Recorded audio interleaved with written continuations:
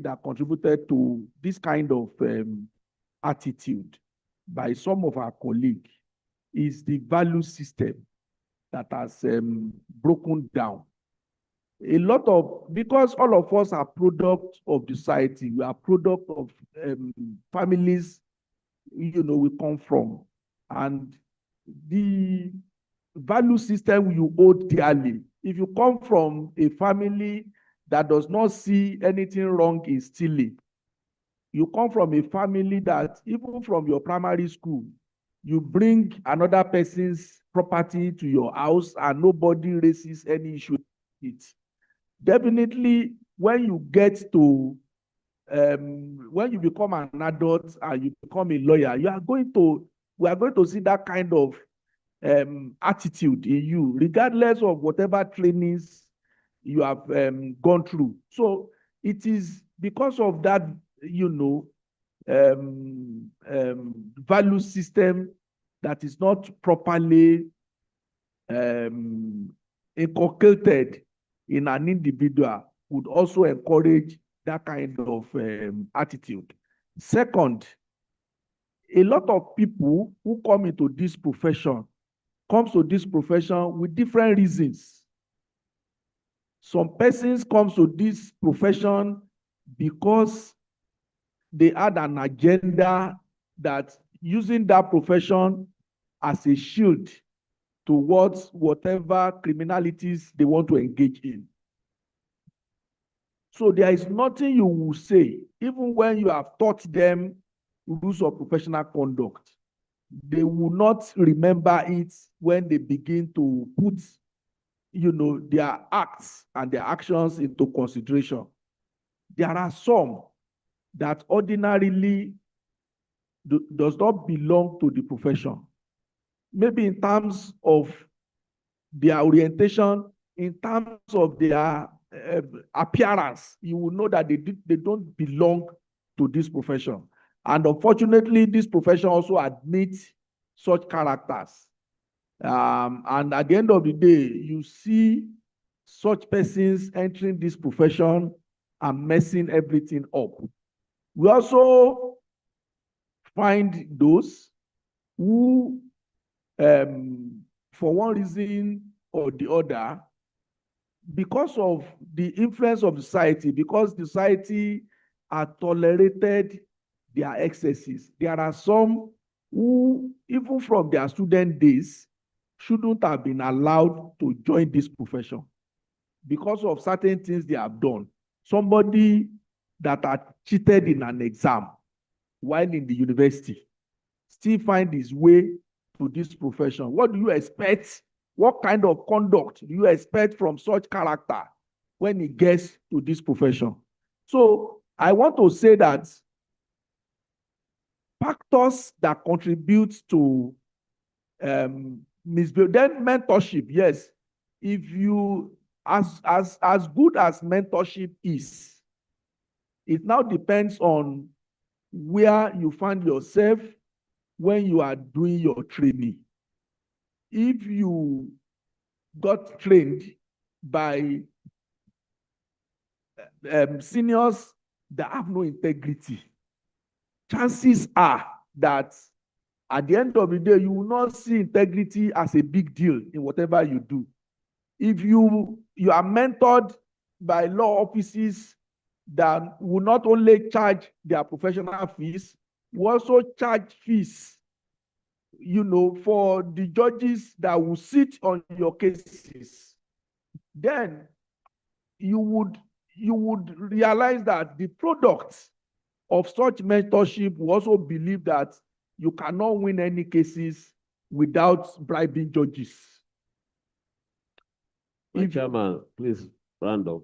So what I'm trying to say in essence is that those factors, the family, the upbringing, the society, the place of mentorship contributes to the malfeasance of our colleagues that have found themselves in soup because of what they have done against the rule of professional conduct, rather than the economy. as far as I don't want us to use economic situation as a basis for which people misbehave. We have seen people who are poor and they did not steal. And we have seen people who are rich, who are not only thief, they are kleptomaniac. So Thank that you, is my chairman. Thank you, Mr. Ibrahim Lawal. My next questions will be directed at the former chairman of NBA Ibadan branch. I am aware that you started your pupillage training from my hometown in Ijebu-Ode. And thereafter, you joined the prestigious law firm of Rotimi Akeredolu and Olujimi. And as a lady, there's a saying that there's no lady at the bar except lawyer in skirts. At what point do you think aggressive legal practice can actually cross the line into what we call unethical conduct? At what point? Thank you very much, Mr. Chairman. Good morning, the House, and Leonard Silk and everybody. It's a pleasure for me to be here today. I want to thank the YLF first and foremost for inviting me as a panelist.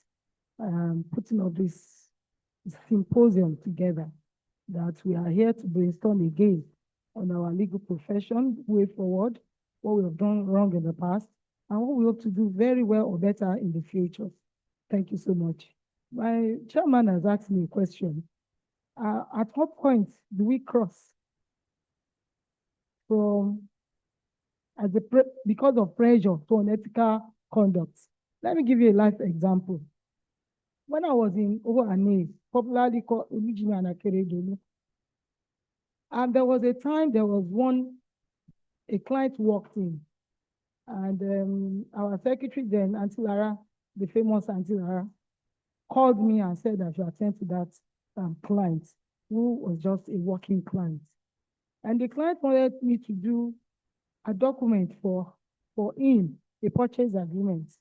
I think that at that time, the monetary value for that land was maybe about 200,000 naira or so. And he was going to offer me just 2,000 naira. Yes, only. And I said, no, I'm sorry. We don't take such fees in our office. He said, they have told me that when I was coming over to this place, they told me that the lawyers here don't take cheap fees. I said, thank you, they told you. And you met us just as they have told you. I must confess that on that day, I did not have 500 naira on me. If I'm not sure, I had 200 naira on me. But because of the name of the office, I refused to take that brief. 2,000 naira was a big deal as at that time. But because of our reputation, I said, no, I'm not taking it. I did not have 200. I'm not sure I had more than 200 naira on me that day. And this is 2,000 naira being offered to me. So the man went back and said he will come back. He never came back. But I did not regret not doing that job. Because somehow I have established and reconfirmed the reputation of our office. And even me, myself, I've let them see that I'm not a cheap lawyer. You understand? Apart from my office not being cheap, you yourself should not offer yourself to be cheap. So it's not a matter of economic pressure, they are younger ones. We must, really speaking, carve a niche for ourselves. Whether you are young or you are old, you must be able to have standards that you want people to see and to associate with. So it's not a matter of economic pressure. Pressure will always be for generation to generation. We had our own different kinds of pressure economically. The younger ones now are having different kinds of economic pressure. There will always be inflation for every generation. There will always be lack for any generation, especially when you're just starting out as a professional in any field. But the thing is that you should not allow your situation at that point in time to decide who you are. But have a standard. Have a standard. When you have a standard for yourself, you will not fall short or fall prey to economic pressures and then start cutting corners and then start doing things that are unethical. And now let me also give you another example. Recently, there was a case that a client brought in from Akure, and it's a banking matter. And this matter had already been, decided at the High Court of Akure. It was to go on appeal, but probably he didn't have money. I wasn't the one who did the case at the Court of First Instance. And I told him, please, let's go to the Court of Appeal. He said, no, he doesn't have money. He said, now brought some documents and said I should look at these documents and look at it and whether I can actually bring out another course of action from those documents. I looked at the judgments. I read the record of proceedings. I read everything. I went and consulted a very senior lawyer in Lagos, who's an SAN, and I said, this is the matter I have. And then my senior colleague told me that let's do it this way. If you file this action, maybe you raise this particular issue, maybe it will fly. As I was preparing the claims, I was just being, convicted that I was doing the wrong thing. And at the end of the day, I told the man, I said, please, this case has no merit, especially now in the era of people reporting people to the disciplinary committee of the NBA for nothing or next to nothing. So I told him, look, let us just go back to the bank. Let us start negotiating this judgment and see how much we can, So I just told him that.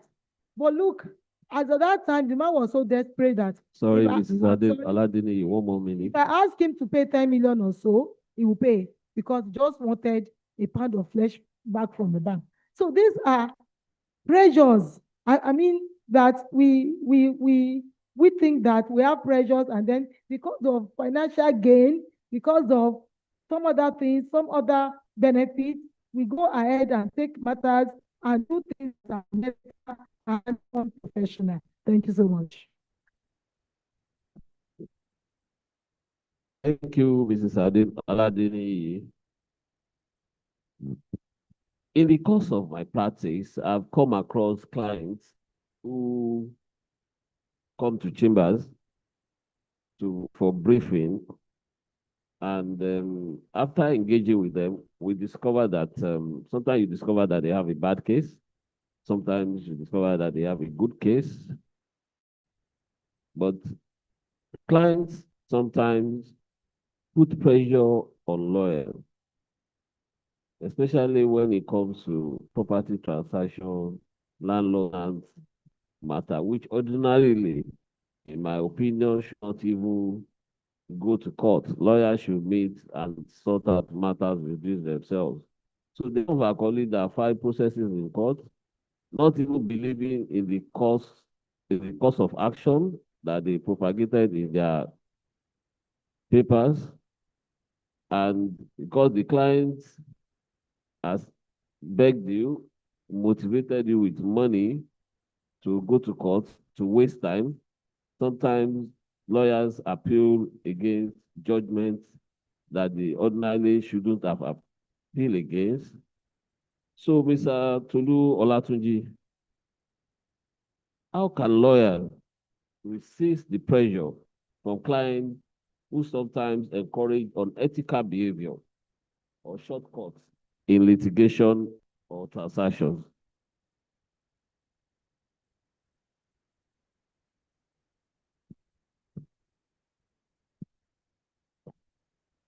Thank you very much, Leonard Silk.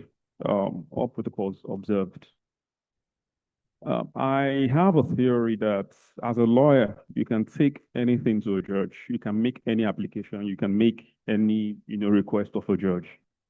The judge has the discretion to either give you, grant it to you, or refuse it. As a lawyer and clients, your client can ask you for anything. You have the discretion to advise if this is proper, if it is ethical, if it helps at all to all the parties involved. right?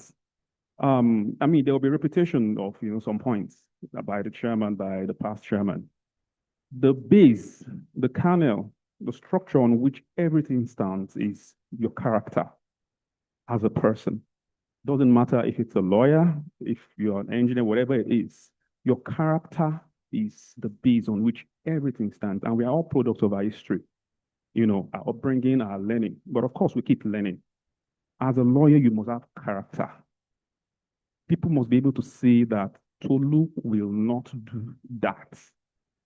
Your colleagues, they are observing.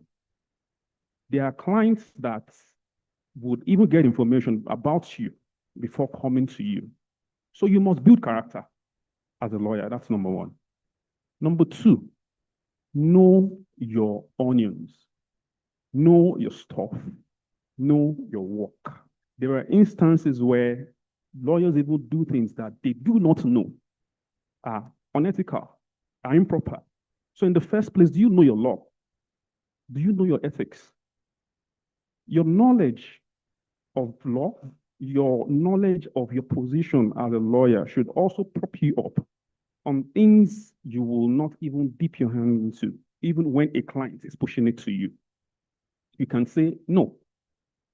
I've seen instances where client is pushing a lawyer, and the observation was the lawyer apparently didn't really know what he or she was doing, right? The client was the one directing and advising, which is putting the car before the horse. You should be the one guiding. You should be the one leading. You should be the one advising. The client will bring you the facts, bring you whatever their issue is. You advise. If there's a place for it in law, yes. If there's no place, there's no point deceiving the client, deceiving the court, deceiving the society, just because you want to make, some coins, so to say. You should know your law. You should know your ethics as well. Now, there's a major problem that has been around for a long time, and that's fee subsisting. Lawyers, don't be cheap. Don't be cheap. I can reference a number, even among seniors, right? I've been on a property transaction of 130M, and the seller was telling my client that I know someone. Sorry, if you let me translate. Once you give him 50,000 to 100,000, it's fine. And I told them to go and do it. Lo and behold, they came with the agreement. I said, okay, clients, let's review the agreement. This client didn't consult me before payment. There was no due diligence. There was no search. There was nothing. And then I looked at the land agreement. It was chaotic. A land that has a C of O. Lawyer was referencing deemed grants, was referencing trust. It was just all over the place. I put a call through to this senior lawyer. Sir, I just want to pick your brain. Maybe there's something to learn here because I do not understand this agreement. He avoided me. All true. He never engaged. I tell you today, that transaction since about 2 years ago is still problematic because something already happened with the land. The seller had no right to sell. Right. But there's a lawyer that they say, oh, I tell friends, your money is too much. Go to Yagonku. You see, lawyers, don't be cheap. The reason we cry about economic, is because you are charging too low.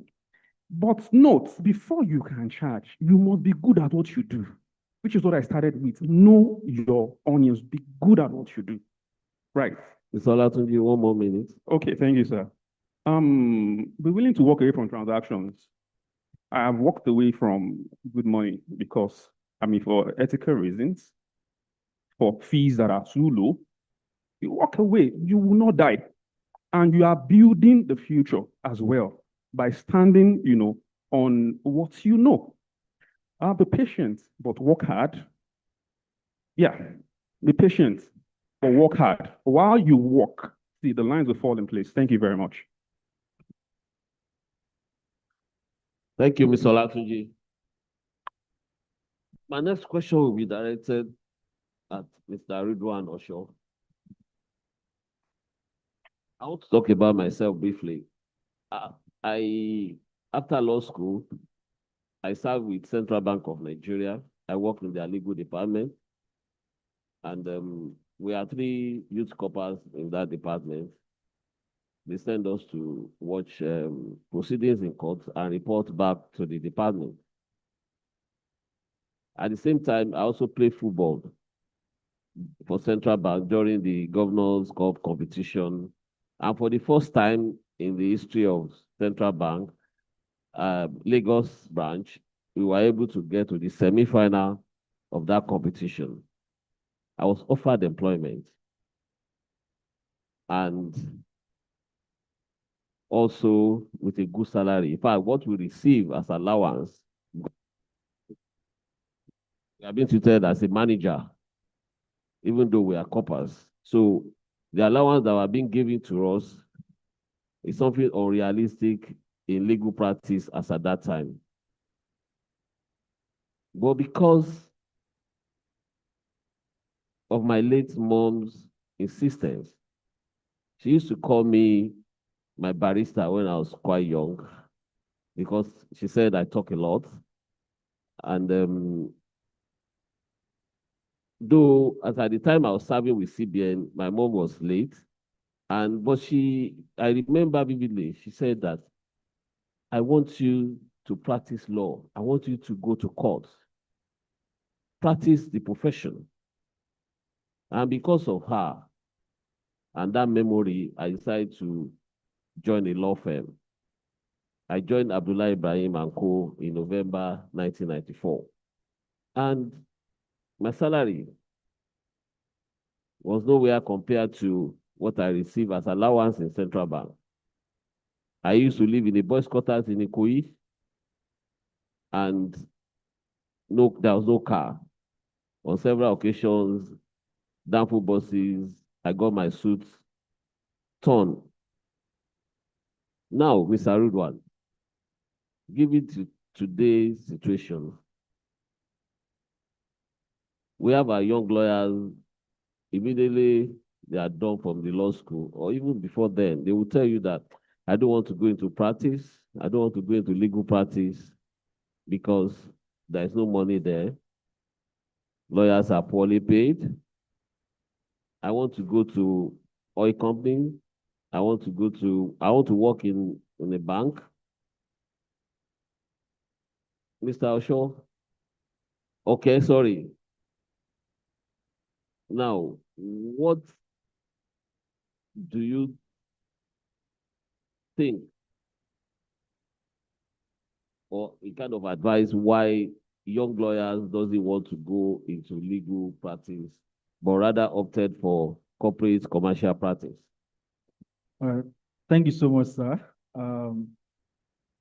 As soon as I realized that that's where you are going, I felt like you were talking to me a little bit.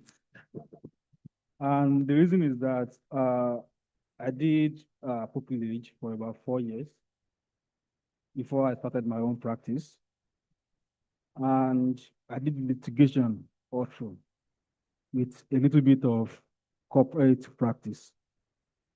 But a few weeks ago, one of my associates stepped into my office and he told me, "Sir Arrow, I don't think I want to do litigation again." I said, "Why?"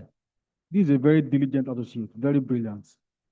I said, "Why?" He said, "It is very stressful and less rewarding." And what she meant by that was that I know she's been on top of some cases. And one of those cases, the court has only given us date twice this year, and the court has not sat on either date. We are in May currently. May is just about to finish next week. And there are clients that are following up, asking questions. What's up with my case? Where are we? So it's not just because young lawyers do not want to do litigation, but because there are several issues that we need to rectify in the system. Because everyone wants to be able to work and feel fulfilled, even if you are chasing money. If you are on a real estate transaction, you know, by the nature of the transaction, you know that within the next 2 weeks, 3 weeks, I should be done. If you take over a litigation case, you book 6 months, 1 year for it. By the grace of God, you may be there for the next 5 years. I'm aware of cases that I was still in secondary school, and I still came to join the prosecution team in 2018 when I was called. And the case was literally still at the trial. So this is part of the problem. That's number one. Number two, litigation is not, does not have immediate reward. In the sense that when you are talking about litigation, people consider senior lawyers and learned Sikhs because, of course, they want the best for themselves. But if you as a young lawyer, you get a real estate transaction now, you know that you can make your money, you can make good money within good time and good value for money. But if it is litigation, people consider the top guys in it, and I don't blame them for it. It's because you need to have some level of knowledge to be able to do litigation, do it perfectly. In other transactions, if you have the residual knowledge and you have guidance, you can still be able to do it. But litigation involves you talking to judges who are several years ahead of you, who are going to question everything that you file. And apart from that, if you are drafting a document for real estate transaction, you can draft it in your room. Maybe your client will only be the only one to see it. The other lawyer get to see it at the other end, and then they're questioning what you are doing. So we need to make litigation attractive.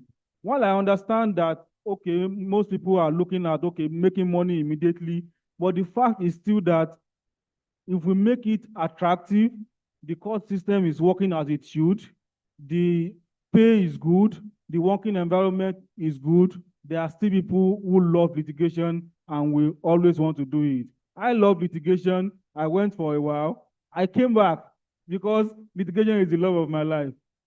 My wife is number one, but exactly. So that's just it. Thank you.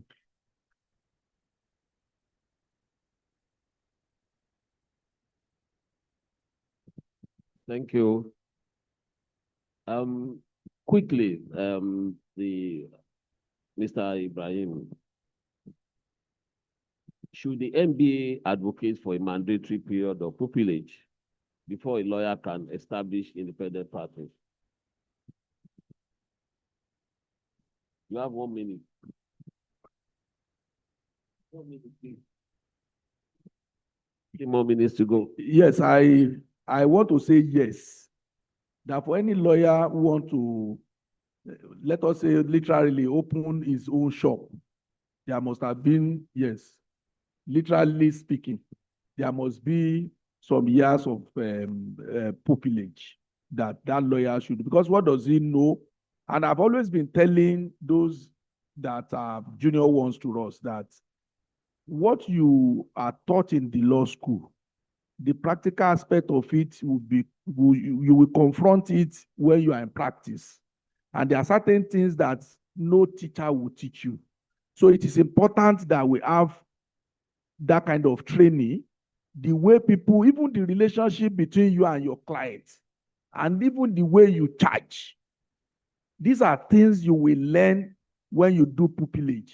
But when you just rush and open an office and you don't know anything, tendency is that you might end up doing things that are unethical because you do not have the required training as a legal practitioner. So I agree absolutely that a lawyer who wants to open his own practice should at least have some pupillage. I also emphasize that even if you want to be in-house counsel, please do pupillage for 2 or 3 years so that you will understand even what external lawyers are bringing to you. I agree absolutely that pupillage is important. Thank you, sir. Thank you, my chairman. Quickly, I'll go to Mrs. Aladini. AI, social media, extremely very important to our legal practice. AI, in particular, ChatGPT aids research. And Mrs. Aladini, my question is social media helping or damaging the professional development of a young lawyer? Thank you very much. The answer is both ways. There's a lot of advantages to get from the social media. One, it gives you a sense of community, learning. You interface with people that ordinarily you cannot even interface with, but because of your social media presence, the world is a digital, is a minute thing now because of the internet. And it has actually helped even our legal profession because you may be here in Ibadan and you have clients all over the world in the diaspora. They don't really have to come back down to Nigeria to brief you. You do your work online. So in that field, that area that you can cover so much field, AI is very important and social media is very important. And then surprisingly, I saw when I was going through our rules of professional conduct, rule 40 something or so, 30 something, 37 or so, I saw that our rules are actually prohibit advertisement and such things. And I was wondering that in this stage and time, that everything is going digital, everything is online, how can our rules still be this archaic?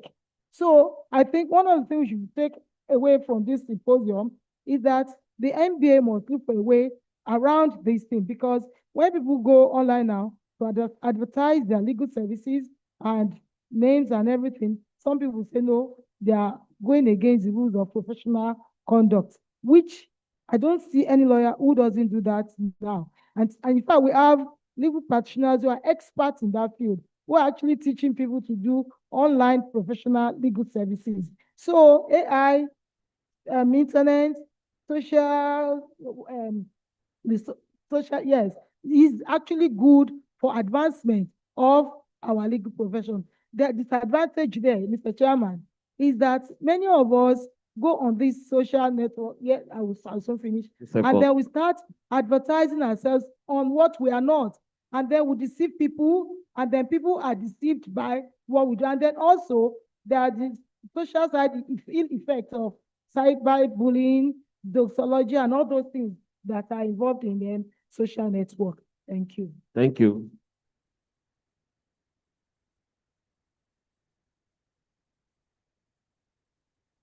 Now we talked about the hallmark or what a young lawyer should do to succeed in legal practice. We talk about mentorship, we talk about pupillage, we talk about patience, we talk about eloquence, we talk about endurance. Mr. Olatunji, how can young lawyers balance ambition with patience in an era that celebrates instant success in our profession? How can a young lawyer balance that? Thank you, Mr. Chairman. I mean, it's the social media age, AI, and all of those things. First of all, the pressure on social media can really, really sway you.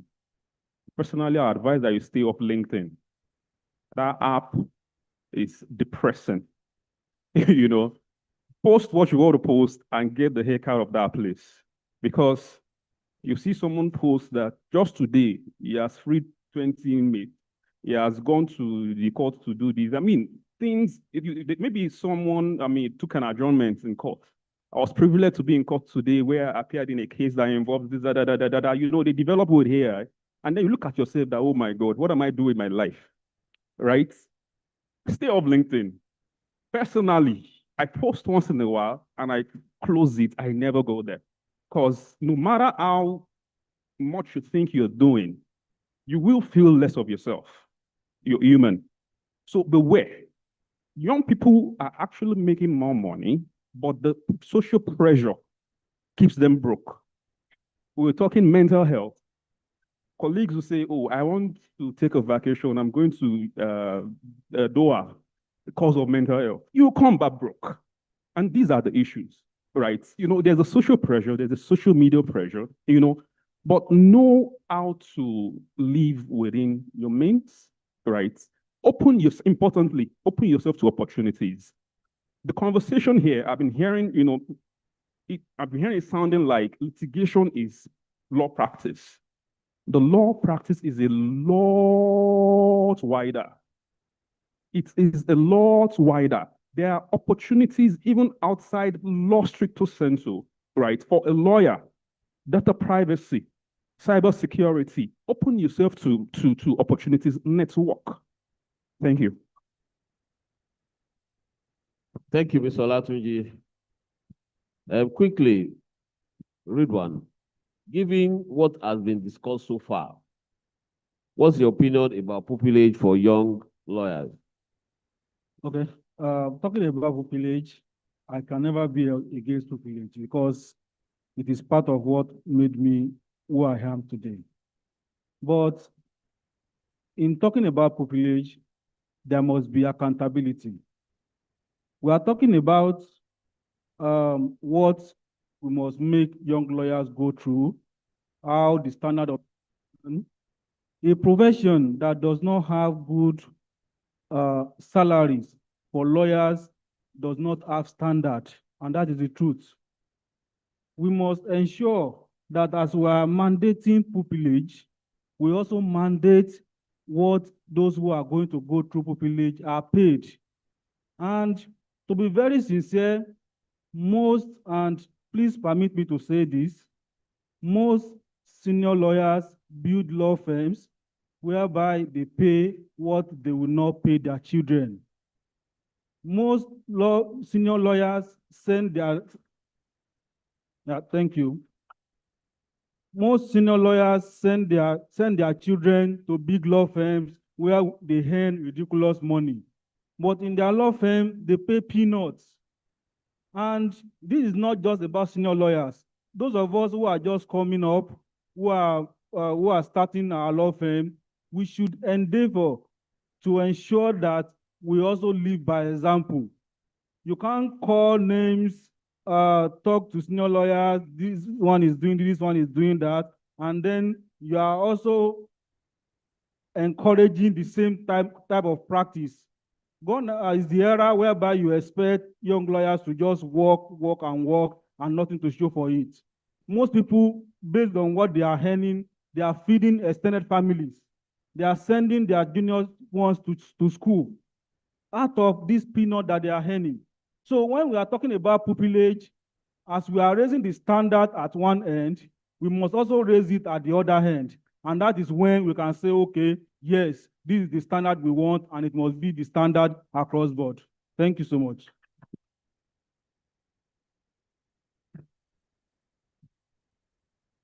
Thank you, Mr. Ridwan Esho. I will start from where you stop, really. As important as pupillage is, in my own opinion, I don't think really, lawyers under pupillage are not being paid. They are not being paid. You are in that law firm, you are in that chambers to learn the art of the law. The lawyers who are there, they already pay their dues in the profession.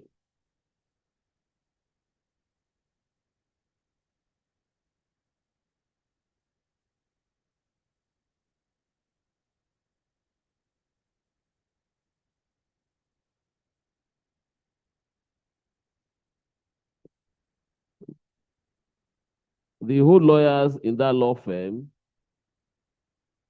they waited for their time, they already paid their dues, and they are imparting knowledge into you to become a good lawyer.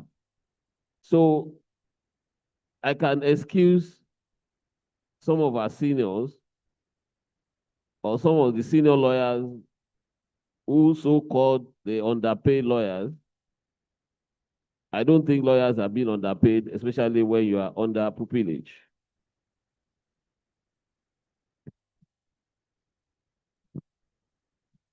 In America, you cannot go to university and study law straight up. You have to hold a first degree first, and law study is a second degree. Incidentally, you might not agree with me, the law profession is not for the poor. It's not for the poor. So if you are under pupillage, the way I was being paid, I was even supported by my father's estate for me to be able to continue to stay in the profession. Nowadays, your parents incidentally have to support you. The family member have to support you. The key word is patience. Patience. You have to learn patience. Distinguished colleagues,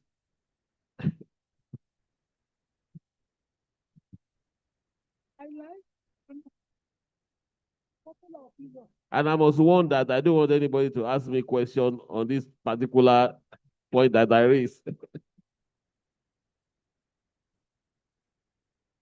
And as I said to you earlier, and I will mention it, when I started practice in 1994, my salary was 2,800 naira. Please, patience. I could not afford to rent a house. I was living in a free accommodation. I was living in the boys' quarters in Ikoyi. My mentor then, the late Honorable Justice MMA Akobi, accommodated me for 6 years. It took me 6 years for me to be able to raise money to acquire a place. And at the same time, I didn't have a car. I have to transport myself from Ikoyi to Lagos Island. Even though my office supports me with transport allowance to court. And, I cannot even socialize that much. On Fridays, when I intend to go to club, because I cannot afford to buy a bottle of beer at the club, I go to a local joint to drink first. Then I go home, shower, then and when I get to the club, I will romance a bottle of stout for 5 hours, then I'll go home. That's the way to feel among then. So, distinguished ladies and gentlemen, as we conclude this very important session, I believe one message has clearly emerged from our discussion today, and that is the survival of the legal profession depends on not merely on intelligence, advocacy, skills, professional success, but fundamentally on ethics, accountability, and integrity. We have acknowledged the realities of economy and the enormous pressure on lawyers today. If a young person is looking for money, quick success in the profession, I think you should go to another profession. And this is directed at young practitioners. But we also have to agree that difficult times must not become an excuse for ethical compromise. The economy may be harsh, but the standard of the profession must remain higher than the pressures of society. If we truly desire the bar of our dreams, then we must deliberately rebuild the culture of mentorship, discipline, pupillage, patience, and professional honor. Young lawyers must understand that there are no sustainable shortcuts in legal practice. Reputation is built slowly, but once destroyed, it is often impossible to fully recover. In order to emphasize this, I would like to read the comments. This is the law report recently published. It's a law report of direction of the Legal Practitioner Disciplinary Committee. I would like to read the foreword of the learned SAN Awomolo. He has this to say. Another major problem before the legal profession today is the gradual erosion of discipline and non-observance of the professional ethics contained in the Code of Conduct of Legal Practitioners. The practice of law today has been slowly afflicted with the virus of ineptitude and indiscipline. In the last 4 years, this body has admitted annually an average of 5,000 lawyers. Most of these lawyers went into the practice of the law without any opportunity of pupillage. There is need for a reform that will bring back the enviable status of the legal profession. I also want to remind us that the young lawyers are the ones that also aspire to go to the bench and sit on our bench. You are all aware of the incident in Imo, where judges, about 9 of them, were accused, and even having been tried by the NJC, they were advised to retire because they falsified their age. These are lawyers too. We have a colleague in the last the last NJC report. It's in the domain, it's in the public domain, who practicalize or engage in writing frivolous petition against judges and lawyers in order to intimidate them. He was banned from writing any of such petition to LPBDC. We have so many of our colleagues. One day I heard the EFCC chairman, who is also our colleague, talking about the numbers of lawyers that were being detained, that were being prosecuted by the agency. It leaves much to be desired. So, distinguished ladies and gentlemen, we all need to rally around to save our profession. We need to rally around to save our profession. So the future of our profession, therefore, lies in raising lawyers who are not only skilled, but also principled, not only ambitious, but also disciplined, not only successful, but also honorable. Because at the end of the day, the greatest asset a lawyer possesses is not wealth, it's not connections or social media visibility. It is integrity. Thank you all for your participation, your insights, and your comments to preserve the dignity of our noble profession. I also want to thank my other panelists for taking out time to be part of this noble discussion, to be part of the step to rescue our profession. I pray that God continue to increase your wisdom, your knowledge, and keep your professional integrity intact. Thank you.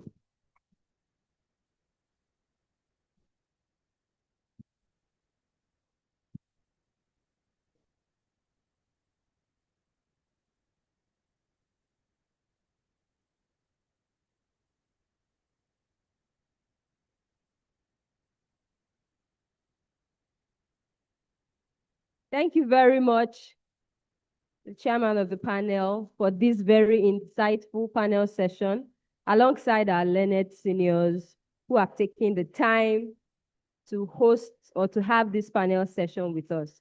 I know a lot of us have questions.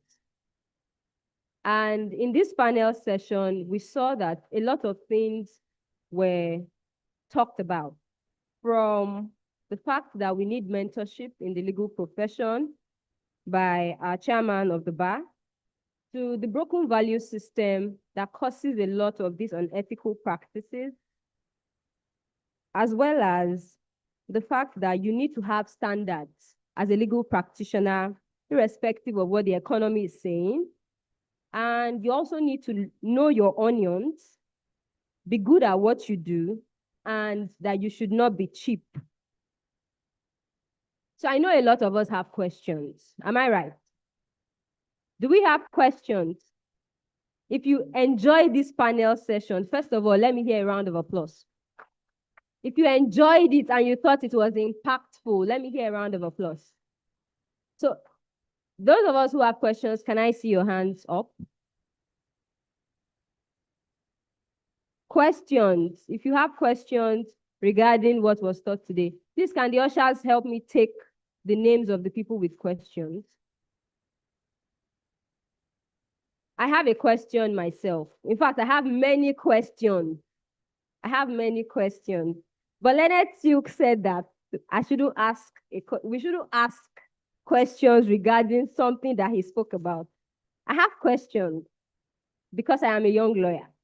And a lot of the things that were said, they were like stray bullets that were hitting me. So I have questions. But my very first question is this. When the panel session was going on, I know we spoke a lot about social media and the pros and the cons of social media. We know we are guided by the rules of professional conduct. And right from law school, it has always been said that you should advertise, but you should not solicit. So my question is this: is there a line to be drawn in advertisement? I mean, when I skim through social media, I see a lot of advertisements. I see certain advertisements that I even wonder, is this supposed to be coming from a legal practitioner? So is there a line to be drawn in advertisement? And when does advertisement become solicitation with regards to social media? When does it become ambulance chasing? So is there a line, or is every type of advertisement good? So my question will be, I would leave it to all of the panelists to answer, maybe in 1 minute each, while we take other questions. Okay. Distinguished ladies and gentlemen, I'm aware that the rules of professional ethics of our great profession prohibit advertisements in whatever. If you look at chambers billboard outside to display the name of the firm, is in a solemn form. You can only find any law firm chamber written in different colors, bright colors. It's usually the white and black. And I also remember when we underwent before we were sworn in as a senior advocate, we were told clearly that you might be refused to be admitted into the inner bar if on that day there was an advertisement in the newspaper, our best lawyer has become a senior advocate, the most brilliant lawyer in Nigeria is now a senior advocate, you might actually never be admitted into the inner bar. So what is happening on the social media, we cannot actually take it as a serious, and I'm sure any lawyer that is found on a social media advertising or soliciting or inviting clients will actually be dealt with by the body known as Legal Practitioner Disciplinary Committee. It's not allowed in our profession. It is not allowed. Thank you. So if any of the panelists want to have a comment on that.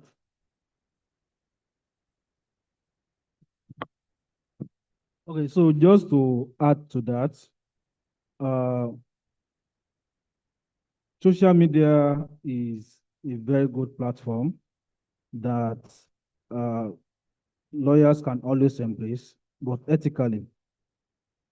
We've had situations of lawyers talking about life cases that you just, I was briefed by a client recently. I was introduced to a client, and the client told me, I know you are very popular on social media. Oh, you are well known, but this person that introduced me to you, are you sure I will not be seeing my information on social media? It's a legitimate concern. No matter the platform that you have, there should be limits as to what you do as a lawyer. You will never see me talking about my clients on social media. It's impossible. And this is an area where I feel like most lawyers lack. Because when a client has briefed you, they are confiding in you. A husband is telling you what they cannot tell their wife. A wife is telling you what they cannot tell their husband. People are telling you things they would rather not want to tell any other person. That aspect of confidentiality is very important. But nowadays, big firms, they showcase, okay, maybe they appeared in some cases, they did some merger and acquisitions, they talk about like, okay, we did this, and these are lessons that can be learned about it. I appreciate that a lot, and I encourage it. But there should be a very clear line as to what we can do and what we cannot do as lawyers. You cannot solicit, and you cannot berate other lawyers and make yourself look like, oh, I'm the best in this, I'm the best in that. So I think those are the aspects that we need to look into. Thank you.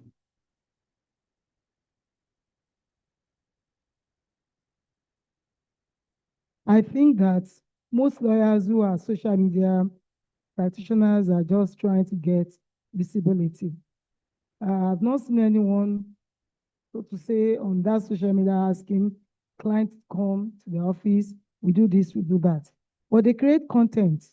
And then in the content, you see, you would guess what this particular lawyer does. So, and to your question, is there a thin line between soliciting and advertising? There is a thin line because you put content there. Maybe you're a family lawyer and you're always talking about family issues. Then the people following will know that, oh, this is a family lawyer I must go to. So, but to buttress, I mean, when you look at our rules of professional conduct, it is actually prohibited. That's why I said that particular rule, we need to do something about it as an MBA body and probably change the face of that particular rule and then make rules and regulations that will guide our, interactions on the social network. Thank you. Well, I want to say that if we say that there is no advertisement in legal profession, it's like we are pretending we are pretending as if it does not exist. The fact that every law firm have their own website is a form of advertisement, except we are deceiving ourselves. And even having your billboard, there are some lawyers that will insist that a lawyer must not have a signboard that whoever that is coming to you knows where they are going. And there are some that will tell you it shouldn't be bogus. There is size and everything. So there is a way by which you can make yourself, maybe tell people your area of specialization without necessarily going into competition with anyone. It happens, and a lot of people will do a search of certain lawyers for certain things they do. If you go to LinkedIn, you have a lot of resumes of our colleagues that you'll be able to determine this person has specialization in this or in that. But when it comes to, soliciting for clients on social media, then you have run foul of professional, ethics of our profession.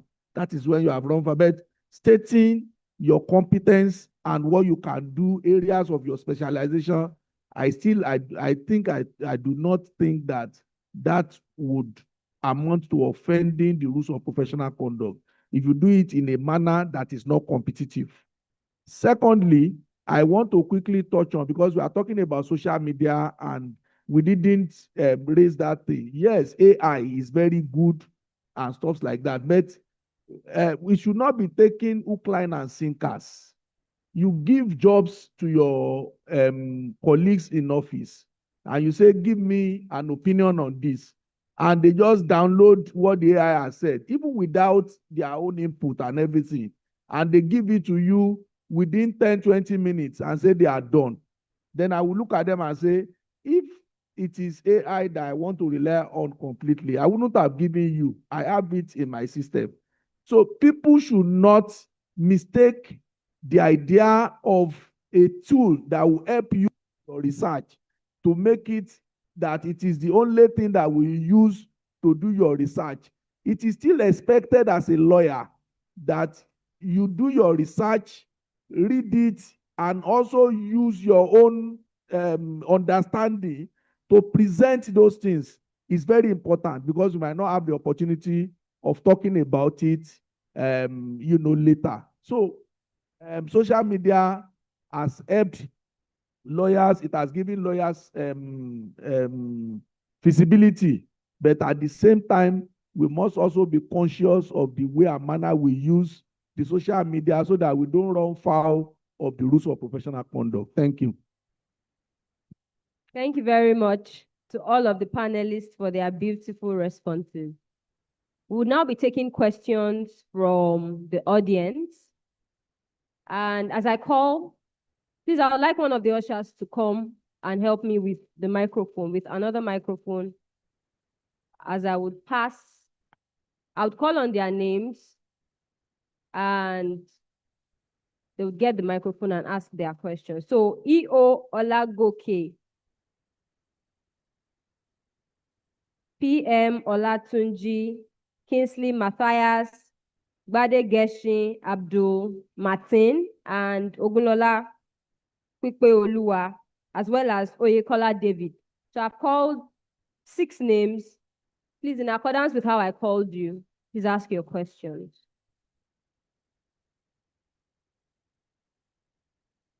Iyo Olagoke.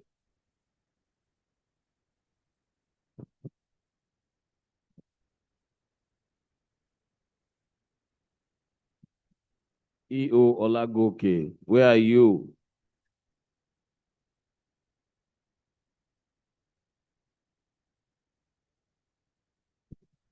Good morning, Leonard Silk. All protocols duly observed. My question is very clear and direct. I want to ask, please, what is the difference and what can be done? What is the difference between learning in a law office and verbal abuse in a law office? Because we need to actually find a balance between learning and abuse, and making it difficult to learn in an office. Because truly, if we are also going to learn, the office must also be accommodating. The office must also be willing to also make that young lawyer grow. So that is my question. Thank you so much.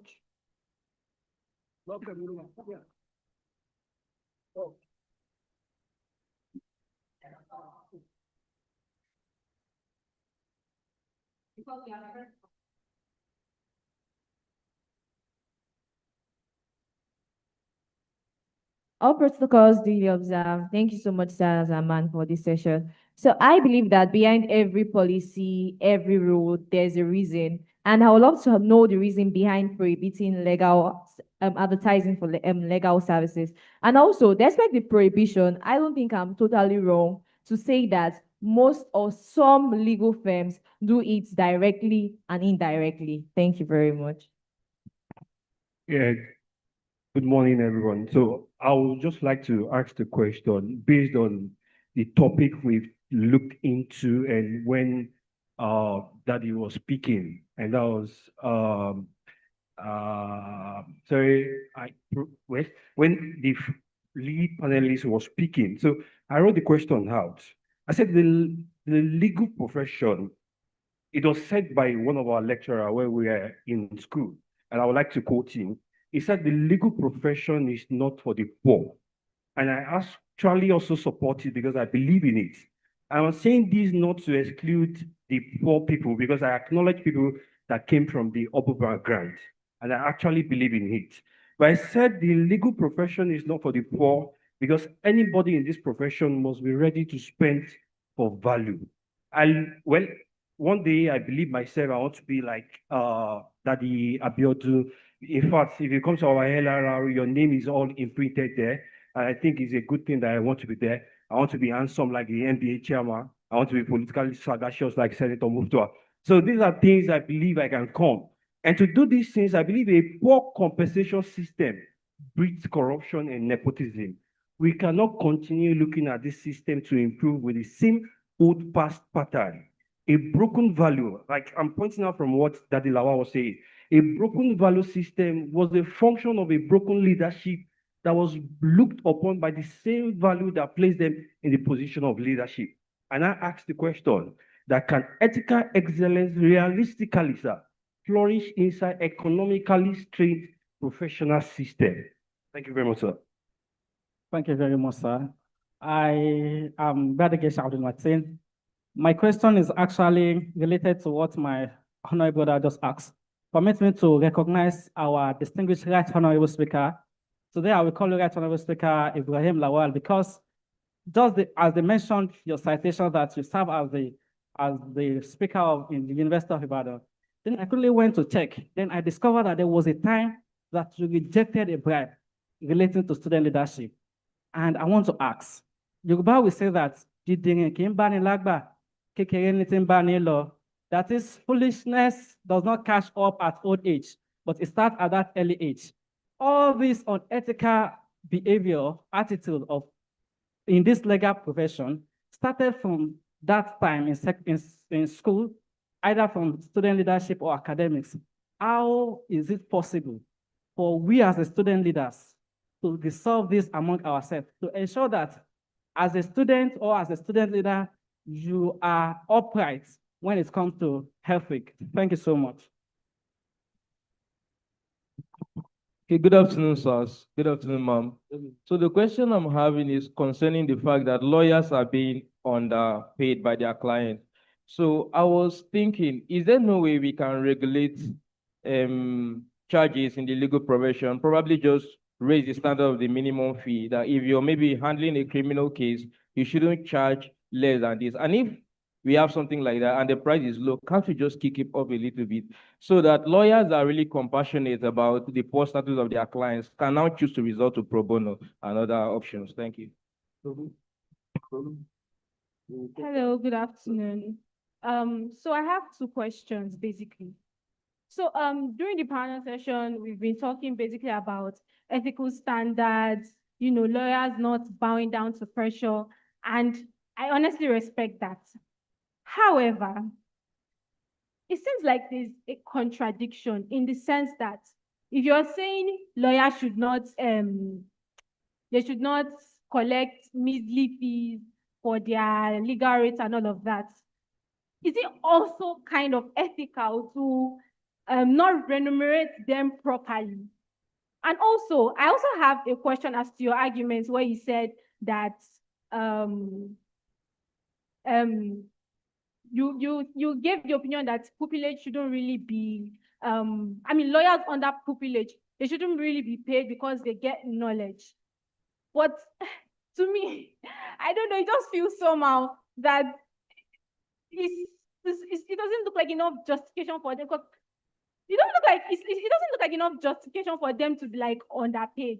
And secondly, I mean, I'm a very realistic person. If you keep on saying that, oh, lawyers should not do this, lawyers should not do that, and the pay they are getting is not reflecting the cost of their living, people like we will just keep on saying it. But I feel like we need to move from just keep on saying and saying and saying and talking to actually putting structures and systems in place. So I feel like what systems, what structures do you suggest that it should be put in place to reduce the occurrence of lawyers not charging well?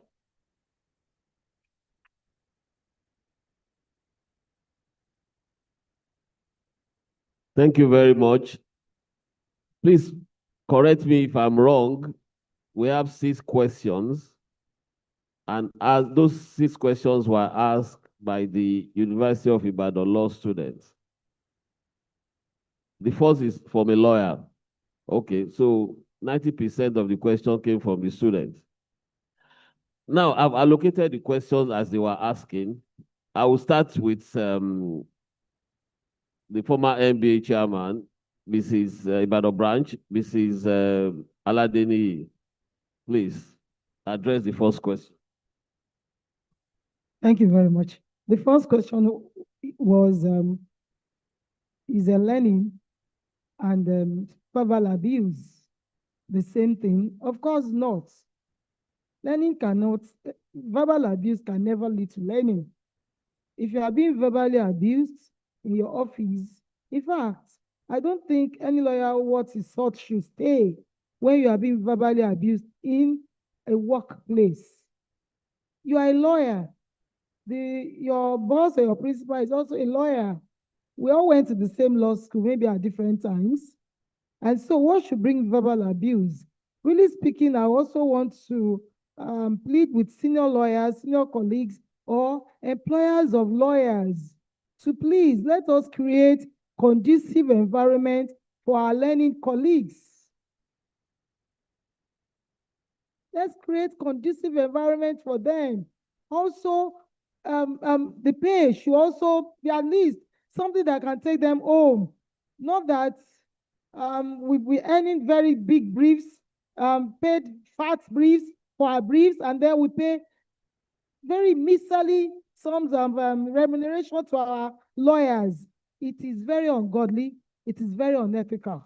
Because if we want these lawyers to really, really project the law profession as it ought to be, then we, employers of labor, also have a role to play in this. And coming on the heels of that is that the NBA must actually regulate remuneration, not remuneration in terms of what we earn as lawyers, but remuneration in terms of what we pay to our juniors and associates in office. The NBA must regulate legal practice, so to say, strictly. You know why I'm saying this? Because I've been there, so I know what is happening. We cannot begin to play the ostrich. Okay, we want lawyers to earn good pay, but when that comes to paying our associates or our juniors, then we are not saying anything about it. It is really bad. Pharmaceutical Society of Nigeria, they regulate what they pay to pharmacists. Even chemists have the minimum standard of what they can pay to people who are just chemists, not talk of people who are pharmacy. So the same thing, medical practitioners, the same thing, surveyors, as bad as that. The same thing, surveyors. So why is it that lawyers, we cannot regulate our own practice, what we pay in terms of remuneration to our associates in chambers? So I don't think the minimum lawyer, like I'm doing a course now, on labor matters. They told us that if you cannot pay the minimum wage, make sure you create, things, you provide other incentives for your staff that will make them happy that they are working with you. Because what's the essence of working in a firm where you are not happy, you go to every day, you are not happy. And then these young people are like sentenced to their fate. They don't even know what next to do. So please let us all change our mindset about payment of salaries or allowances to, and then verbal abuse. Please, if anybody is verbally abused, just leave the place. There's no two way about it. Just leave, because it will continue. Thank you.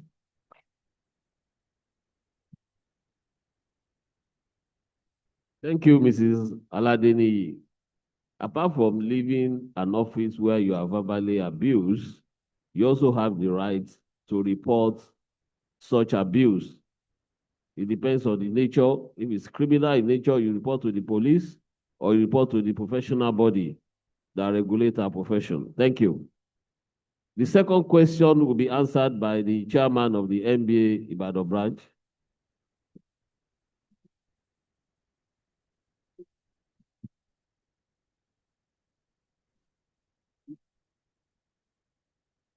Yeah, thank you very much. Like I said, one of the reasons why advertisement is prohibited is that the fact that a product is advertised does not mean that it's a quality product. In fact, advertisement pushes sale of a particular product. The more you can advertise, the more people will be induced to buy and later be disappointed. Legal practice is a service that is rooted in ethics. People should have the opportunity to determine by themselves the kind of lawyers they want to employ. They should not be induced into getting something and at the end of the day, they will be discouraged. Two, advertisement also breeds rivalry, unhealthy rivalry most of the time when you produce the same products. But as lawyers, we see ourselves as colleagues. Even when we have matters together, we still relate with ourselves. So if you encourage advertisement, it will breed rivalry in the sense that we will see ourselves as adversaries instead of colleagues. That is why the issue of advertisement is not encouraged in legal profession. Third, because of the nature of the profession, because of the traditional nature of the profession being what it is a profession where people open up to you, like my colleague said the other time, on issues that they could not even discuss with their spouse. So it is not something that should be put in the public space and becomes competitive. Those are the reasons why they said legal profession, we don't encourage advertisement in legal profession. Then you cannot, in the legal profession, because of the nature of the profession itself, we cannot subject it to the vagaries of colleagues rendering other colleagues inappropriate or inadequate. Because when you begin to advertise, then you will be able to show what you have done even against your colleagues, which would also impact negatively on the other colleague. Those are the reasons why advertisement is not encouraged in the legal profession. We see ourselves as colleagues and we continue to relate with ourselves as colleagues. And I want to also point out that when you compare legal profession with other professions, they will say doctors, we know how much they pay. This thing we know. You get to a level in our profession when you know your onions, like my colleague said the other time, that there is nothing you cannot charge. There is no amount. If you are a medical doctor, even you want to do operations and what have, there are ceilings to what you can achieve or what you can charge as a pharmacist or as a medical practitioner. But in legal profession, as you grow higher in that profession, you have the liberty to charge whatever you want to charge. So if you are looking at other professions and using that as a benchmark for the way you want to be treated now, it appears you are missing the point. What is important is that we should know that success is a process. The more you are ardent at what you do, you have the necessary skill about what you do, the more people who are willing to pay your fee will look out for you. I am not against appropriate remuneration for lawyers. Even when the remuneration comes, that lawyer that is remunerated effectively must also add value to the system. Thank you.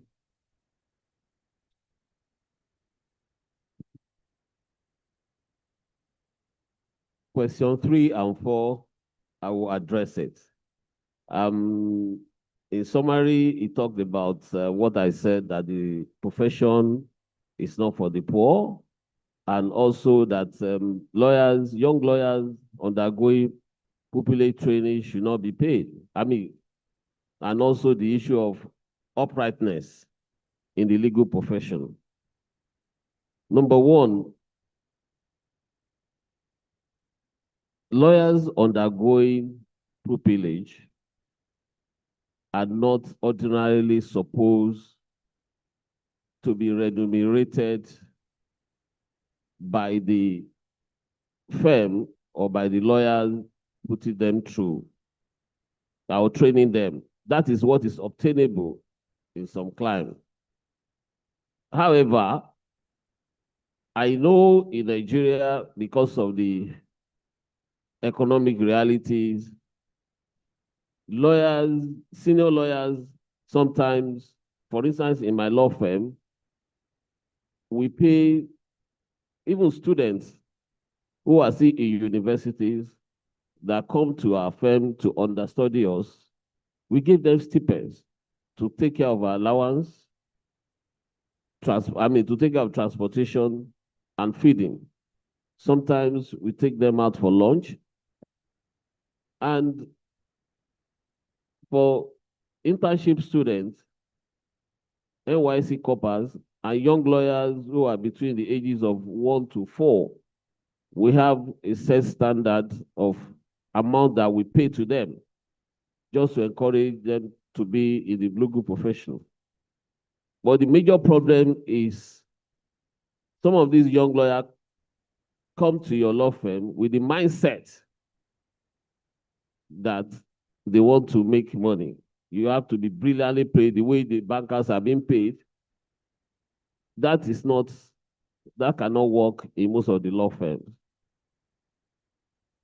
Now, what we are preaching is that as you are acquiring essential training, essential pupillage, and mentorship for your development in the legal profession, you also have to develop the habit of patience. Sometimes it is not how long, it is how well. It takes some people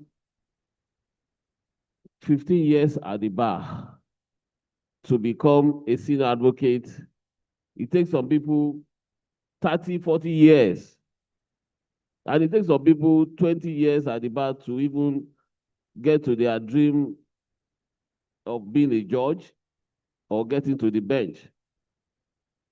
The most important thing is the quality of your training and the skill that you have acquired.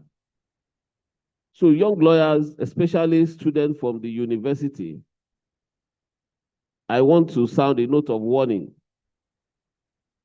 Don't come out into the profession with the mindset that you will be rich in the next 5, 10 years of the journey in the profession. There is no shortcut to it. Those who have such set minds, go and check where they are today. They are either out of our profession or some of them are even in prison. And I'm telling you the realities. on ground. So you need a lot of patience for you to be able to grow in the profession. Now, there is no negotiation about uprightness, integrity in this profession. No negotiation about it.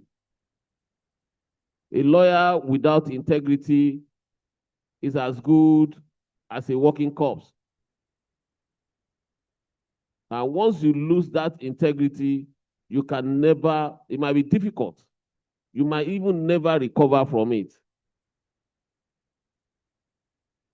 And I also want to encourage the senior lawyers. Majority of the problem we have with poor remuneration is the proliferation of law firms in Nigeria. You have our colleagues who are just few years at the bar, setting up a law firm, a one-bedroom law firm, no library, no books,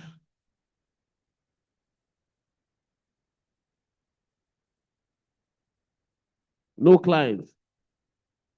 As a matter of fact, even the head of chambers, the proprietor of that chamber is even struggling to feed himself. How do you expect him to pay lawyers? In my opinion, I want to advocate for lawyers to come together, people of like minds, establish partnership. Two heads are better than one. So you can put resources together. You can put knowledge together and be able to establish a strong law firm. So these are students who are aspiring to become lawyers will be encouraged. And we also need to empower the young lawyers as seniors as well. Once we're able to empower the young ones, we're actually giving ourselves a strong bar. About 17 years ago, I was called by a lecturer from the University of Ibadan that a student, a law student who graduated with a first class, that his parents cannot afford to pay his law school fee. Then it was 180,000 naira. The guy missed his first year of going to law school. That the second year is, the law school has started, has not been able to. So I was advised that I should please talk to the alumni. Honestly, I could not believe that would happen. So I called the guy to my office in Lagos. I sorted the school fees and I sent allowance to him. The guy came back with the first class. Now, he's working in my chambers now in Lagos. And he's putting in his application for senior advocate next year by the grace of God. We have a lot of students from the University of Ibadan. Myself and Ojo Adebayo SCN, we have taken it in our stride as an obligation to support indigent students from that university. Not only the fact that you are brilliant, but once you pass, once you have your LLB university, we will support you to the law school and we will continue with you to mentor you to become a professional. I'm not a capitalist. When I said the law profession is not for the poor, I recognize the fact that some parents struggle to send their children to university to become a lawyer. But most importantly, we the citizens, we should try as much as possible to help the young lawyers. We should empower them. And as I said earlier, we are having a strong bar once you're able to do that. Thank you very much.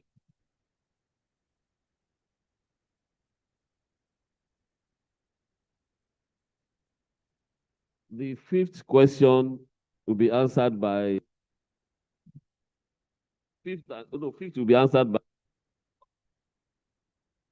okay. Okay, so the learned Sikh has spoken so much about this question exactly because it's on.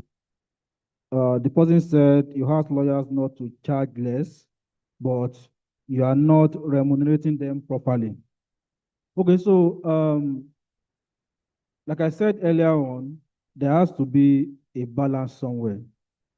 And uh, the senior colleagues here have also said something about lawyers charging very well. And I think one of the problems that we have in the profession is that we have law firms that are not particularly structured in the sense that once the money comes in, it goes out. Once it comes in, it goes out. There's no proper accounting. In the sense that when you make money, you don't have enough for the next month because whatever you make this month, everything goes that month. So the structure is not there. You've forgotten that you pay salaries next month or next 2 months. Well, because you've made about 20 million naira this month, you spent everything, and then next month you are looking for what to share again the following month. That's why I think some law firms are actually struggling to actually pay. And no matter, I will also say this, if you skip the lines or you cross the line as a poor lawyer, believe me, you will cross it when you start making money because it's an habit. You will keep doing it. So when you are talking about charging proper fees, yes, lawyers should charge proper fees because lawyers are not. Mr. Osho, please round up. Okay, thank you. So lawyers are meant to earn properly because some of the transactions that we do are those that our clients rely heavily on us. And most importantly, we should also pay properly because there are people who support us to actually get these transactions done. Some senior lawyers have not drafted processes in a very long time, and they're not supposed to do because they have built up people who are actually doing it. Exactly. They have done it in the past. They leave office 2 a.m., 1 a.m. to be able to do it. So juniors should also serve them and help them. But also, let's also find a balance somewhere whereby everyone is happy at the end of the day. Thank you so much. Thank you, Mr. Osho. I believe that the sixth question has been subsumed with the answer provided in the first to the fifth question. So Mr. Olatunji does not need to talk about it again. Distinguished ladies and gentlemen, by the power bestowed on me as the chairman of this session, I want to, with due respect, invite my mentor, my chief advisor, my cheerleader in this profession, Mr. N.O.O. Oke, SAN, to deliver his remarks. Thank you, sir.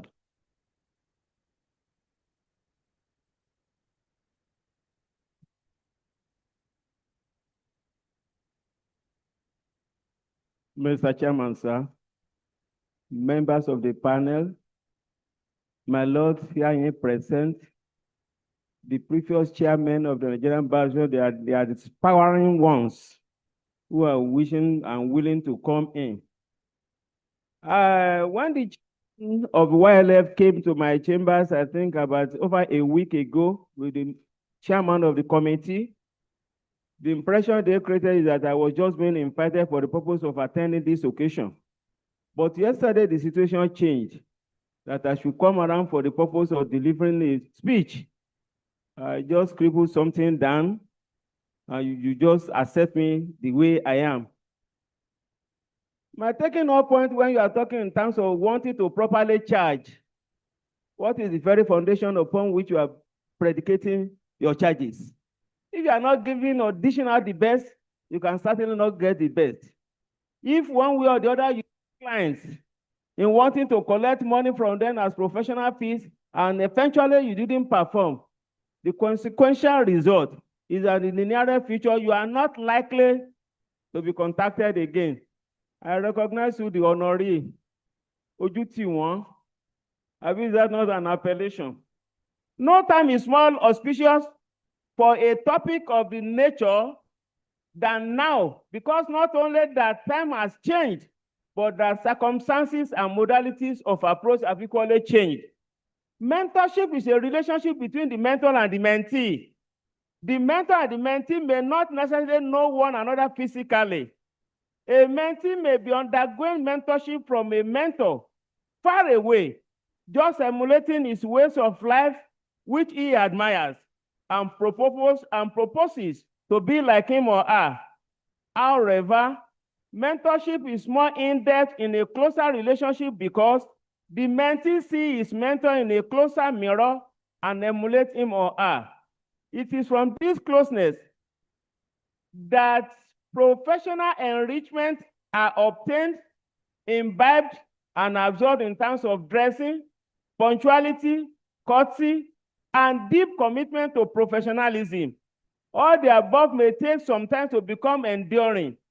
I give example of a wasp and bees.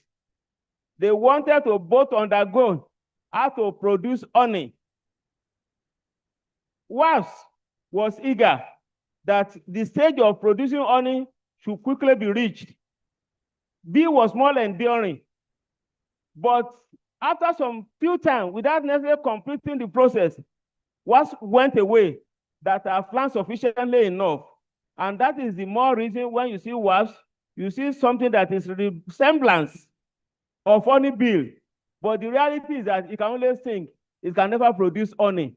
But the bees that are more enduring, having the patience, eventually they get it right.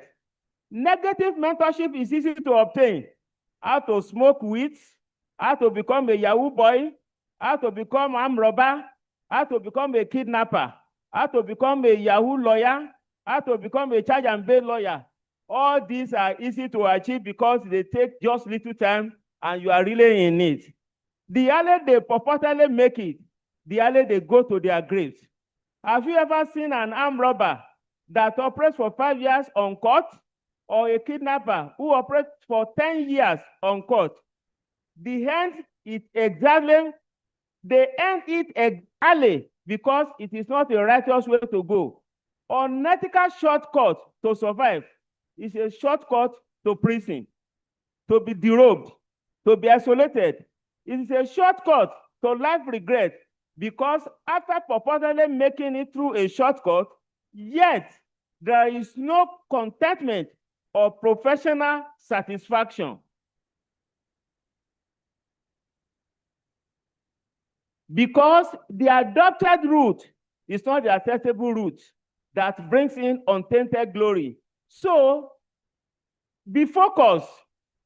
Don't be swayed by the rat race in wanting to make it tally, no matter what it takes.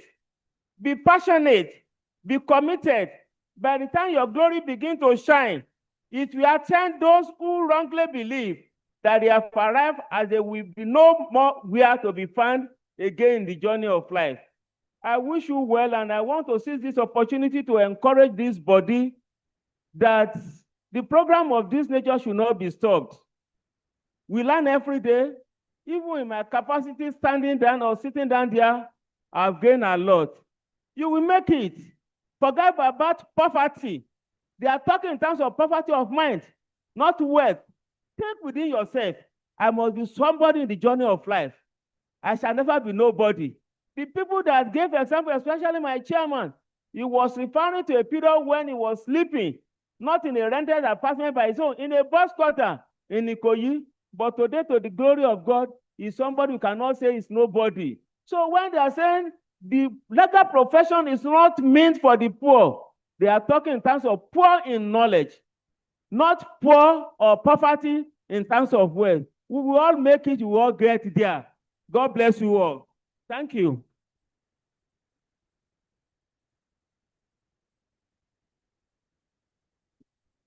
Once again, a round of applause for the patron designates Nigerian Bar Association Ibadan branch chief, NOO, okay, Senior Advocates of Nigeria.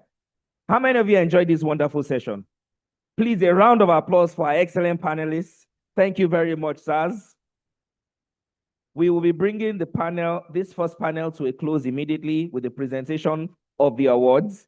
And then immediately after that, we'll take the keynotes from our keynote speaker, who is here all the way from Lagos. Thank you very much for joining us, sir.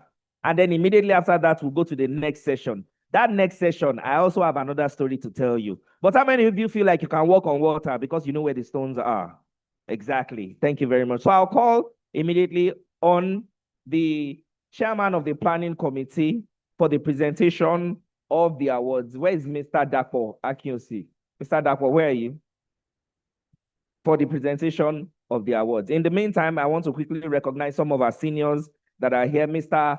Bola Alabi was with us earlier. I think he stepped out already. Thank you for joining us. Mr. Adebisi Abdugani, former secretary of the Young Lawyers Forum and former welfare person of the NBA. Ali Khan, Mr. Ali Khan, former vice chairman of the YLF, is here. Mrs. Yetunde Adegboye, thank you very much, ma, for joining us.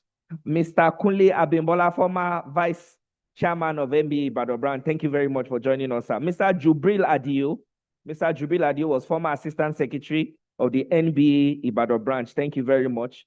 Mr. Samuel Enrile is also here. I spotted him. Thank you very much, Mr. Samuel. Abiono Adejorin, former secretary of the YLF, is also here. Thank you very much. Mr. Dapo, for the presentation.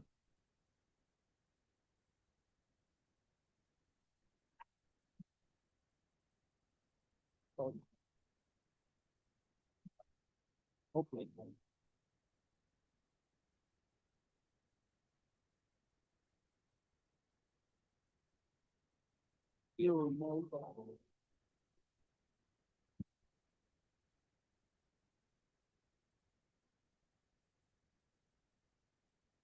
For the presentation of the award to the members of the first panel session, we begin with the lead panelist in person of the Leonard Sake Abiodun Adediran. Can we jam our hands together, please? And will permit me to humbly invite the Leonard Sake, one of our honorees for the day, the Leonard Sake Mutalubi Ojo, to do the presentation to the Leonard Sake. Mutalubi Ojo Adebayo, SAN, to do the presentation of the award. Where's the award?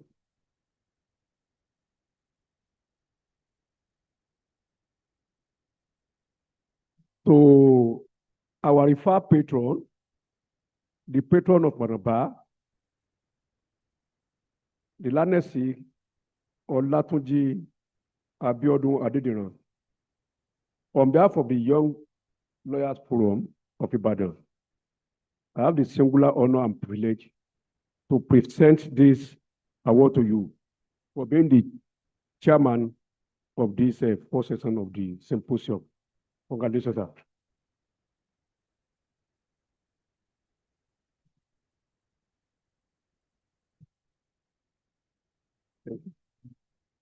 Hold on, sir. We quickly call on the NBA president, the chairman, the NBA chairman, Ibrahim Lawal, for his presentation. And the Leonard Sake Adebayo Mutalubi Ojo will still present his award to it.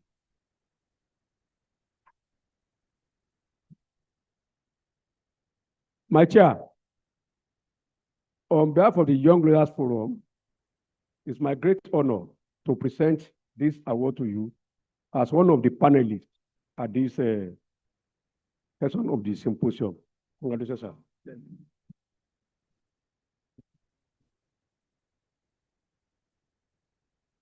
Shall we jam our hands together? No. We now call on Folashade Aladeniyi, the immediate past chairman of NBA Ibadan, for our presentation. The Leonard Sake will still do that, the presentation.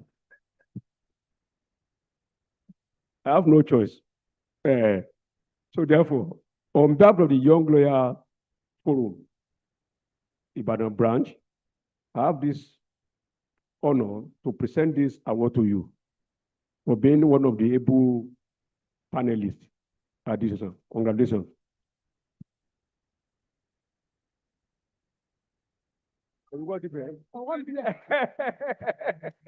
Thanks so very much. Let's jam hands together for the learned sake and for the presentation. Now we call on Ridwan Okay for his presentation. While you permit me to invite to the podium to do the presentation is Honorable Justice M.A. Oyafajo to do the presentation.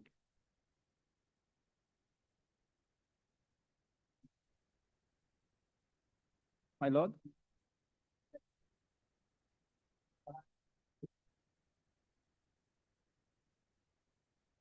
On behalf of the Young Lawyers Forum, I have the honor to present this award to you, Ridwan Oke Esquire, for being a member of this panel.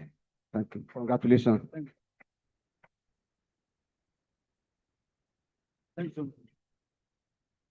Hold on, sir. Hold on, sir. We again will call on Tolu Olatunji Esquire for his presentation. My Lord will still do the presentation. Mr. Tolu Olatunji, on behalf of the Young Lawyers Forum, this award is presented to you for being a member of this panel. Thank you.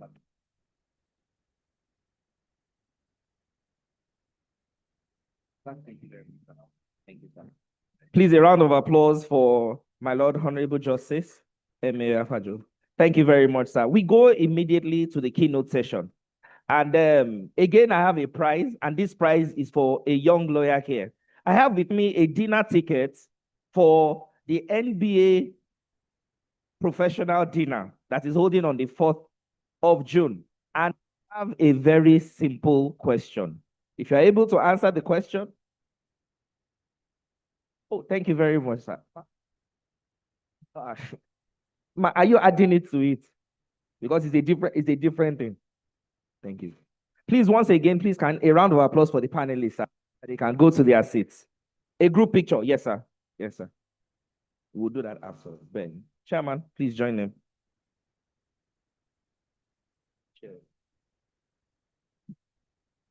While the group photograph is going on, I was telling you about the special prize for the young lawyer. For the young lawyer here. I know that our undergraduate has won 5,000 naira. I've still not seen you. Maybe you want to dash me the money. There's no problem.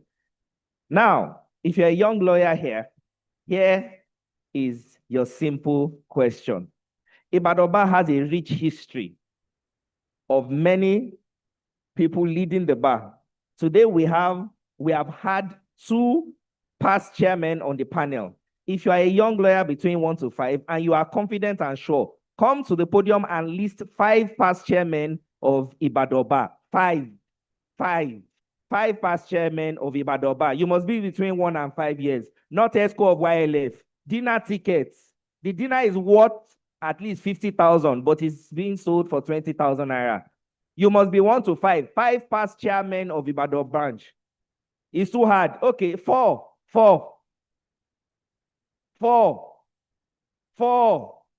Okay, 3. We already have 2 here. Just add 1 more. We had 2 past chairmen on the panel. Sorry.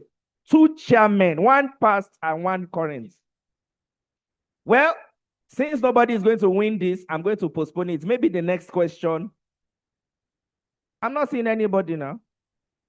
We can't call you, ma. If I call you, I ask for 11 past chairman.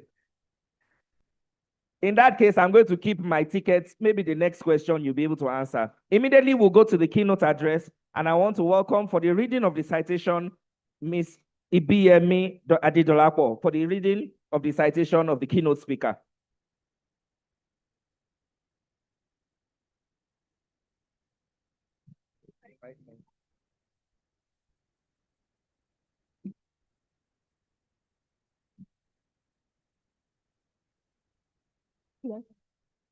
Good afternoon, everyone. My name is Adedolapo Ibiyemi. I am here to read the recitation of our keynote speaker, Mr. Adedapo Akin-Osun, SAN. May we, with a round of applause, welcome the keynote speaker. Mr. Adedapo Akionshu SAN to the stage. A round of applause, everybody, as he walks on stage.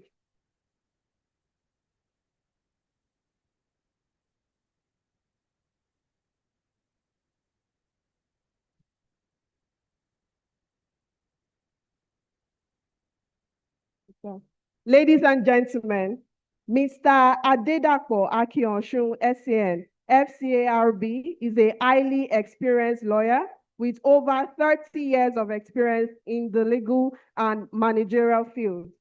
He is a senior advocate of Nigeria, one of the founding partners of Simmons Cooper Partners, a leading commercial law firm in Nigeria. A round of applause, everybody.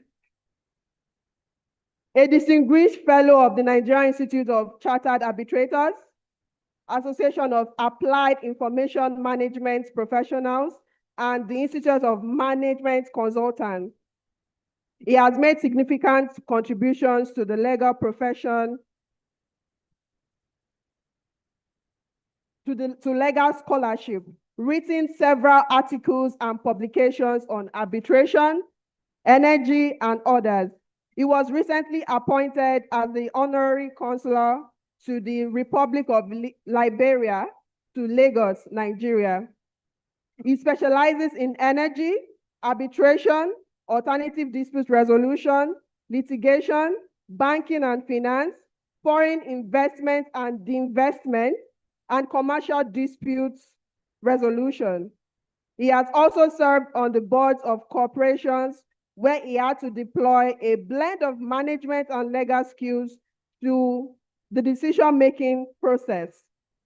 Mr. Adedapo has consistently obtained outstanding results both in and out of court.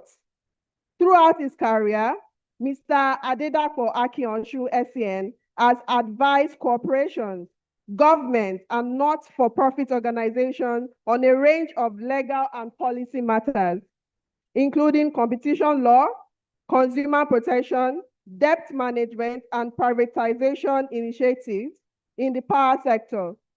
He has also represented clients in complex disputes related to oil sector, contractual disputes, product liability, shareholder disputes, joint ventures, investment and investment securities, and primary and secondary capital market trading. In addition to his legal practice, Mr. Adedapo Akionshu SAN is passionate about teaching and founded the highly acclaimed mooting competition called Simmons Cooper Advocacy Development, SCAD. Law students, this is where you should clap, please.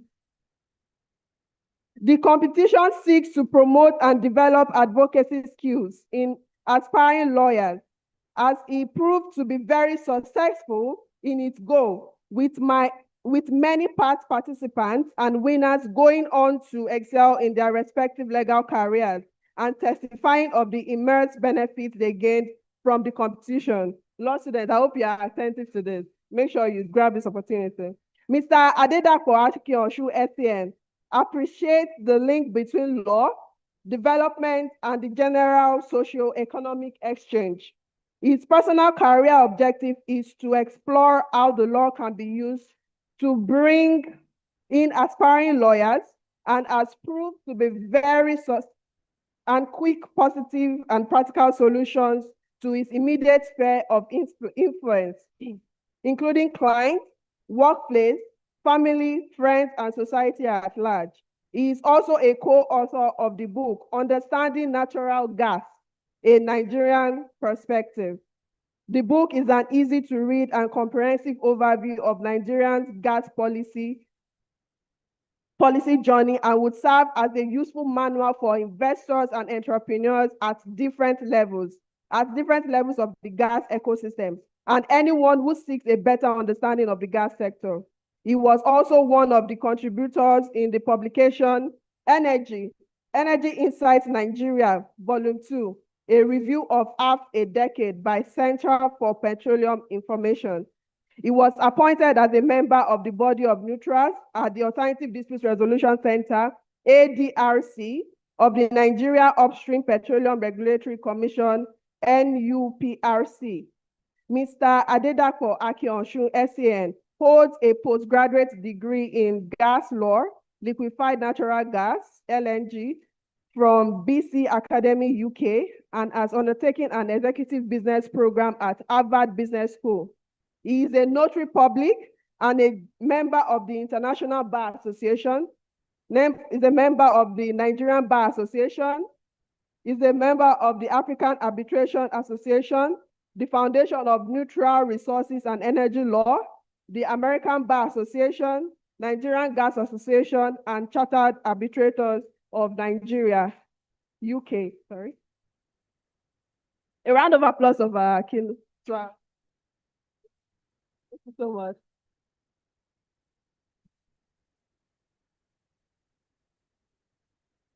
Oh, wow. I was wondering if they were reading about somebody I know. Because it took so long to read. I think whoever wrote that thing should reduce the length of it. But it's an honor and privilege to be standing here. And I want to say thank you for inviting me. But for me, it's a strange way of homecoming. And my learned brother Silk has been on my case for many years that I need to come home more often. And I will start with a confession that I'm a 100% son of Ibadan. Both of my parents are Ibadan. My grandparents on both sides are Ibadan. So it's not, but somehow, I'm not a very regular. In fact, I flew in from Abuja this morning because I didn't want to drive from. I rest my case at that point. But good afternoon, young lawyers. I started from the back because I know you are the most important people here. Without you, we'll have nothing to do here. I'd also say thank you to the chairman of the bar, my dear brother Ibrahim Lawal. We have been engaged in the trenches several times, and we've crisscrossed this road going to Oshogbo and other places where we did battle in the environment. Tujade Dino is from Lagos, an area boy, but I think he said here, he had better not say it in Lagos because some people will stone him. Do you agree with me? Hello, young lawyers. When he says law is not for the poor people, but he was living in boys' quarters, were you rich at that time? Let me ask him. If he was rich, could he have been living in somebody's boys' quarters? But when they have become rich now, they forget those of us. My dear brother Mutalam, thank you so much. Mr. OK, SAN, Milord sitting, I appreciate you, sir, and Maz. I know there's this problem about Ma and Sa at the bench, but I still think there's the female gender and the male, while we're still Milords. But the power of our dreams is what I've been asked to speak upon today. Ethics, mentorship, and professional enrichment in the development of young lawyers while mitigating the adverse effects of unethical shortcuts. I have watched over the years brilliant young lawyers who have crashed out on what has been shortcuts that they applied in practice. I've seen ordinary lawyers become superstars because they were consistent at the things they did. And I will be a bit frank, if that is okay with you. When I entered law school, and I'm sure many of us had an impression, a dream of what we were going to see when we become lawyers. I had imagined a time when, you know, like you watch on television, you enter the courtroom, everything is glittering, the halls are big, the hallways are nice, and you see the judges sitting in stunning royalty or reverence. And when you return home, you are expected to go home like my brother Tuji, a very rich man driving a fleet of cars as you go. But as you begin practice, we find that it is not exactly so. Is there anybody like me who discovered this along the line?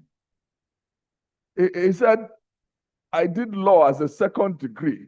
So I was not one of the people that just became lawyers because I wanted to please my parents.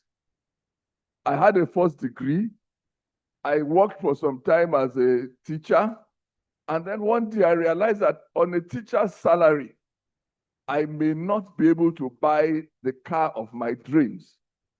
Indeed, it was a Peugeot 505 STI that they advertised that day. I know some of you, I don't know Peugeot 505, but it was the most flashy car at that time. It was 50,000 naira. And my salary as a civil servant, level 8, step 4, was 3,400 naira per annum. No, I think I started, it was after NYC at 200 naira a month. Yeah, so even when I became a lawyer in 1991, I was not as rich as my brother because my law firm I worked, Professor M.I. Jekede, I was earning 1,000 naira a month when I finished law in 1991. So starting as a young lawyer, not being very rich is okay. But one thing I know is that if you stay the course, things will definitely get better. But along the way, you would have learned confidence. You would learn that competence is not just noise. It is what will help you in this profession. But one thing that everybody talks about, which has been said here often, but nobody thinks they need until you do, is ethics, which we are looking at seriously today, ethics. I know ethics is what the rules of professional conduct have written for us, but it's not really what you just read at night. No. Ethics is simply the gap between what you can do and what you should do. Hello? Is somebody here with me this afternoon? I say ethics is that gap between what you can do and what you should do. And the lines have become very blurred in the profession today. You can tell your client that the case is very good just so that you can get the brief. And say, oh, no, we'll go to court, we'll finish this case in 2 months now. And in 3 months, we'll have judgment. But you know that is not true. But because you want to get the brief, you will say what is not true. And you believe, well, anything is important, just as long as I get the brief.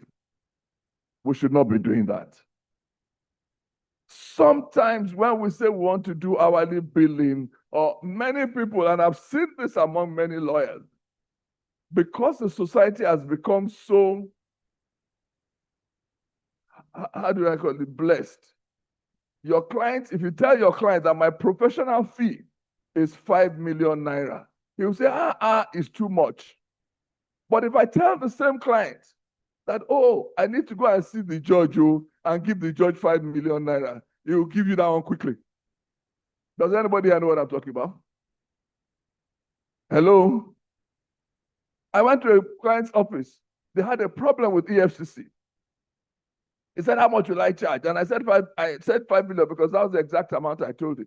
I said, to go to EFCC, I don't like. But if I have to go, you pay me 5 million naira. He said, no, it's too much. You know, we're in trouble. We lost money. I said, okay, no problem. Let me even go and find out what the issue is first. Then when I come back, we'll talk about it. So I said, the next day I came back, the chairman sat down, the MD, and I said, I've seen those guys at EFCC, and they said that you will need to see them, and we need 5 million naira to settle them. And immediately he called the MD and said, how can we do that? I said, you see, you people are the problem. Yesterday, when I said my fee is 5 million, you said it's too much. Today, I said bring 5 million as bribe. You are willing to pay that one, but my fee is not that much. So when we complain about payment of junior lawyers as well, it depends on what the principal is getting. I can only pay you based on my income. Hello? It's okay to think your employer should be paying you what he's earning. But he didn't start earning that money this year now. He too has labored for some time to start that law firm. He has his own expectations of his take home. But there should be a structure. Another thing about ethics that we find is that we always want to make shortcuts about our work. We have relationships with the court registrar, and the court registrar will tell you, don't worry, we'll give you dates. I believe that has helped me to get an advantage for now. But those kind of shortcuts are ethical things that we should not be doing. Hello? But if you don't do it, you are not seen as a smart lawyer. Your client is telling you that other lawyers are getting it. What are you doing? In this case, I've had a case at the industrial court for 2.5 years now. We have not gotten a hearing date. We have not been able to get a date. And my client calls me from France or wherever she is and said, what are we doing as lawyers? I said, Madam, I am not the court. In fact, when after 1 year we couldn't get heard, we wrote to the CJ, to the president, that I wanted the case transferred. We are with the second judge now, 1.5 years, we have not gotten heard. Stuff happens. Court adjournment, court is sick, public holiday. I mean, I cannot fault the judge for not hearing us, but it has just happened that 2.5 years we have not heard the case. And my client is saying, other lawyers know what they do to get the dates. I said, come and teach me. I mean, I've been doing this for 30 years now, and there's some things that are just not right. But because others are doing it, we tend to think it is normal. Another shortcut that I've seen lawyers do, and which I think we should avoid as young lawyers, is that appearance of success. We want to be like successful lawyers when we are not yet there. So you go and borrow. I've heard a lot said about social media today. When you go on social media, take photographs, seem flamboyant, just because you want to look successful. Don't get it wrong. I'm not saying there's anything wrong with social media. I'm also on LinkedIn. I'm on Facebook. I go there once in a while to see what has been written. But it should not be where you are driving or seeming successful so that you can get briefs. When you borrow money to buy a suit or go to an office you can't afford, is what leads you to begin to look for money you shouldn't spend. And growing up as a young lawyer, I've gotten involved or I've gotten myself into trouble before. When your client gives you money to keep for him and you are tempted to go and use it quickly for one business. Hello? Hello? Clients will always trust you because you're a lawyer. But if you break the trust, it will take a long time to rebuild. And as we said, you will just find that people stop referring to you, your phones go dead, and whether you advertise or not, you are not going to get any clients again. And this game, this business is about referrals, integrity. People know you. People speak about you. I was in Abuja yesterday afternoon, and my friend called me, said, are you in Abuja? I said, yes, I'm in Abuja. I said, he needs to see me now. And I said, I have a meeting at 3 o'clock. Say, no, whatever I'm doing, I must come. That he just sent some names to a company, and they said that lawyer that is #1, he's the one that you should keep this case. He's the only one who can solve it. I said, what do I know that other lawyers don't know? He said, no. I said, no. And they said, me. And I said, it is just those kind of referrals. I was just telling my colleague as I was coming here, I said, I went to Abuja for a brief, looking for a brief. I came back with 3, just because somebody said, I know you. Is someone follow me this afternoon? Integrity is what we sell as lawyers. The day we start making shortcuts, they give you money and you spend, I was telling you about my experience when I borrowed my client's money, because my client was in hospital abroad. And then his money was with me, the man is in hospital, my friend was in trouble. I didn't use the money for myself, but because I was trying to be nice to my friend, I lent him the money. My friend went into business and lost the money. The next thing he did, he packed his load and left Nigeria. On his way out of Nigeria, I said, please, before you go, that is your car that leave it for me. When the client comes, if the client comes back alive, at least I'll be able to tell him something. He came to my house at 8 p.m. and said, okay, I've heard you. The next morning, he left Nigeria on Virgin Atlantic. Till today, he has not returned to Nigeria. Hello? I know the way things work out. The month after that, my client returns to Nigeria from hospital. He now needs his money that is with me. I thought somebody would say, praise the Lord with me. Because at the end of it, thankfully, I found favor with the man. I told him, Oga, I have messed up. Please forgive me. And I told him exactly what happened, shamefacedly. But he forgave me and said, okay, what I need today, I think the money then was about 1.2 million. So what I need today is 50,000 naira. If you can give me that one, I'll give you time to pay the balance. I had to pay everything back, naira for naira. And the guy never paid me back. But luckily for me, I was able to raise it.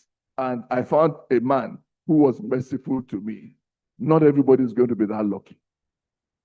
Hello? I knew that what I'd done could cost my practice license if it was in a crime where the man reported me. So as young, and from that day I said, even if my best friend is dying, money that is not my own is not my own. Hello? As lawyers, we should learn to separate pity from professional ethics. There's no pity in this matter. Then, one thing which we never talk about, which is very important and has been said here, is mentorship. Mentorship. Mentorship. A lot of people speak about mentorship. We go to learn, we do pupillage somewhere. Sometimes we get verbally abused. We get on the wrong side of our employers. One thing I've learned is that wherever I work, whatever I do, I always look at the good side of the person and leave the bad. Whoever is abusing me verbally, much as I will not like it, I will not leave a job because you abuse me if I don't have another job. Hello? Hello? Who asked that question?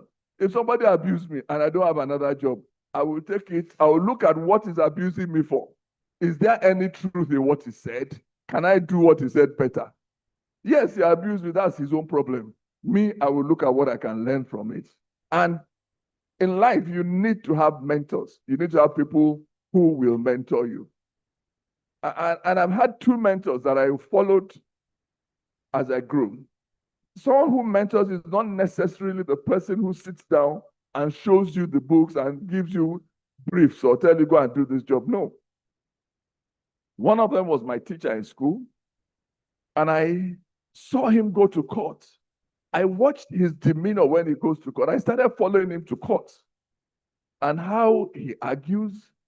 When he's thinking, I will see him take off his glasses and he will wipe it. So I asked him, why? He said, look, at that point in time, he's thinking what to say.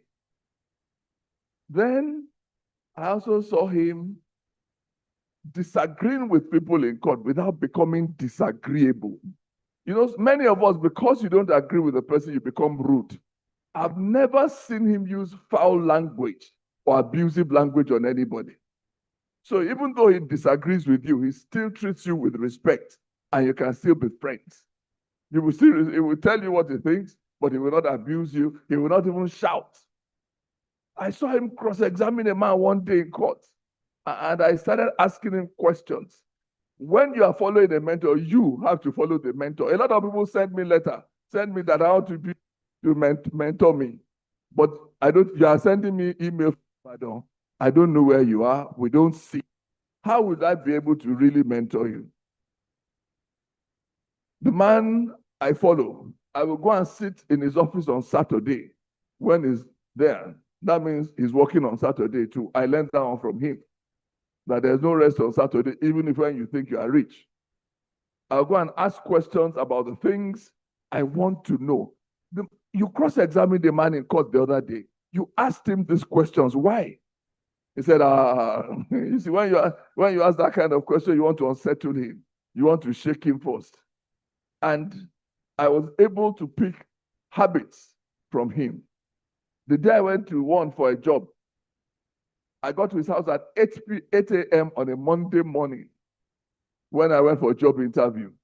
And he came down in his pajamas. He was one of the biggest shipping lawyers in Lagos at that time. And I said, so this is how rich lawyers live. 8 a.m. on Monday morning, he was still in pajamas. I mean, so I want to be a rich lawyer. I must follow this man. But as I got closer to him, because I used to go to see him more often, I realized that the man goes to bed by 10 p.m. He wakes up at midnight. He reads till 5 a.m. and then goes back to sleep. And so when I see him waking up at 8 a.m., the man has read all night. But if you don't understand the habits of people that you are following, or mentoring you, you will be living a long life of foolishness. Then professional enrichment, going beyond the brief. A lot of the time, we are happy to just stay with what we learn in the office. If you are going to be useful and going to go forward as a lawyer, you need to be continuously improving yourself. There was a time we were trying to employ lawyers in our office, which was why we started the Simmons Cooper Advocacy Development. We interviewed 36 lawyers, and the briefs they wrote, and when they wrote, we could only employ 3 of them out of 36 because the writing was very poor. And we said, look, this problem starts from the foundation. And with AI now, I suspect many of you are going to be in more trouble. Because, as my brother said earlier, AI can generate any draft for you. But AI doesn't have the emotions to know when a judge, when you are looking at a judge in court, you know when to stop a point. That this one, the judge is not listening to me on this one. You know when to push at a point that this is the point that seems to catch his attention. AI is not going to teach you that. You must be able to have emotional intelligence as you grow. But I will close with this because my time is up. The bar of our dream is not a place we arrive at. It is a place we will build collectively, incrementally, and with material of our daily choices. Every time a young lawyer chooses integrity over expedience, the bar gets a little better. Every time a senior lawyer invests in a junior one, the bar gets a little stronger. And every time we demand more of ourselves in our research, our drafting, our conduct, and our relationships, the bar gets a little closer to what it ought to be. You are not only building careers today, you are building an institution that will outlast all of us. I entered into this profession believing it was one of the few remaining vocations where merit over time still wins. I still believe that. But merit must be built. It must be protected by ethics. It must be nurtured by mentorship. And it must be expanded by the kind of restless professional enrichment that refuses to be satisfied just by being adequate. The bar of our dream is waiting. We can build it together. Thank you very much for having me. God bless you. Thank you very much. Please, another wonderful round of applause for the keynote speaker at the 2026 YLF Symposium. Thank you very much, Mr. Dapo Akiosun, Senior Advocate of Nigeria. Please be seated, sirs. Today is a very auspicious day in the history of the YLF Symposium. And as I told you, we have had 3 of them. We could not have in 2020 because of the COVID-19 coronavirus outbreak.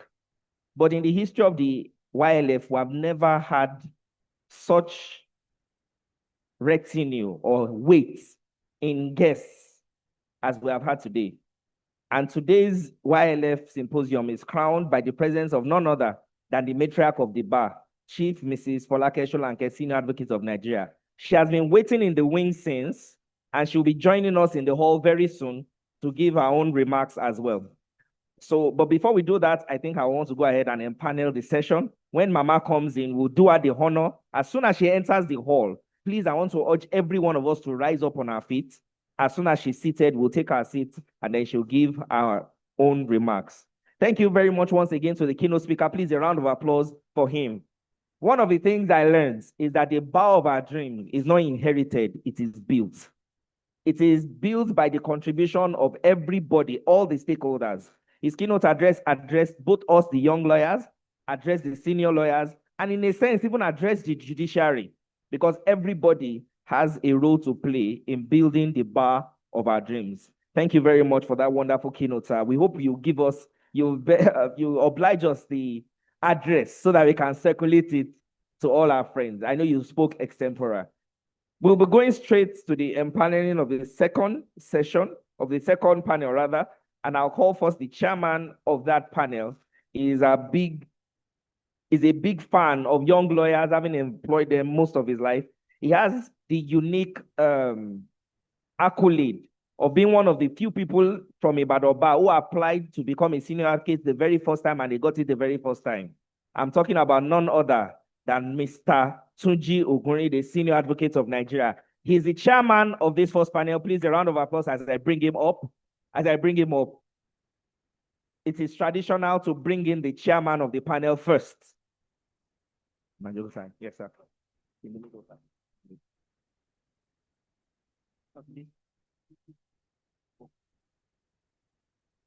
All right. Thank you very much, sir. Also on this panel is none other than a foremost. I'm a little bit tongue-tied because if I begin to speak about the next person on the panel, my darling auntie, I might stray from the protocols that have been laid. So permit me to just bring her straight up. She's a judge of the High Court of Oyo State, Honorable Justice Ademola Salami. Please, a round of applause for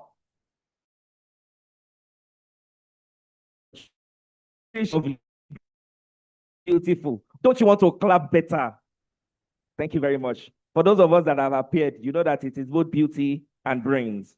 The next, yes, Abby, thank you very much. The next person I'll be bringing up is none other than somebody who has declared to me that she's a politician, and we need to speed up things.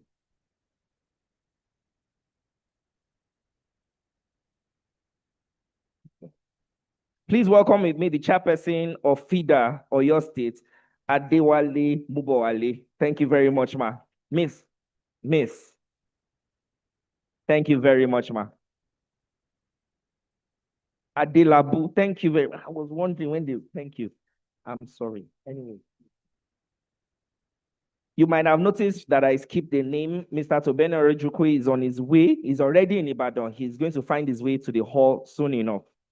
The next person I'm bringing up is someone that all of us grew up knowing his moniker before we even knew his name. He's not a stranger to young lawyers, as he has been a pillar of support, offering mentorship, offering guidance, offering rides in his vehicle, offering money, even in distress to some of us. I'm speaking of none other than one of the leading aspirants for the post of the chairman of Ibadan Bar. His name is Alhaji Adekola Karim, popularly called, thank you very much. And finally, I already introduced him before in the first session. He is again one of the leading aspirants for the post. I think Ibadan Bar is blessed. When you have the caliber of these two kind of people contesting for the post of the chairman, you know that the bar is not going to lose any way that the vote swings. I'm speaking of none other than someone who is a father of lawyers, and I mean that in every sense of the word. He has been on every side of the divide, both nationally in NBA and locally here. He has represented so many people. He has stood with young lawyers in their time of trial. I'm speaking of none other than Chief Olalekan Tani. Thank you very much, sir. A round of applause.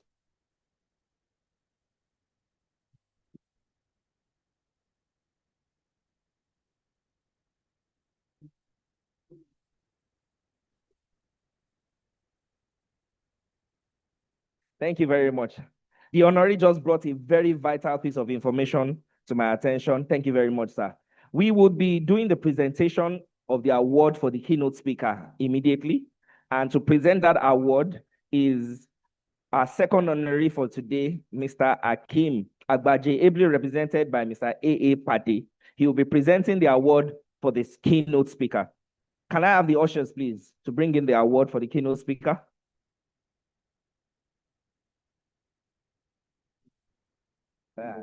We are the honor, representing the honor. So you have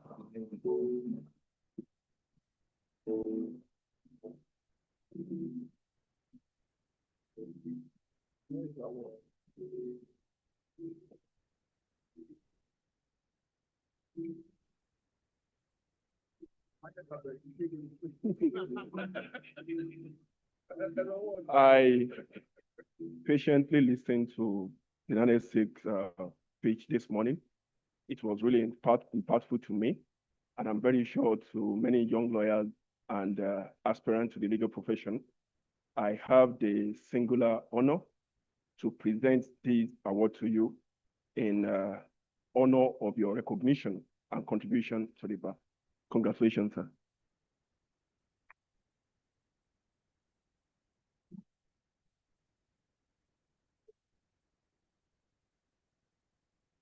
For your very high standards.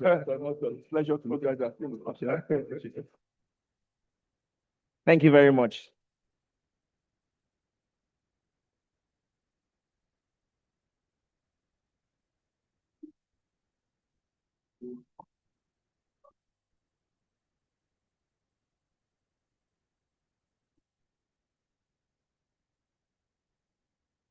Thank you very much, sir. Our keynote speaker is exiting the hall. He needs to return to League immediately.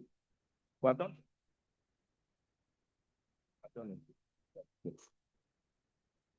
The second session is a very interesting session because it talks about the things. I think this is the very first time that something like this will be talked about on a stage like this. We whisper it behind, and when we see people excel, we always assume that it's not only competence, it's connection. So today, we're going to be getting insight from our panelists on whether connections or competence, what really determines success at the bar. But before we do that, I already mentioned to us that we have the matriarch of the bar with us this lovely afternoon. Mama has joined us has joined us in the hall. Please, as a mark of honor and respect, let's rise up on our feet as we welcome Mama, Chief Mrs. Folake Sholanke, Senior Advocate of Nigeria, the doyen of the bar.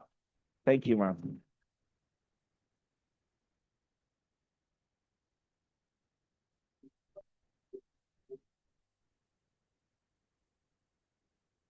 Mama is still dancing even at 90. Even while she's over 90. Thank you very much. Please, a round of applause for the matriarch of the bar. Thank you very much for joining us, ma'am.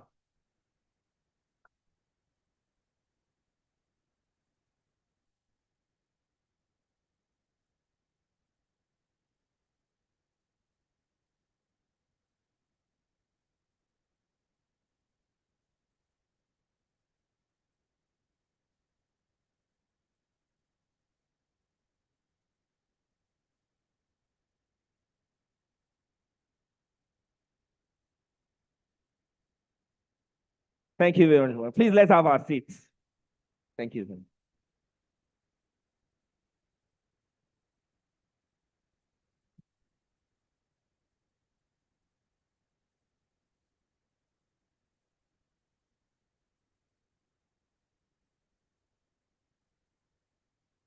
Young lawyers, I hope you are observing. This is the best practice of the bar. As members come, not only are we on our feet, we have gone to acknowledge. Please, I want you to put your hands together for our wonderful seniors who continue to show us the way and light the path for us. Thank you very much.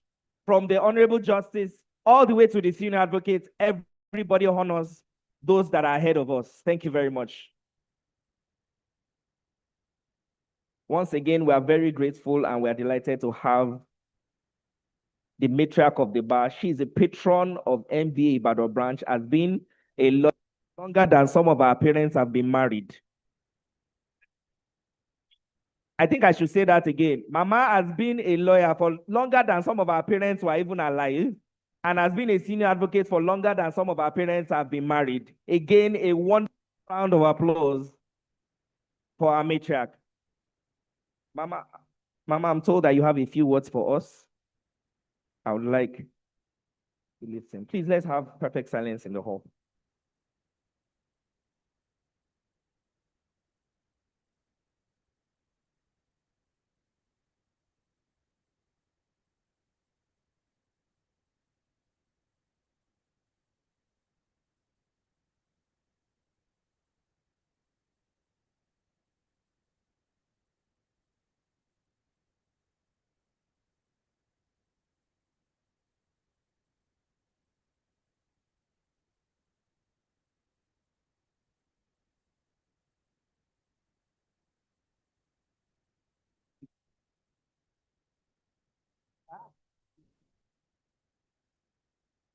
How can we do it? I can take the audience. What we'll do, we'll bring. All right, man.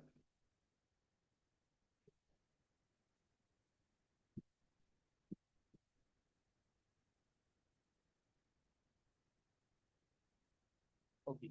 Yeah.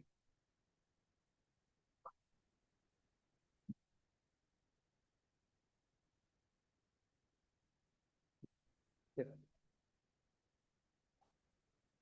Yes, ma'am. Okay, let me find it.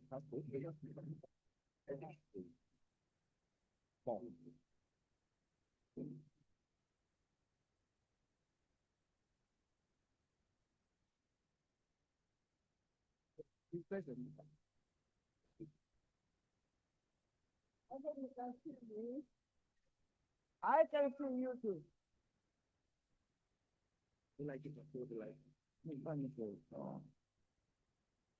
First of all, I salute the panel and the chairman of the NBA Ibadan branch. I salute all of you present here, and I'm delighted to be with you.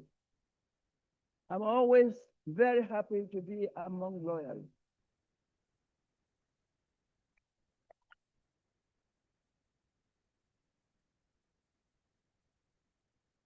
Although my name does not appear on the list of sponsors, I can assure you that I delivered a check to the chairman this afternoon. So I have a right to talk. Now, the bar of your dream, that's part of your theme.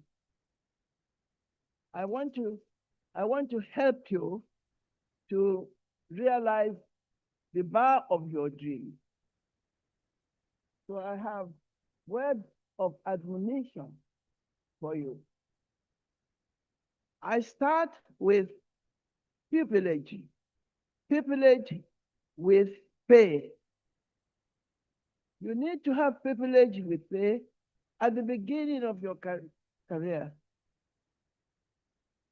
After law school, you really do not have much information about how to have a legal practice. I was in privilege with my own brother-in-law, the astute Mr. M.A. Odesanya, who became a judge of the High Court, Lagos. And also, I spent 1 year with my brother-in-law, but I spent 2 years with the legendary Chief Rotimi Williams, SAM. So by the time in 1966, because I was called to the bar in England and Nigeria in May 1963.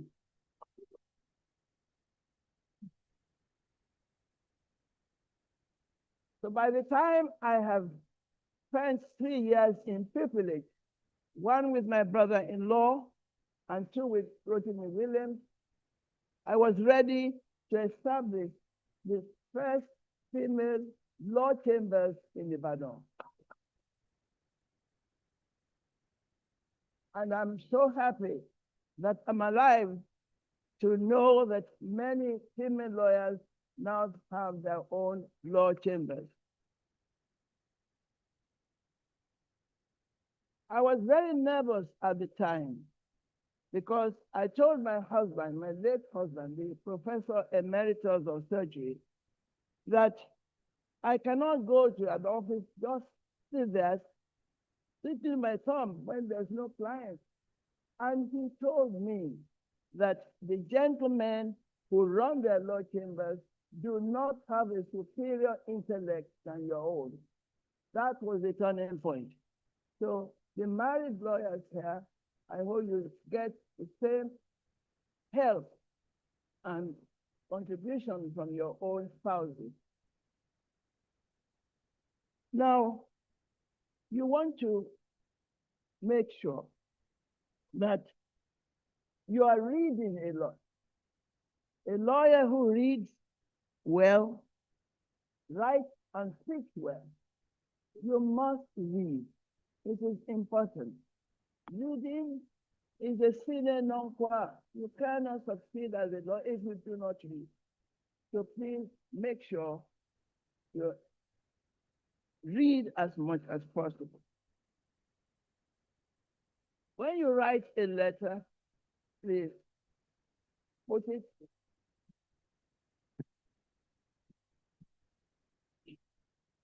when you write a letter, make sure you put it in an envelope, seal it, and deliver. Do not ever deliver a naked letter or invitation, ES, without an envelope. When you write a letter, the person, when somebody writes to you, they expect you to respond. So when you get any communication, particularly an important communication from anyone, make sure that you respond by letter. Like text is too informal. It's too informal.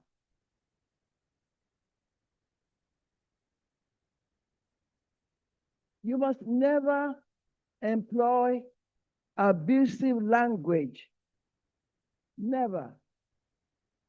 A rude lawyer is an impostor, does not belong to the profession.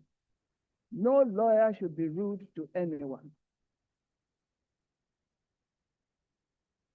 As statutory members of the Nigerian Bar Association, I urge you to attend the monthly meeting of your bar in your locality and also attend the national conference of the NBA so you can interact with your colleagues. When you are in a place or a meeting, please listen to the speaker. I congratulate this audience for listening to me because many times those who know me in Ibadan have had to complain that the people hiding at the back are holding parallel conversations. You know, recently, some of you who get international news, recently, the president of France, Emmanuel Macron, had to scream out at a meeting in a country in Africa that people were muttering and making noise, and that if you don't want, you must listen to the speaker, and if you don't want to listen to the speaker, you should go out. So when Macron spoke, I remember that I've done that here many times in the NBA meeting here. But today, I thank you for listening. It's excellent.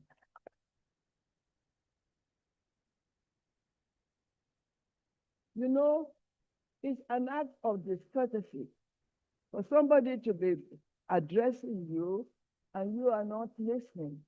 So if you want to have a conversation, go out. Don't stay in the room.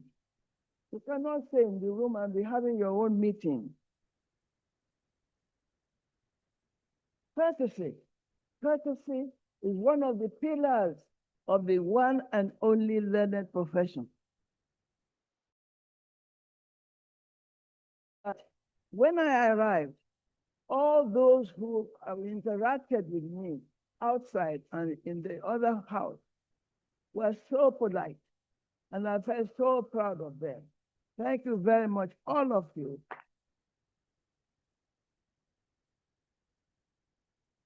As soon as they identified that the matriarch was there, everybody was running. Thank you very much indeed.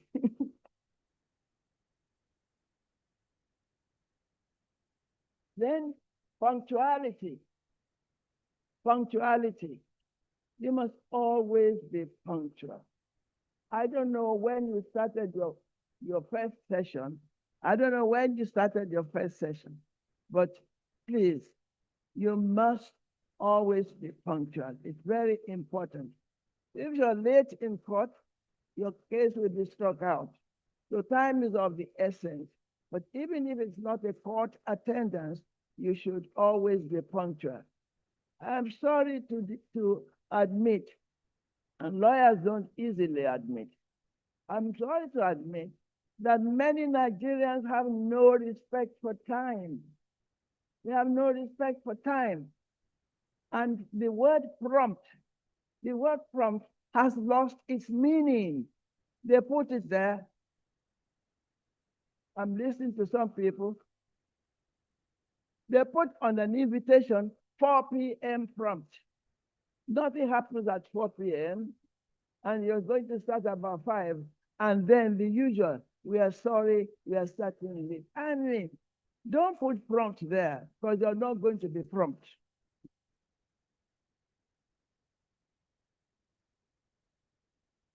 I want you to avoid verbosity. Avoid verbosity and make sure that you cultivate the art and science of brevity. Brevity, which is the soul of composition.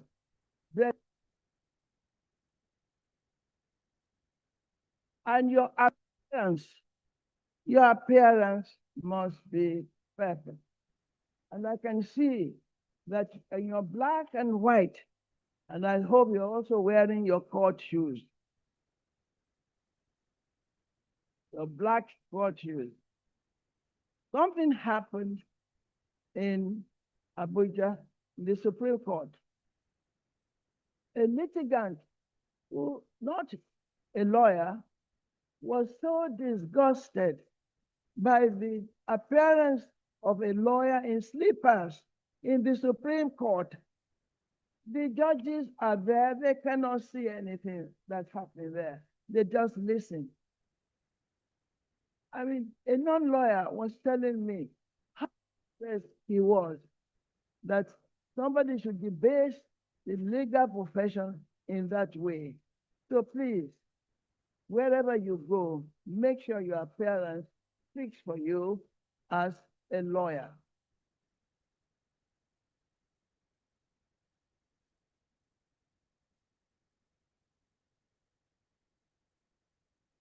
When you are in court, if you're the last lawyer in the courtroom, you must stay there until the judge rises and leaves, because the bar must not be left empty when the judge is sitting.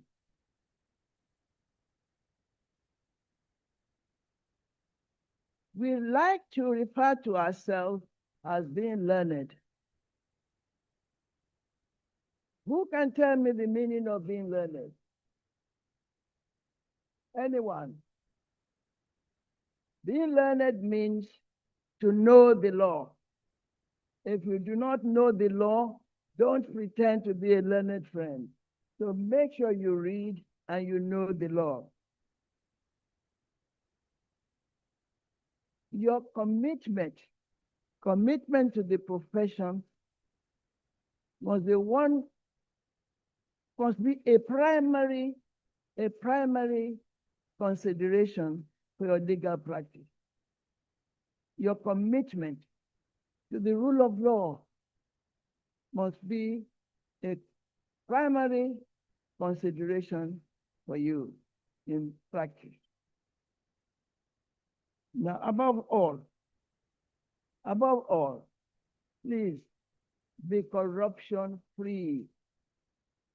Be corruption-free.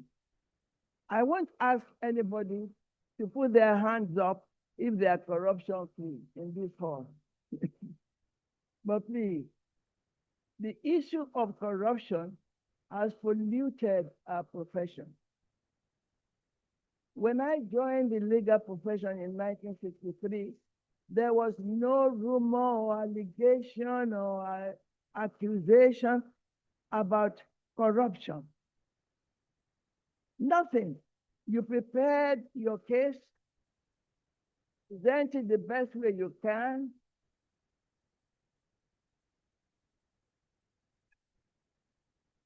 and the judge will give you judgment based on the facts and the law. Now, we don't know what is happening behind our backs. But unfortunately, the few who give us a bad name, they pollute the character of all of us. So the people on the street, they do not trust us. We have to work. I'm asking you please to listen. I congratulated you when you listened. If you want to talk, please go out. I will stop if you don't stop.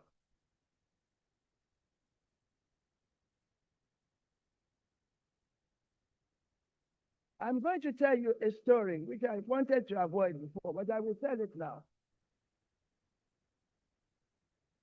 Is there an MC or a chairman who can tell people to stop talking? Let me tell you what happened. One of the worst days of my professional life, in this very hall, holding a big event, and people are hiding at the back and talking. We had several speakers. When it came to the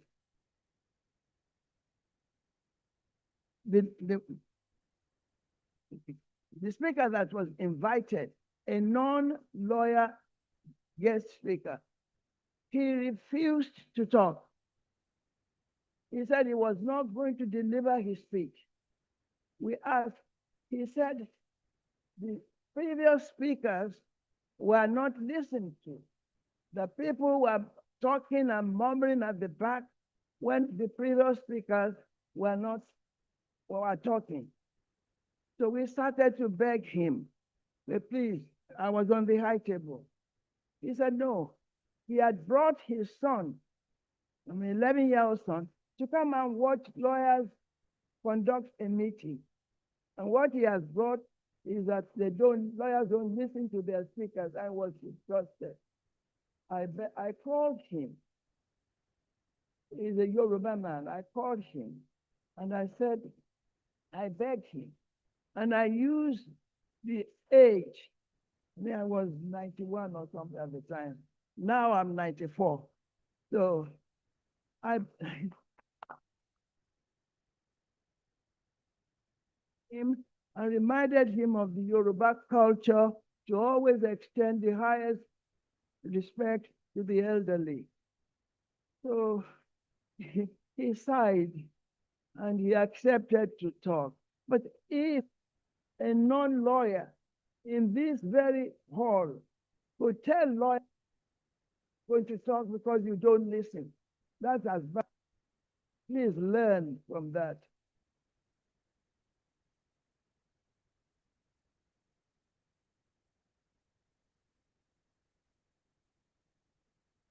I wish you all longevity and good health. I wish you all longevity and good health. With all due respect, I recommend to the chairman of the NBA Ibadan branch, I don't know whether Nawal Ibrahim has left. I want to congratulate you for helping to arrange this event. And I also want to congratulate you for the excellent maintenance of the new building and this building. And I also thank you for all that you have been doing for your any time that I sent to Ibrahim, he was always ready to respond and to do whatever I wanted. Last year, when you had your Ilea, after you had eaten all the meat, I phoned you. I said, why didn't you send me? He said, oh, I didn't know you would eat it. So I'm giving you notice. I'm giving you notice. What I like is Ige. So you have no excuse to say, oh, I didn't know you would eat it. I will eat it by the grace of God. So my recommendation to you, Chairman, is that create a position for a mentor, in quote, to help the activities, to support the activities of the Young Lawyers Forum. A position, I know there, in fact, they were honoring 2 people who have been helping them. I think one is advising, and then the other one, I don't remember. Oh, yes, oh, SAN. Oh, is he here? Oh, Joe, you never came to see me when I didn't see you. Now I see you. Now come and greet me. Uh-huh.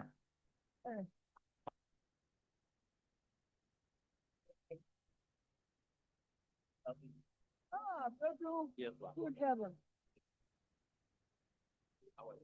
Very well. Thank you. So are you. So anyway, I've done the Ilea bit. I really want to remind everyone that we all need to work hard to restore the golden age of the legal profession. And it can be easily done because they are talking again at the back. Because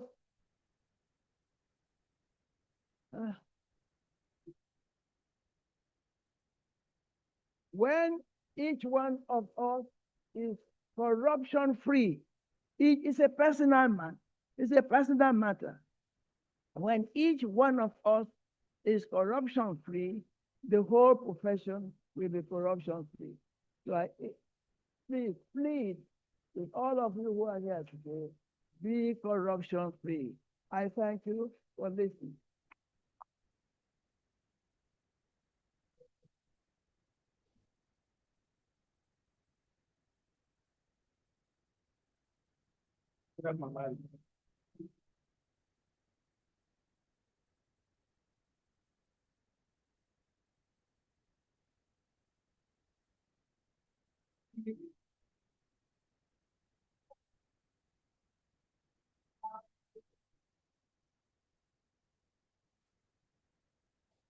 Ladies and gentlemen, the finest of them all, the mother of us all, the matriarch of the bar, the great-grandmother of some of us, the great-great-grandmother, you should be clapping by now, the great-great-great-grandmother of us all, Chief Mrs. Folake Sholanke, Senior Advocate of Nigeria.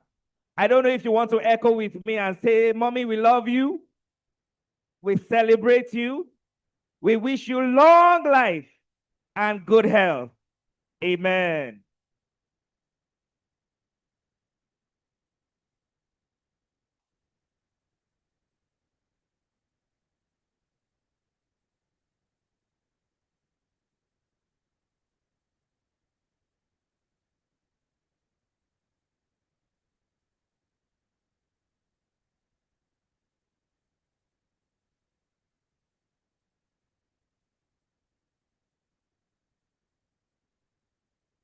Please be seated in the hall.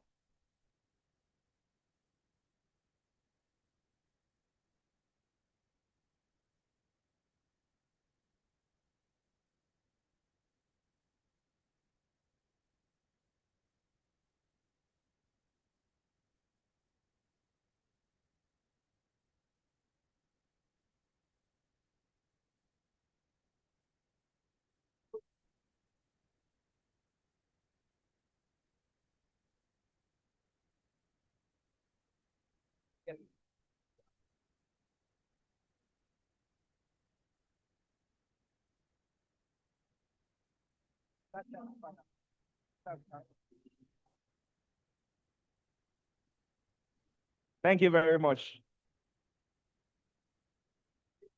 Thank you very much. Well, for those of us that are enjoying the music, I've been told to announce to us that there's going to be an after party afterwards. Obviously, it's an after party. So immediately, is it immediately after the session? 6 p.m. By 6 p.m., there will be an after party for young lawyers. Let's blow off some steam. And, oh, you're going back to school. Bye-bye. You will see picture.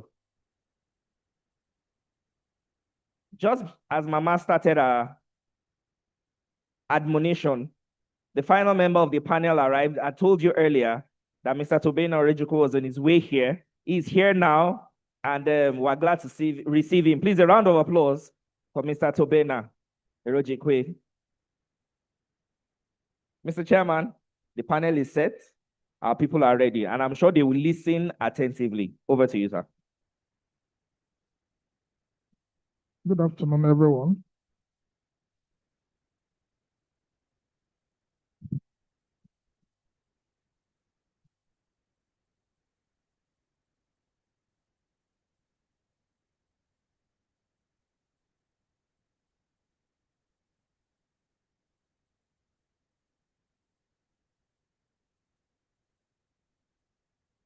Easy.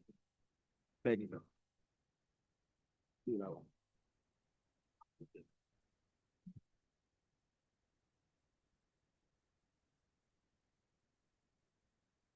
Now, the topic for this section's section is connection and competence. What really determines success at the bar? Now,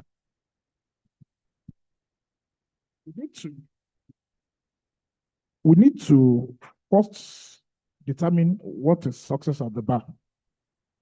Now, we have capable hands here this afternoon that will do justice to the topic of the section. And I want to urge us to be as practicable as possible. And let us be sincere and be frank with our juniors at the bar this afternoon.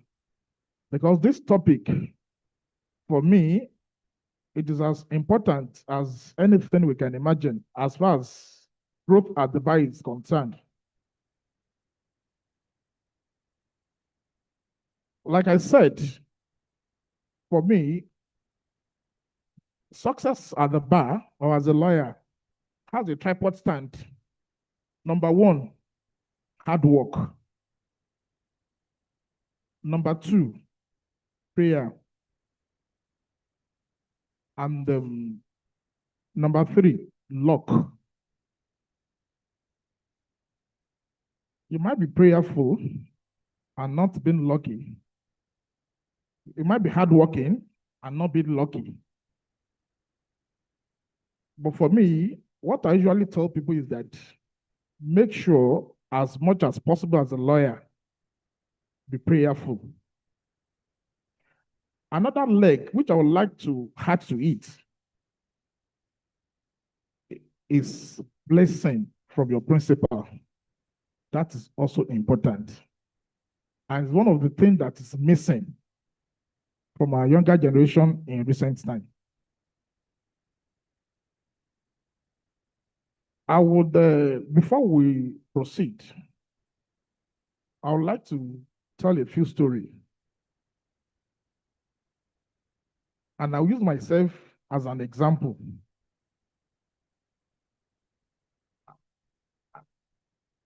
I started with that, and that was the only place I trained. Alaji Lasosa is here. Thank God, one of my colleagues then is here in this hall. Now, I studied law as a married man with children. So I'd had a degree. I'd even completed my youth service before I came back to study law. When I came back from law school, I told my wife, I said, see, I'm done with law school. Now I'm going to a place to work for a certain number of years, and I want you to consider that period as an extension of Nigerian law school. What do I mean when I said that? I went to my Oga, I said, Oga, I'd like to work with you, but I don't want to be paid. Initially, he wasn't comfortable with that arrangement. My Oga said, if you are working here and you are not being paid, he said it in Yoruba, now. And I said, Oga, let's give it a trial. Whatever it is that it will take me to make sure I'm committed to this job, I will do it. Reluctantly, he agreed. Lo and behold, I can say, without missing word, that I was more than committed to that job. A job I was doing without being paid, my choice though. I usually be the last person to leave our office. Mr. Suraj is here. At some point, I became a maintenance officer in that office. When our generator got problem, they sent for me that this generator has a fault. Come and fix it. Now, if anybody is telling us that you will not make sacrifice for you to get there, it's a lie. I repeat, it's a lie. And that is what most of us are not ready to do now. If you ask a junior now to come and carry out a task, you'll feel like it's what you cannot do that you're asking him to do.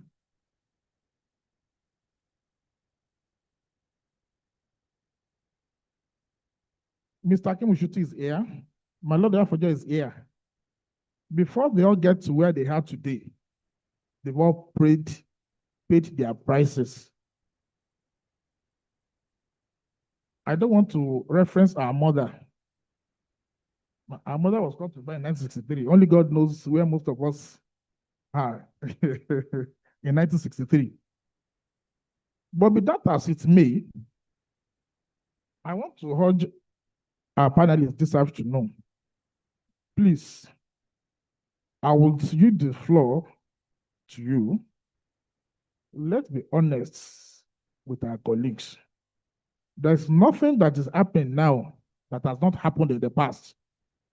There's nothing that they are going through now that some of us have not went through. And again, you cannot short-circuit the system. It is not possible. You cannot skip 1, 2, 3, 4 and jump to 5. No matter how long you stay on this planet, you are coming back to call that 1, 2, 3, 4.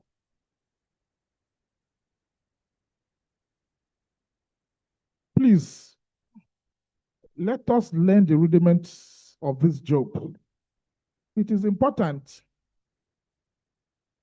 It's a phase. This is the phase it will go.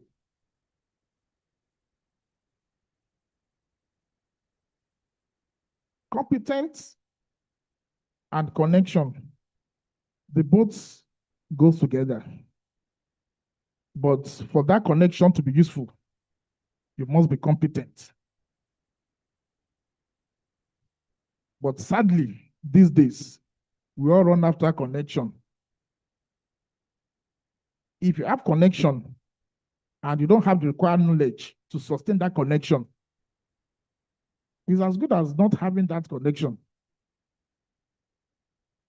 Because a mechanical engineer will not come and do a job of a lawyer.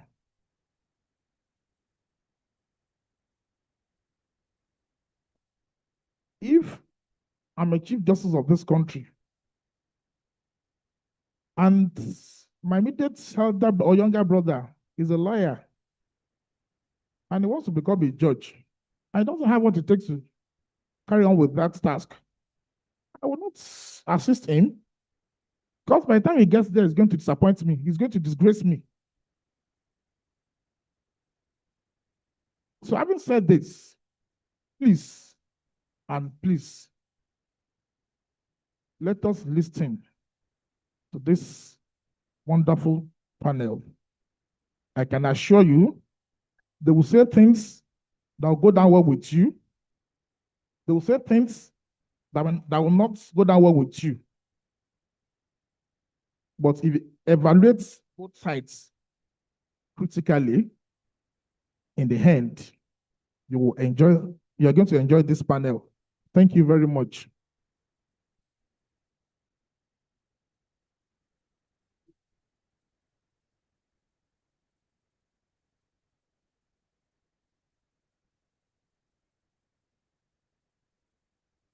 Now, let me start from my immediate right. I will call on Mrs. Adelabu Ademubowale. Now, you heard us. The topic is connection and competence. Please, I want to help us to talk to our colleagues in this regard. Thank you, sir. I once again want to thank YLF for this opportunity, and I recognize our mother in the house and our learned seniors, learned silks. Thank you. Connection, competence. I think they are both explanatory. It's not something we need to waste so much time on. The two of them are important, but what I will say in brief is that in between connection and competence is loyalty and relationship. Because if you have the two and you are not well behaved, you might still end up losing so many briefs and other things as a lawyer. You must be seen either by your employer or clients to be loyal, to be well behaved. So if you are competent and you are highly placed, in between those two words are other things that I just mentioned, loyalty and relationship. So please, let's be conscious of maintaining good relationship with people. We shouldn't be listed as lawyers that don't have manners. We shouldn't be listed as young lawyers or juniors that are not loyal. Unfortunately, some of us are here as young lawyers. Your boss cannot vouch for you. There are certain briefs they will not give you because there's a scenario some years ago. Each time the senior lawyer was sending the junior lawyer, he just discovered that the case he was handing over was just vanishing. What was happening? He was indirectly building his own firm from the brief of his principal. So please, we're talking about connection and competence today, but in between those two words, I believe you should be loyal and you should have good relationship. Thank you. Very much. Thank you very much. So you have added reality to our discussion. We appreciate that. Let's move on to Chief. Olalekan Tani. Let's have your view, sir.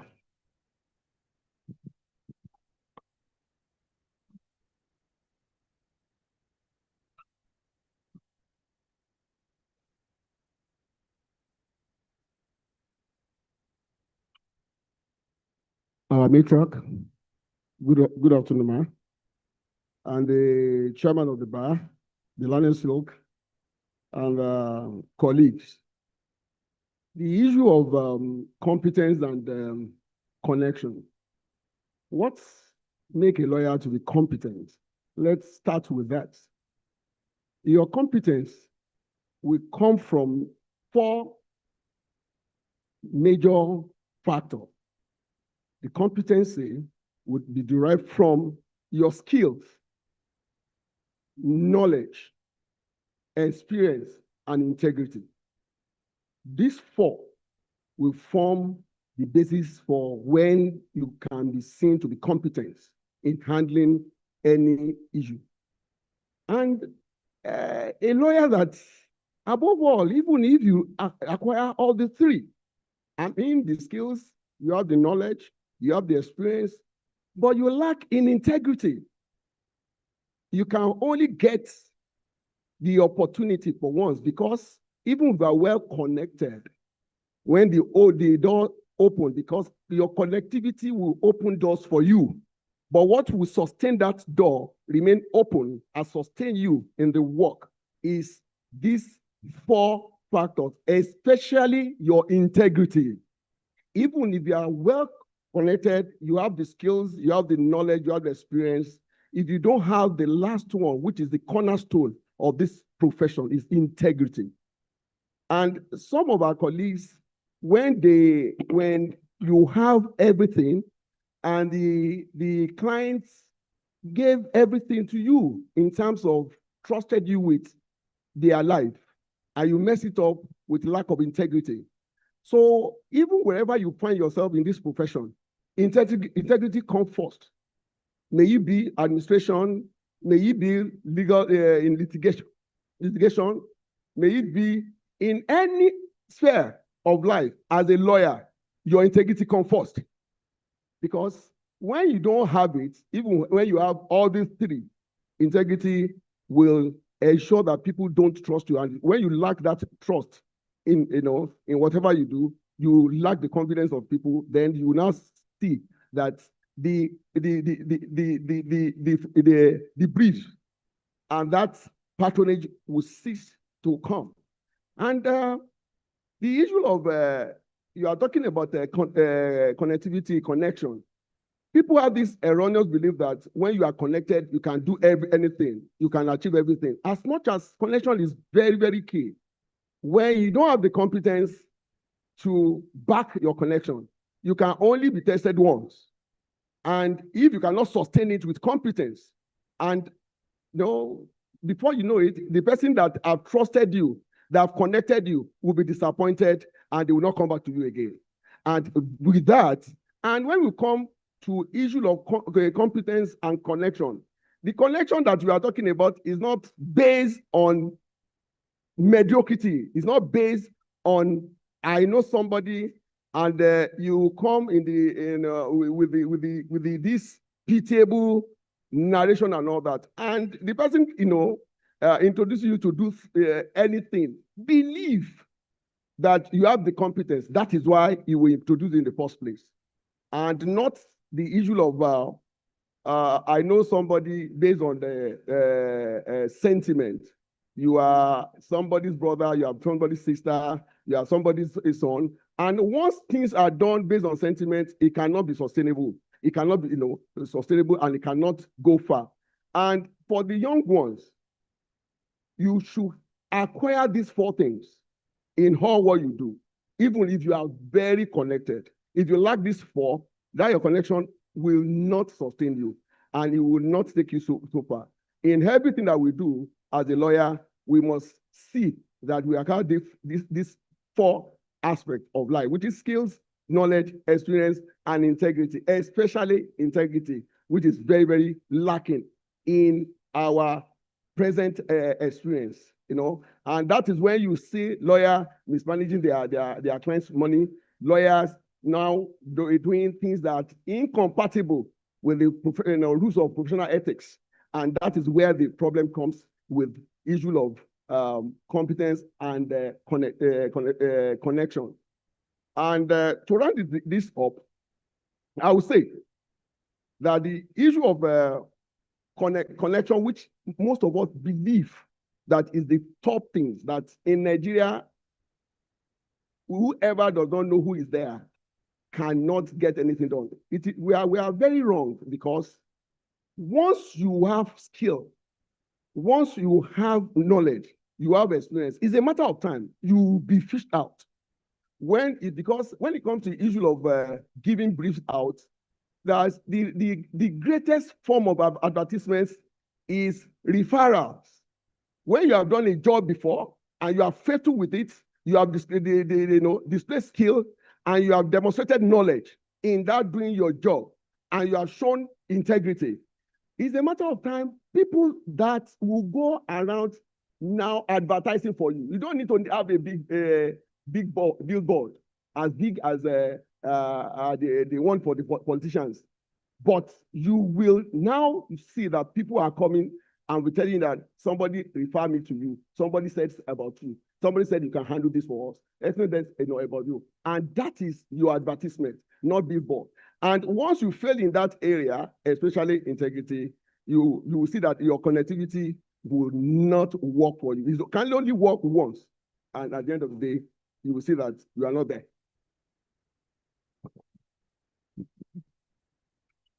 Thank you, Mr. Tani. Hey, Chief Tani, you spoke well, but you see, these are colleagues. They all know the meaning of connection and competence. What they want to hear is that, look at the way you are shining. Tell them what you've been through before you get here. They're not interested in your definition of connection and competence. They know what competence is, they know what connection is.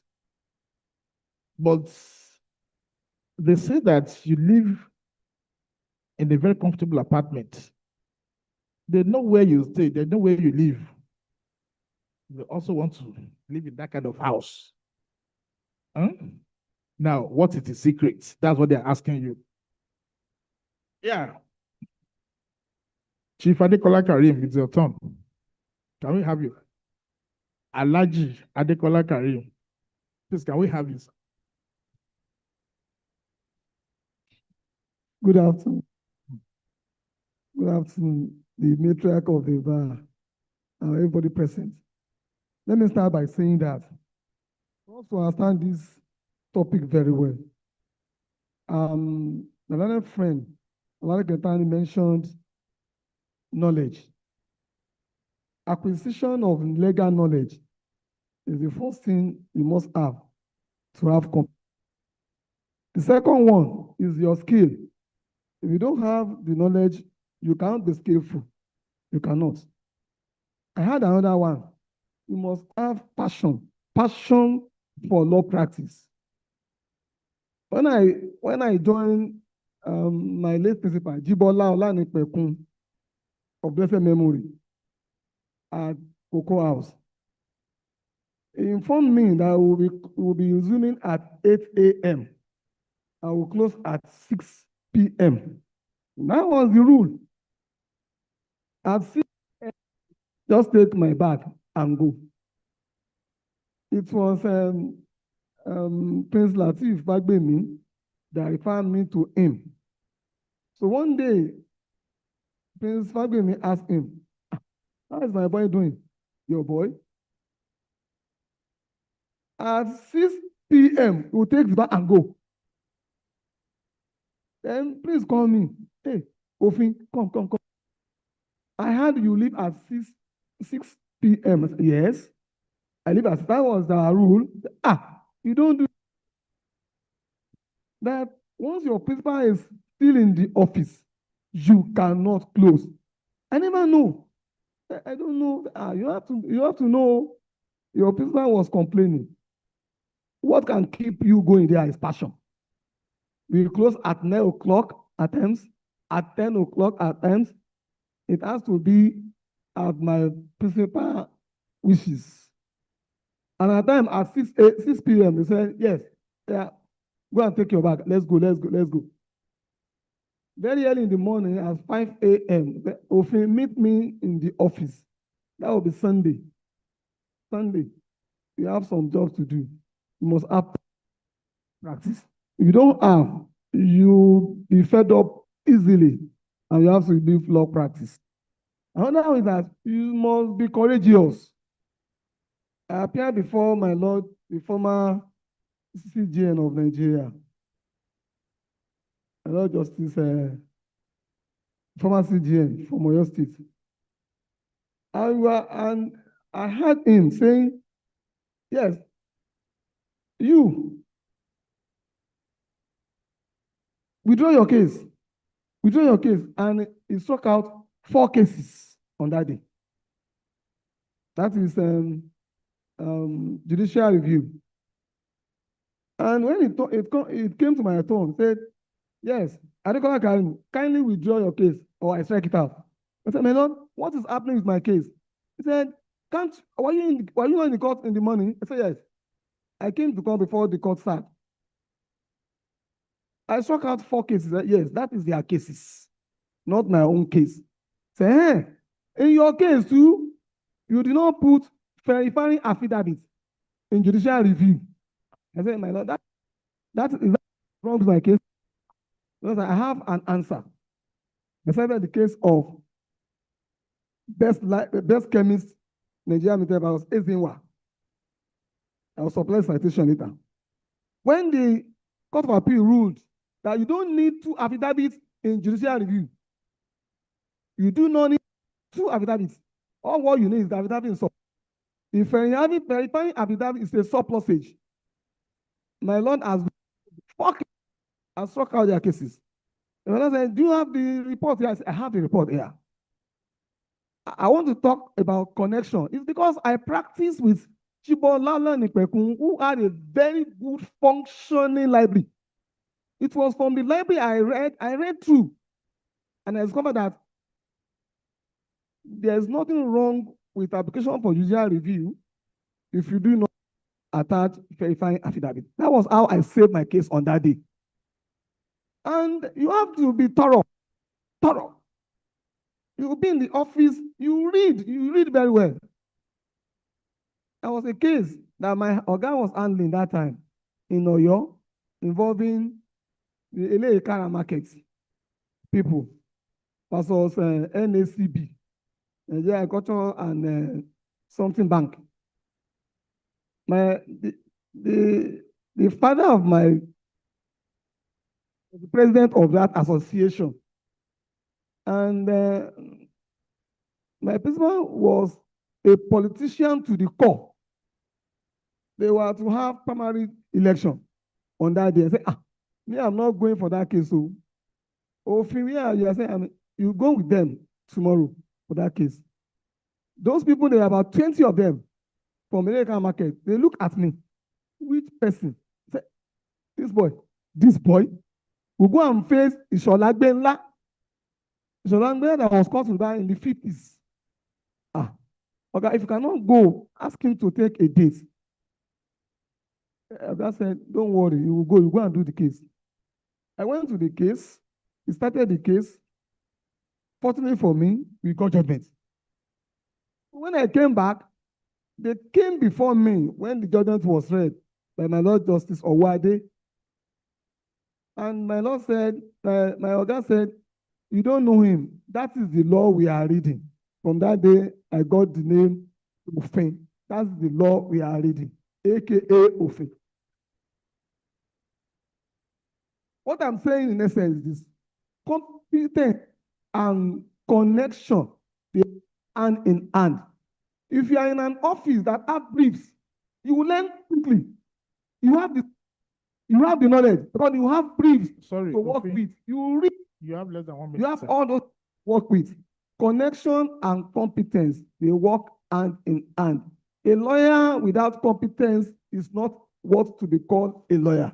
And once you are not connected, you will not be able to move fast. Thank you for the indulgence. Thank you very much, sir. You have also added courage and passion to it. We are getting there. And thoroughness. But to fin, I just tell a story now. Now, a lawyer, a young lawyer, who never earned salary, and now he's not advocate of Nigeria. That's my story. Our younger colleagues, they want to know, how did it happen? That's what they want to hear. How long you stay in your library is none of their business. If you like, you can turn your car to a library. So what is important is that thing that is disturbing the world now. Money. And what we fail to realize is that if we fail to do it the proper, we'll never get out. We all want to climb the tree from the top. And if that happens, we all know the results. We all fall. So may we never follow. Mr. Tobena, we really appreciate you all the way from Lagos. You've heard what others have said. I would like to have you as well, sir.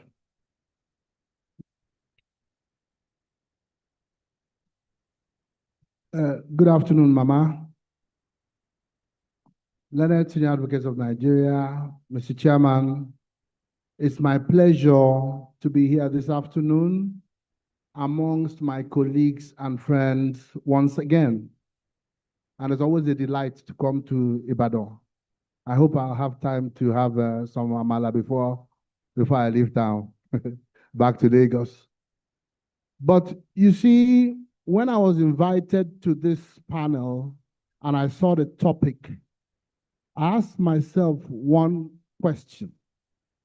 I asked myself whether I was competent to talk about competence, or even competent to talk about connections. But most importantly, whether I was competent to talk about success. And I always say that when you're invited for something, people must presume that you have certain qualifications that entitle you to speak about those things. Now, the reason why I wondered whether I was competent to talk about competence is that I still find that I am every day a student. What I considered competence 10 years ago, 20 years ago when I qualified to practice law is not what I consider competence today. The things that worry me as a lawyer today are not the things that worried me 5 years ago, 10 years ago. The things that people ask me to do today are not the things they asked me to do many years ago.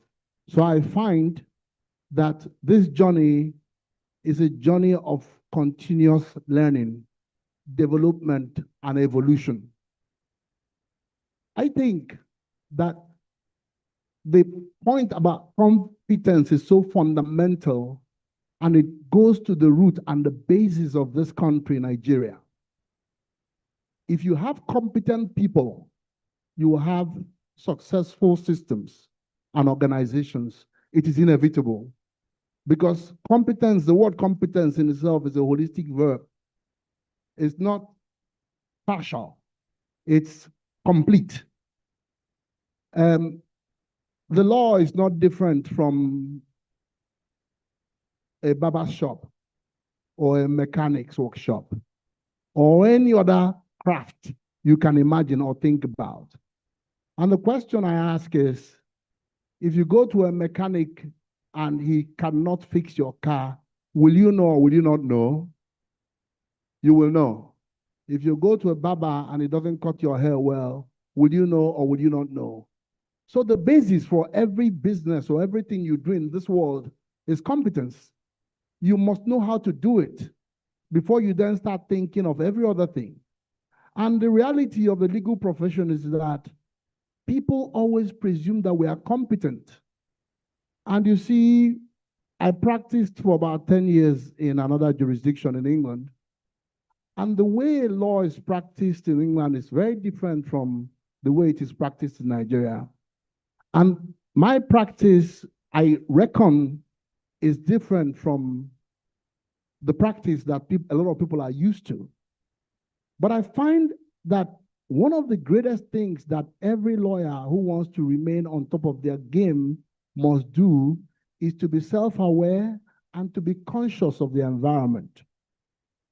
I encounter a lot of people these days who I find astonishingly annoying. Because in my field of work, I think the last time that I went to the court to represent anybody was in 2005, and that was in England, not even in Nigeria. I haven't been to court to represent anybody since then. But I know the level of industry that goes into the type of work that I do.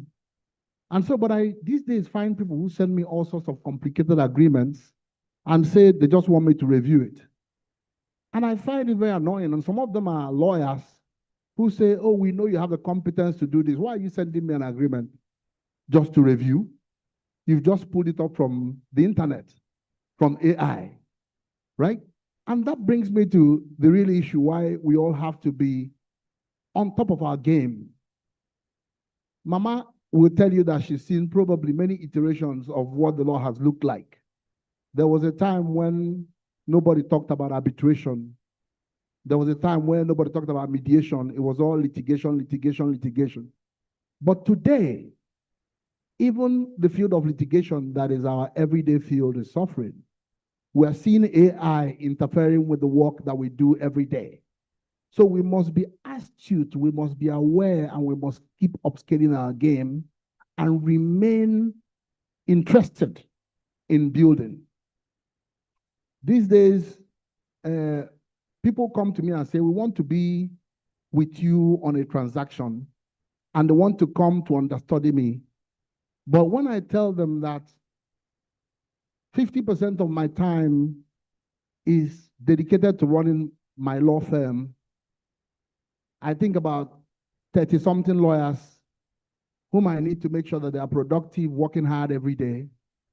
And when my clients, a lot of them call me, they don't even call me most times now to do transactions. They want me to come and train maybe staff of Ministry of Justice somewhere or staff of Ministry of Justice in the other place. And I have to keep being competent in what my clients want. But we must remember that the job of a lawyer is to represent people. And within that compass, we must find competence. Now, connections. I think that the tripod on which any successful legal practice must stand is one, the people who must do the work or the person who knows how to do the work, which is competence. And then there is the other one, which has to do with finding the work. And that's where connections come in. And the other one must then have to do with running your business or your practice. So yes, you have to keep the pipeline of work going. And that's why connections are important. But I tell you, connections, like people used to think about it before, the people I know in church, the people I know from my club and different places, may not even be the way people now network or connect. Again, technology has become important. A lot of people get work from their LinkedIn and or whatnot. But there's a big connection between connections and competence. And I use a case that I did, or a matter that I did once upon a time to illustrate this. Now, a firm called Clyde & Co. in London reached out to me because they knew we had competence in oil and gas acquisitions and financing. And when that work came through to us, it came through with just do a due diligence of this chain of companies. Company had about 20-something subsidiaries, and we had to do a comprehensive due diligence. So when I saw this, I told my colleagues, then we just had about 15 or 16 lawyers, that if we get fully involved in this brief, working at full capacity and within the timelines, we're going to struggle. But we were working so hard, and every other firm in Nigeria was involved. Every big firm in Nigeria was involved. Wrap it up. Okay. So I'll just round up quickly. So we found in doing this work that connection brought the work, but we had other big law firms from other countries who were also interested, who were in the work. And when they saw the first work we'd done, they all started reaching out and saying, well, we're thinking of using X firm in Nigeria. Do you have competence in this area? We said we had competence in that area. We were opened up to that. By the time we knew it, we had done all aspects of that work. And you don't want to know, probably, I don't know how many transactions I've ever earned that kind of money in Nigeria. And after that work, we won an award as for IFLR 1000, right? Restructuring Deal of the Year 2020. From that award, we also started getting more and more work.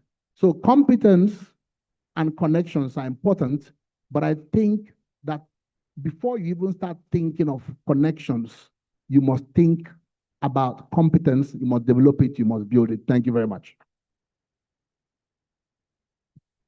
Thank you, Mr. Atobena. We appreciate you, sir. Now, you've told us quite a number of things this afternoon. You also told us that you practice for some time in the UK. Our colleagues are waiting to hear what brought you back to the country. If that's place,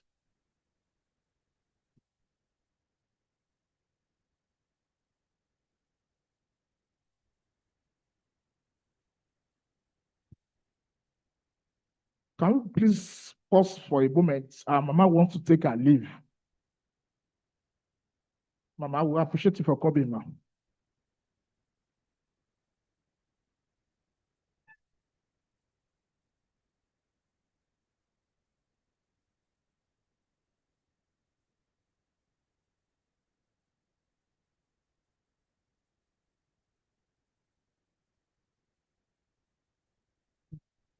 Yes, Mom.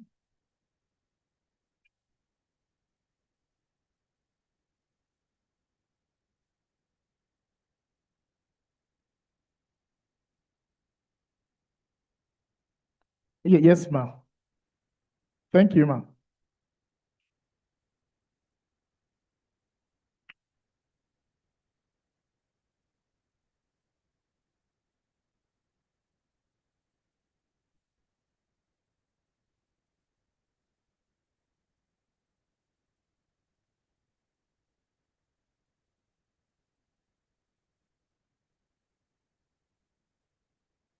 Can you please be seated, please?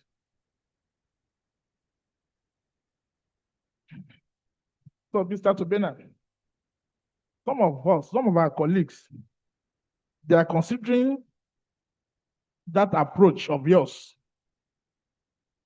What took you to that place and why did you come back? You didn't tell us. That's what we are here to, we want to hear this afternoon. But unfortunately, maybe you would still tell us. Now, my Lord, Honorable Justice Ademola Salami.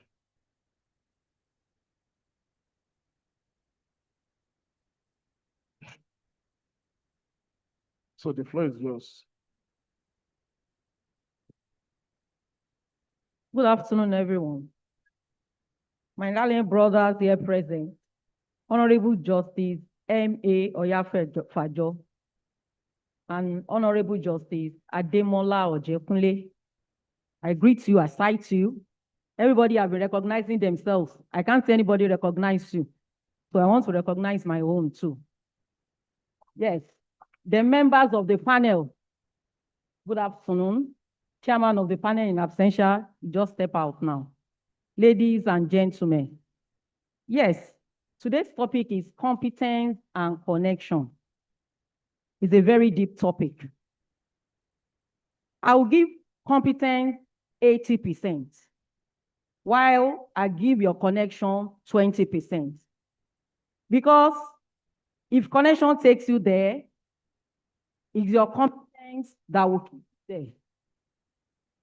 There is an adage in my language that says, ọmọ ń báyàn wáṣẹ́ ni wọn kì í báyàn ṣe.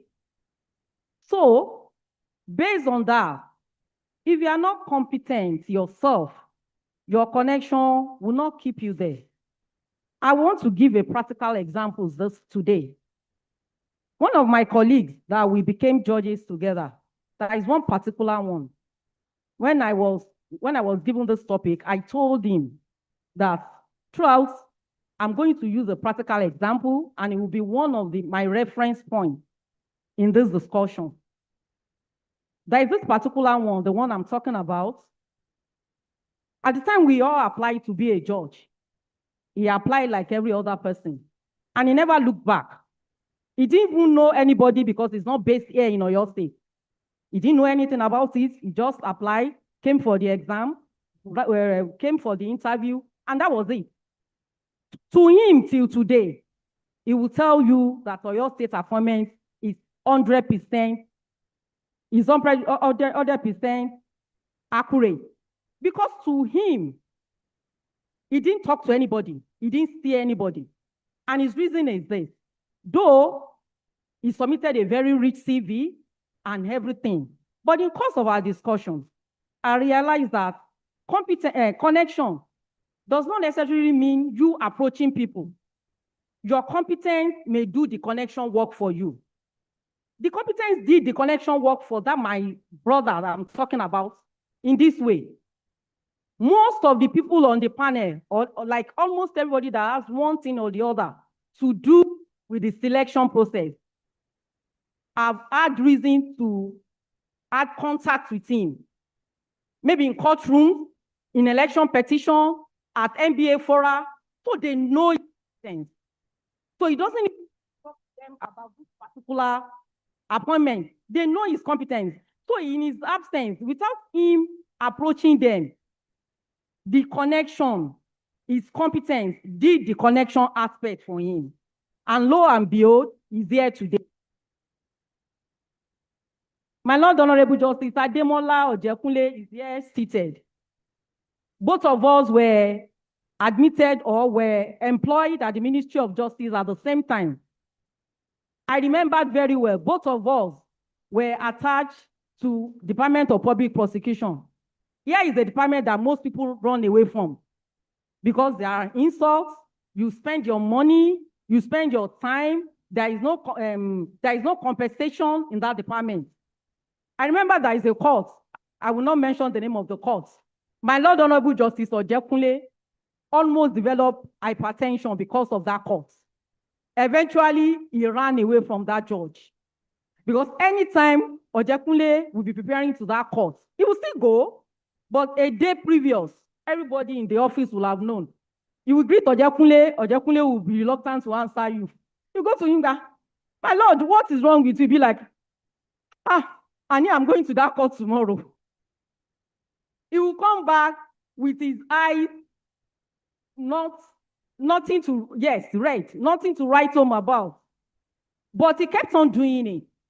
And there is this point I want to say again. God does not hold anybody. God will not hold you.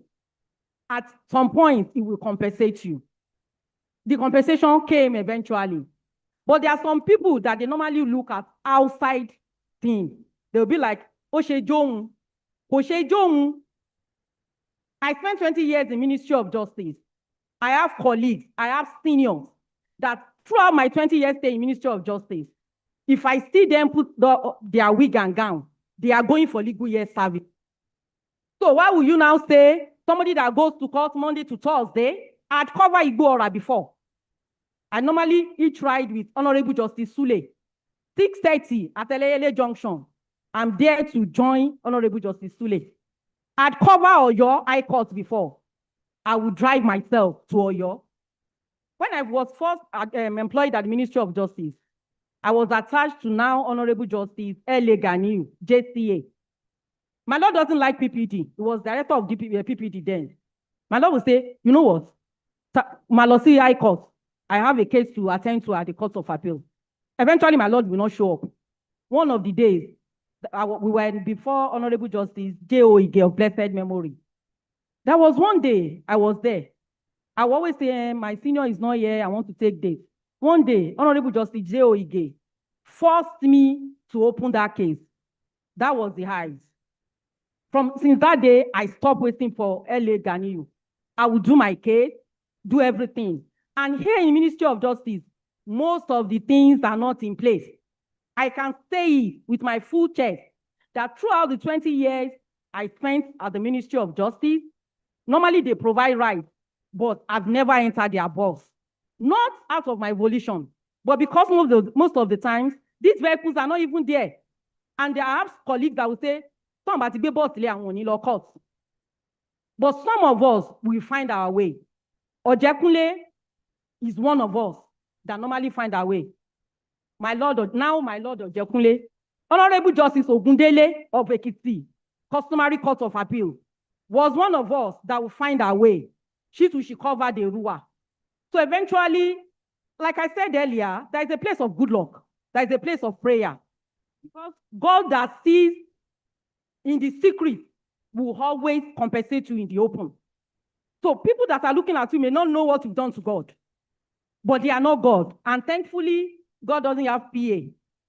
So both goes in hand, connection and competence. Thank you, my Lord Honorable Justice Toluwanemi Oluwaseun Ademola Salami. Now, she said she spent 20 years at Ministry of Justice before she got elevated to the High Court bench of Oyo State. How many of us today is ready to be in a particular office for 20 years? During the question and answer section, I would take that up. Yeah, competence, connection. Competence, connection. Competence, connection.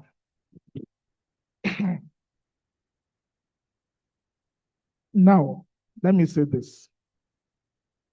The greatest disservice you could do to yourself as a lawyer immediately after call to the Nigerian bar is for you not to know what you want for yourself in life. I repeat, the greatest disservice you could do to yourself as a lawyer is for you not to know what you want for yourself in life. Once you know it, you draw a risk analysis, set out your modalities, and you begin to pursue it. But these days, majority of us, we appear clueless, so to speak, because one of the things that is missing in this profession now, you see a junior within 2 years of call would have worked in 4 or 5 offices, jumping from one office to the other, seeking or looking for greener pasture. Now, you cannot get nothing. You can't get anything by jumping around. Because by jumping around, you wouldn't know in the end which of the style of those principles that you would adopt. For your own practice. I recall when I was my principal, we're taught quite a number of things. Amongst what we're taught was that a good lawyer don't go to magistrate courts. Throughout my stay there, I think I went to magistrate courts, I think once or twice. And it was pro bono matters. My professor will also tell you that we are not trained as agents. We don't sell lands and properties. Of my years at the bar in practice, I've not sold one.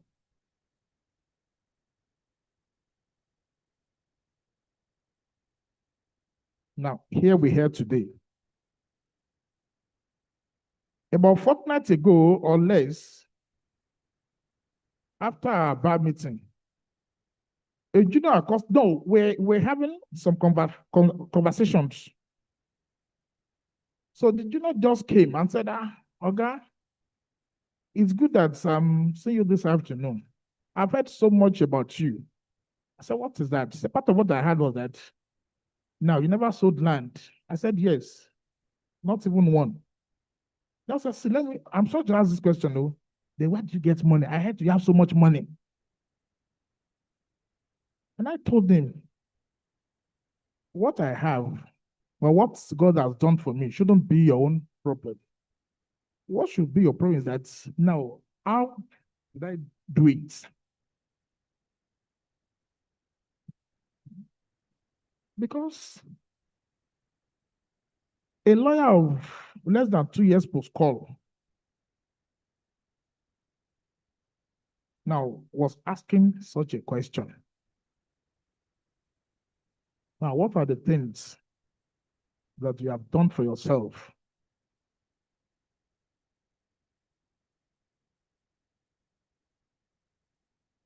For me, I will tell you that one of the things that can sustain you, that enriches one's practice, it might be difficult. We are not trained as land agents. It is difficult to sustain based on litigation alone. But I can tell you, in my office, I don't do anything outside litigation. It might be tough. In fact, it's to be tough. But if you're able to plan yourself ahead, you might be in your office for 2, 3, 4, 5 weeks and nothing comes in. After 5 weeks, luck might tend to smile at you. So what you make on that day, make sure you are prudent about it. Make some savings. That will probably sustain you for the next 2, 3 months before another one comes in. And before you know it, you are there. That is if you are a principal.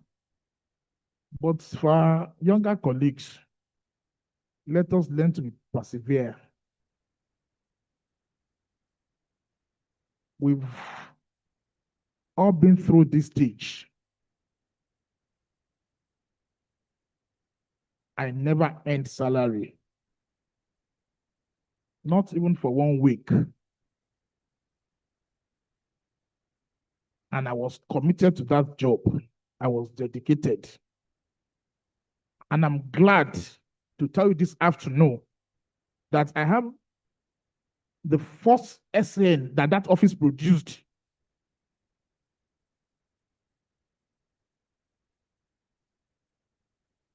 To a man that's never earned salary.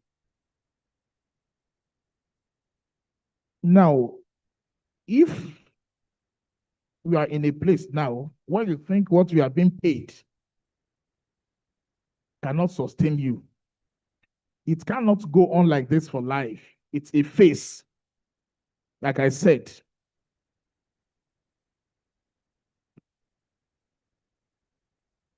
And again, in practice, If you are jumping from one office to the other, you are not likely to get it right.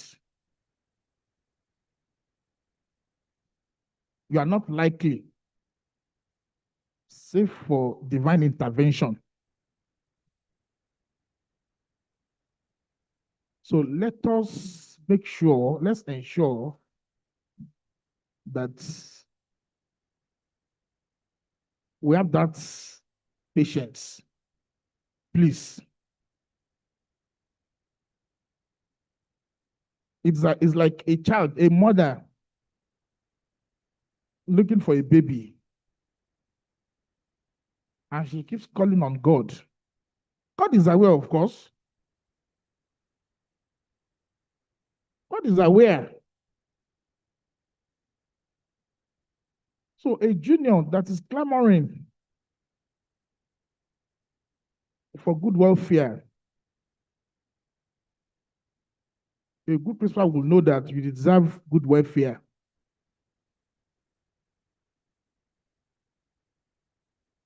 It's like a lawyer, a junior lawyer that's putting a price tag or a salary tag on what he or she go to earn. Who says you are even employable?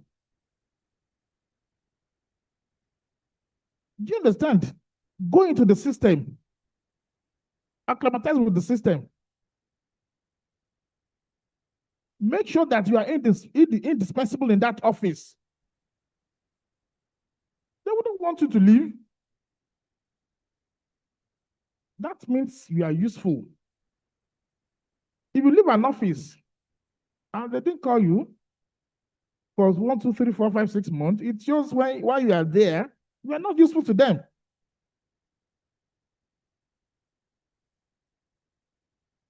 And what takes you to be useful? Dedication. Now, are we ready? The young lawyers.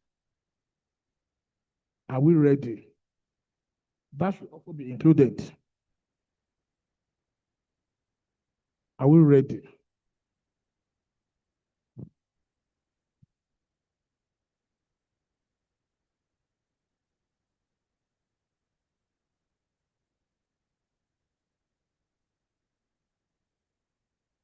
Okay. Now, having said this,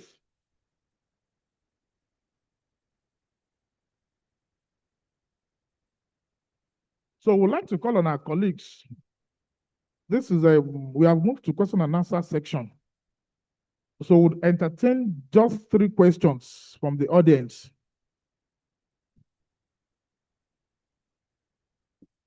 So please, can you please raise up your hand if you have any question for erudite? Okay. 1, 2. Who is the 3rd person? Please, step out, please. I can see your hand. Please come forward.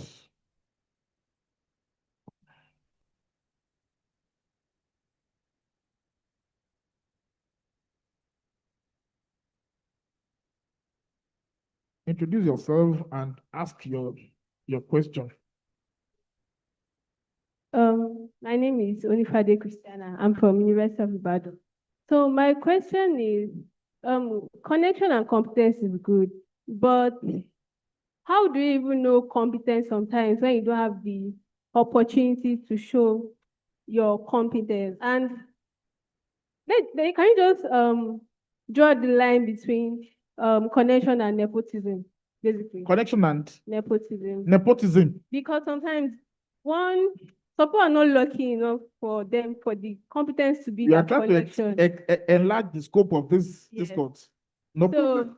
So some people, she mentioned earlier that sometimes your connection. Who is she? My lord. My lord. My lord mentioned earlier that sometimes your competence is your connection, but there are sometimes that you don't even have the opportunity to show your competence. Okay. Is that the question? Yes. Or you have a follow-up question? So can you help us draw the line between nepotism and connection? Sorry, where's the second person? Let's take, okay, please come. Oh, Mr. Tobiloba Ogunjimi. Good afternoon, everybody. Okay. My question is for Chief Olale Kontani. And my question is this.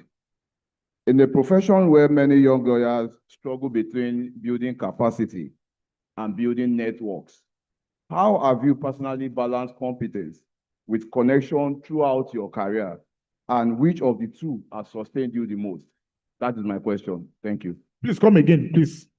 I said, in a profession where many young lawyers struggle between balancing capacity and building networks, how has he been able to balance competence and connection throughout his career? Are you reading it out? Yes, I am reading it from where I jotted it down. Yeah. Come again. In a profession where many young lawyers struggle between building capacity and building networks, struggle between building capacity and building networks, how has the speaker, Chief Olale Kontani, be able to balance competence with connection throughout his career, and which of the two have served the most? Thank you. Thank you so much. Well, Mr. Toby, you can only ask a question. You cannot regulate this section. I'm here to regulate. So you cannot direct a question to a particular panelist. Don't worry. Your question will be answered. Any other question? The last one. Okay. Please, come.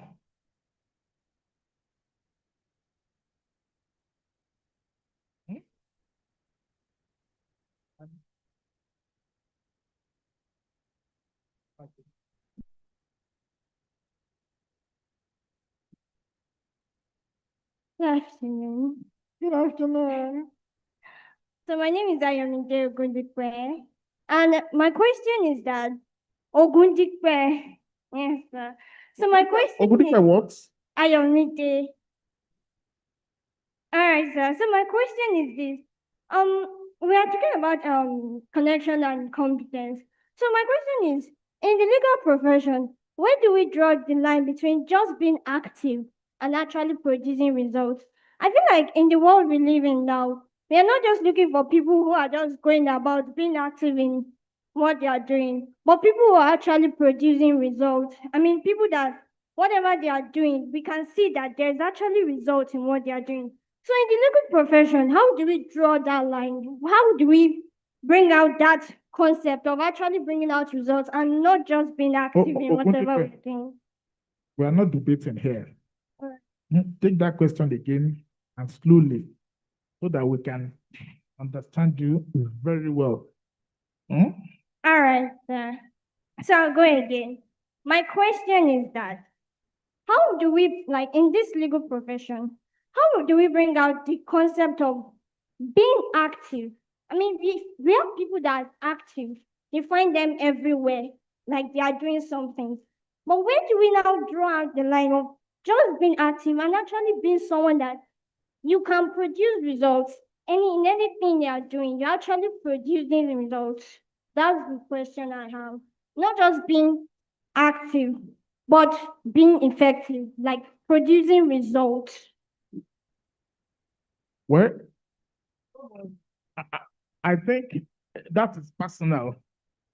Do you understand? Let me put it Sister. simply. Yes. What he says is this: you can be skillful, you may have knowledge, you may be active, but you may not have anything to show for it with any result. Then how do we draw the line? That's just the question. And it happens, it abounds everywhere. Yes. B and C at the right place, at the right At right time. Thank you. Let that one comes in. Thank you. Well, Asiwaju Mutalibi Ojo Adebayo, as the chairman of this section, please help us answer that question. Yes. Thank you. Please sit down. Sit down. I think Chief Afebarola, SN CFR, one of our patrons there, he was asked to come and give a lecture. Way back, that's after. My lecture.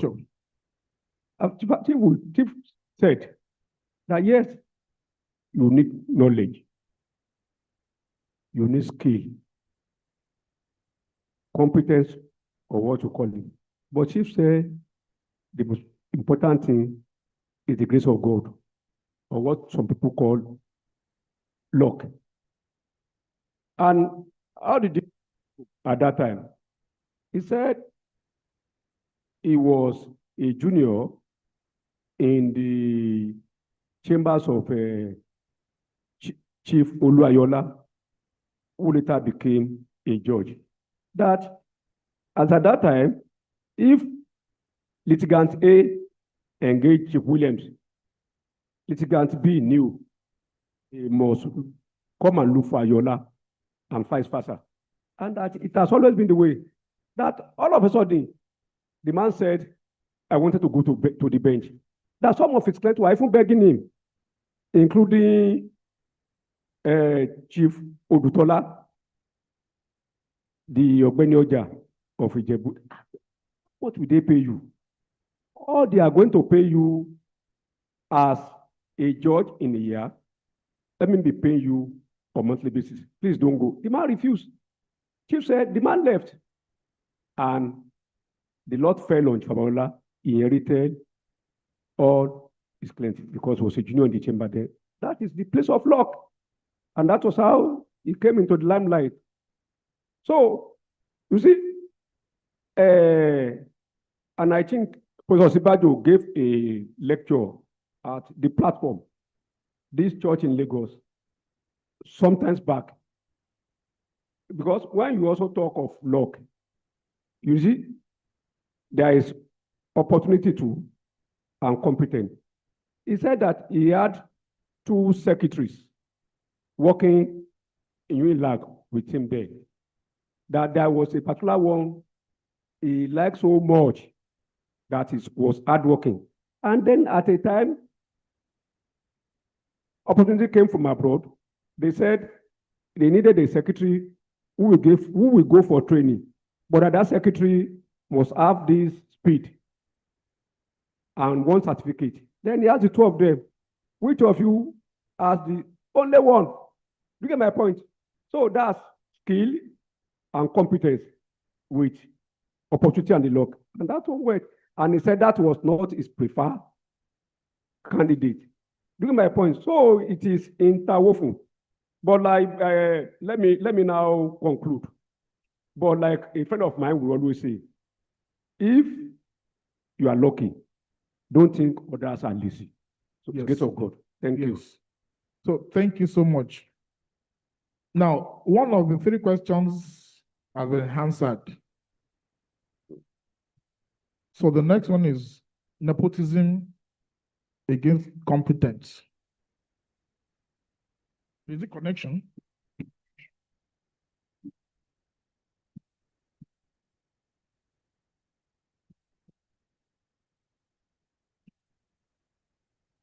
Now, I'll call on Alhaji Adekola Karim to answer that question for us. Nepotism. Another word for nepotism is favoritism. When somebody is not competent, you know already that he doesn't deserve that appointment. But because of the fact that it's connected to you, you gave the job to that person. The negative use of connection is what we call nepotism, which is the bane of Nigerian society. It is condemned. It is not good. In a society where you indulge in favoritism, there will not be a meaningful development. But when you're talking of connection, the last time I said you can be connected. You can have competence and still be connected. I started by saying, if you start to work in a big firm, to me, a big firm means three things. One, a firm that has not the size of the building, that has lawyers that can mentor you. That's number one. The one that has lawyers that you will sit shoulder to shoulder with, not the one you will see your principal once in a year. That's not a good firm. To me, it's not a good firm. A good firm is one where you can always see your mentor anytime, any day. He asks you to do certain things, he will vet it, correct it for you, go and do it several times. When I was my late principal, he will write me, go and write brief for me. I will write it 10 times. He will be correcting. At last I will say, yes, hopefully you have done well. Bring it. Give executive to type. Where you have the facilities to work. I mean the library, functioning one, where you can bury your head in the lab. The last one, when the environment is conducive. I wish all of you all the best in the legal process. So thank you so much. Chief Olale Kontani. Let us take the third question.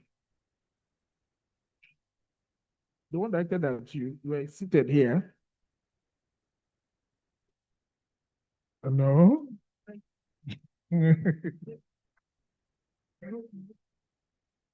Toby, come. Huh? I wrote it down, but I can tell you to write it down as well. Toby, please come.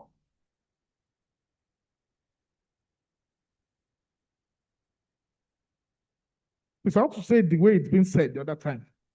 Your question.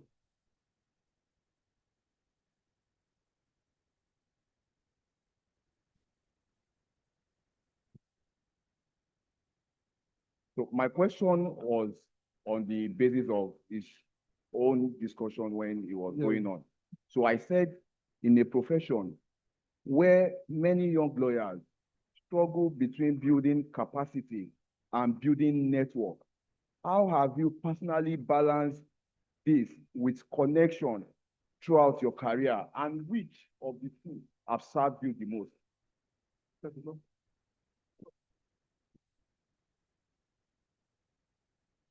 Thank you.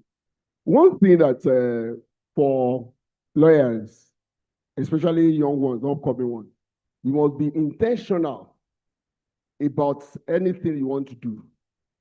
You must be intentional. And being intentional means that you must have a focus. You must have a focus. This is what I want to do. Before I started my practice, I started with my Oga Kunle Ishola of blessed memory. And before I qualify as a lawyer, I attached myself to Mr. Kunle Ishola then, and he was sending me around to land registry to do one thing or the other. I learned the work as a workman in carpentry workshop. The way you learn carpentry, that's how I learned the law. Because apart from that, you know, my late Oga practiced in his own father's, using his own father's building where there is a survey going on, upstairs. We have our chambers in another part of the building. So we are learning, as we are learning with legal practice, we are learning survey with it. So that is why, to me, if you bring survey to me now, I can read survey, I can do anything with the survey and all that. So why I am saying that you have to be intentional was because I dedicated my time studying that without even paying me anything. I was going there. So after qualifying, an opportunity came. There is this client that came, approached my pastor that he was looking for a lawyer. Because I have learned informally with the Oga about how to read all this. They came, it has to do with the estate of the father. And I can see my latest senior that is sitting down, Adebayo Ojo, SCN, knows about this case I'm talking about. So we were given that opportunity. So what happened? A document came to me for purpose of, reading the thing and explain to the client. I just finished law school, but I'm not at par with my colleagues because I've learned this job before getting the certificate. So this woman came with the agreement. His late father did not have a will. He has no letter of administration. They came. The children wanted to sell property that has nothing of such, and they drafted the agreement, drafted by another lawyer, a senior lawyer in Ibadan. So when I saw the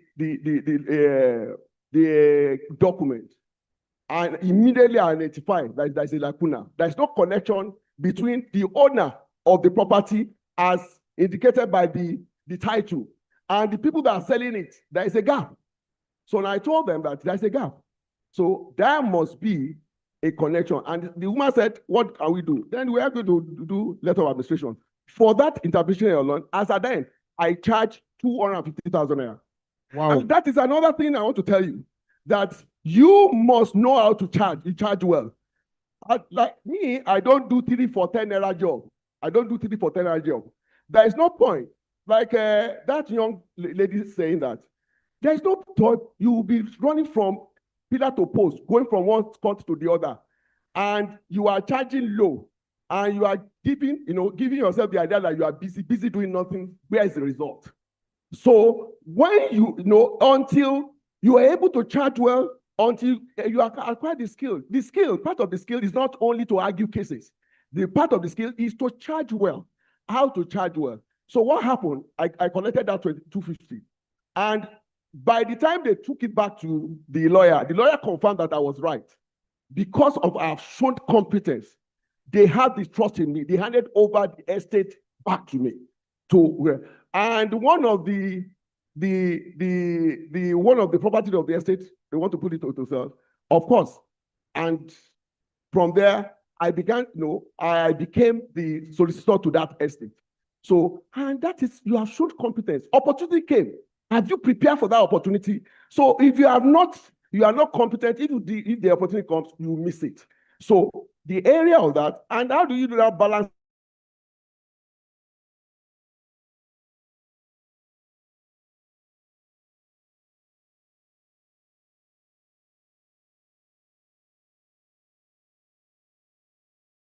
That one thing I pray for you, that you have a guy like Emmanuel Abiodun. Emmanuel Abiodun taught us well. He brought us, he mentored us. And Alaji Adebayo Ojo, SCN can testify to that. Baba was a teacher. Baba was a mentor. Baba was a leader. He taught us rudiment of law and even sat back supervising us to practicing it. In his chamber, I had the opportunity to take my own brief. Baba would, while we are lying under him, he would take us through. Myself and my partner, Ademola Salami, who happened to be my Lord's husband, we were together for 15 years. So what were we doing there? 30 seconds more. Now, he taught us how to do that, and he saw us doing it while he watched us and correct us and all that. And that is it. That's how to balance it. We are not in a hurry to go to where they're giving people 50,000 naira per. How much are we collecting there? And there's nobody that will pass through Emmanuel Abiodun that will have any cause to complain about salary, because what you are being given is much more than salary. So we don't go after money. We go after knowledge, competence, and it taught us integrity. So some of our colleagues don't have integrity. Even when they are put in a position, they misuse the position, they abuse the position, and that happens often. And when you do that, you cannot get anywhere in this profession, because your news will be going around that you cannot be trusted. You cannot be Thank trusted you with so money. much. Thank you very much. Thank you. We appreciate you. We appreciate you, Mr. Tani, for that wonderful answer to the question. May God continue to rest the soul of Chief Emmanuel Abiodun and Mr. Kunle Ishola. Now, Mr. Tani, you've said so many wonderful things about these departed souls. They brought you up well. They mentored you well. Now, how many young lawyers have you mentored? If there are many, it's high time we start parading them so that we know what the good you're actually doing to this profession. And the other one you mentioned, that that you charge well. Now, we call it billing skill. It's part of what you learn if you are patient. Because if you join my chamber today, I can't involve you in the billing arrangement. But by the time you stay for some time, and I see that you are what I think you are, give it to my own Oga. He's not a very flamboyant lawyer, but he builds well. He builds well. And that's another area in this profession that requires learning. You learn how to build.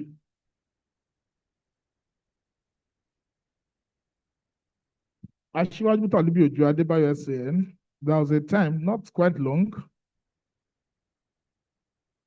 he had cause to prepare an agreement for a client, and that client was offering a very ridiculous amount. He had to chase the clients away.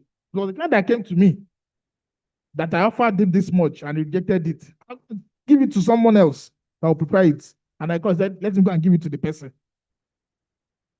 What God will do, God will surely do it.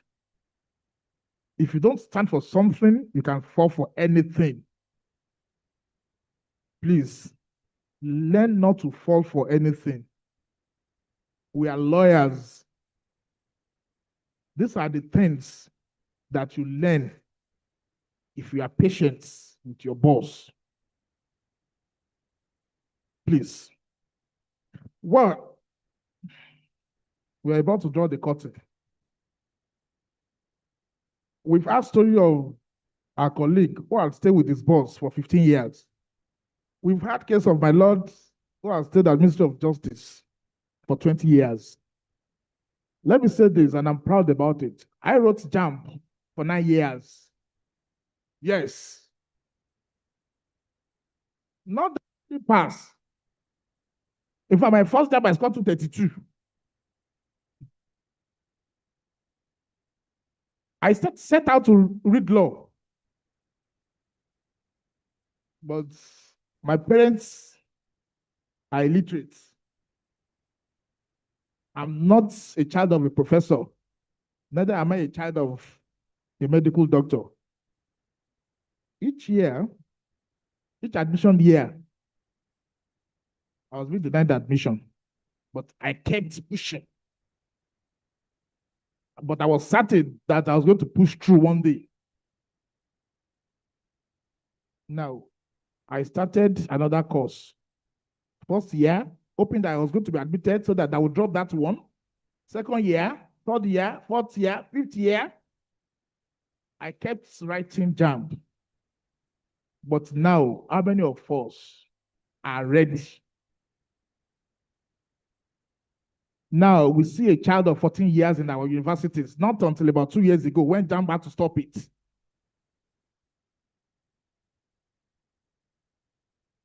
Now, those wasted years that I considered waste, paid off later. I'm not a sole advocate of Nigeria, by the special grace of God. The time I thought I wasted, Let us learn to be patient. A good 9 years, because I wanted to enter university, because I wanted to study law. Please, you see all these our girls, they've all accomplished one thing or the other.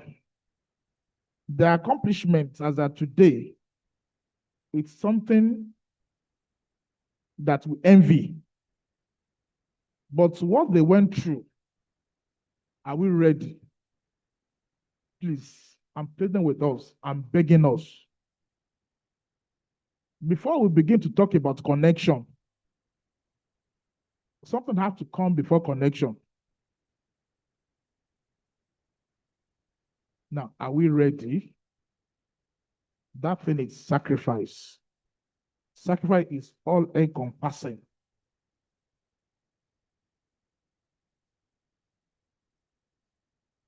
Let us be ready. So you cannot begin to say that you want to be like these people and you are not ready to pass through what they went through. It is not possible. Rome was not built in a day. Let's learn to persevere. Young lawyers. There is another aspect which would not touch, because this topic doesn't cover that area. It's about your welfare. No doubt, you deserve to be taken care of as a lawyer, as a staff, as an associate in any law firm.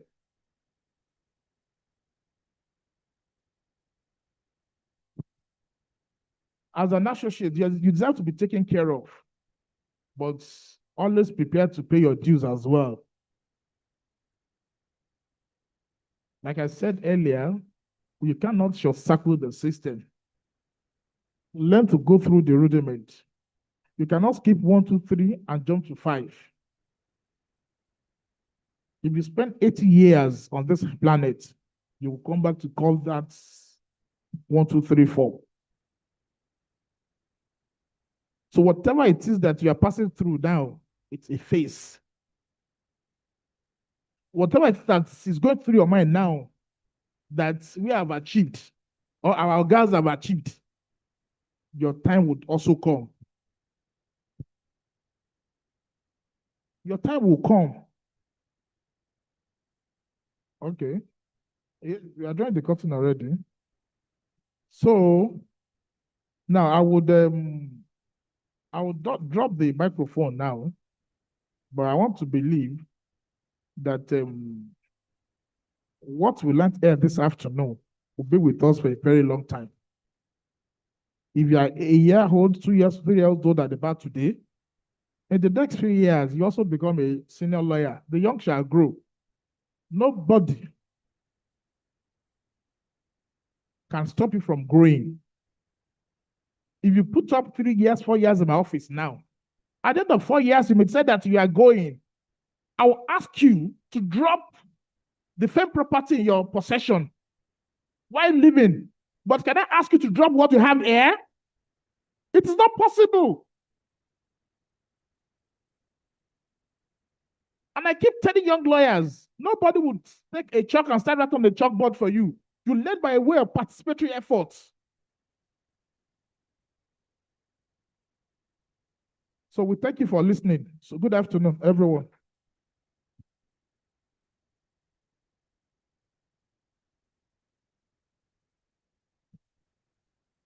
Let us give a very big round of applause to all of the panelists for that very wonderful session. Can I hear us give them a round of applause, please? Are we tired already?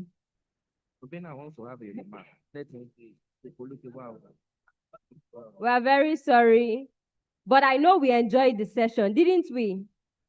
Did we enjoy the session? But are we tired? We're coming. It's a matter of time. We're rounding up as well. Before the panelists leave, I would like to call Mr. Tobena Erojikwe to give a very short contribution. Okay, thank you very much. I think I was taken in a lot by some of the comments on the panel, and Mr. Chairman, there's a point that I think we need to take cognizance of, especially as senior lawyers. I agree with you completely that people must prioritize learning, but I tend to differ when we classify or tend to suggest that what people earn as a wage or remuneration has to do with welfare. Absolutely nothing to do with it. I don't think that it is mutually exclusive for people to learn and to earn. I have today 28 associates in my firm, and they are my greatest assets. If we say that lawyers are not employable, then I think that our generation should be ashamed of itself. Because really, what are we doing? If we struggle with the caliber of people that the law school produces, what are we doing to change the narrative? I think that the environment that we find ourselves in is extremely challenging. Most of you will know that I actually run a not-for-profit called the Practical Training Academy, and we collaborate with law firms from all over the world just to help enhance and develop competence. But I tell you, I don't have people in my office working today. I will not be here in Ibadan now. That is, what point am I making? That as I am here, there are people in Ghana, there are people in London, there are people in Nigeria making money, and they're young lawyers. And they are making me wealthy every day, and they are sharing in part of that wealth. And I don't consider it welfare. I think that people need to be adequately remunerated.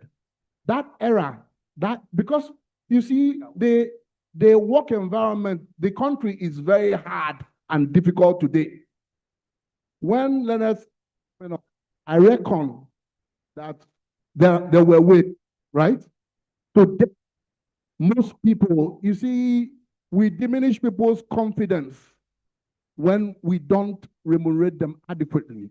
So please, choose the right place to learn, prioritize learning, but seniors also pay well. Thank you. Thank you very much, sir. Congratulations. Congratulations.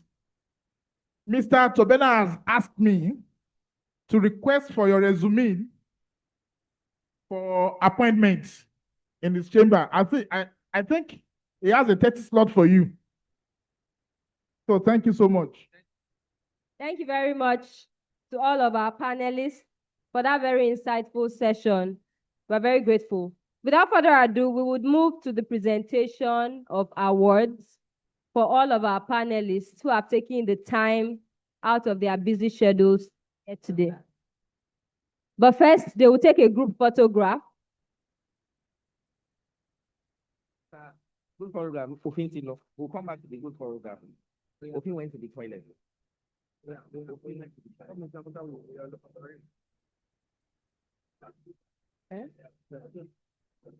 I'll call on our honoree, one of our honorees for today, Mr. Akim Agbaje, ably represented by A.A. Pade, to present the award to our panelists.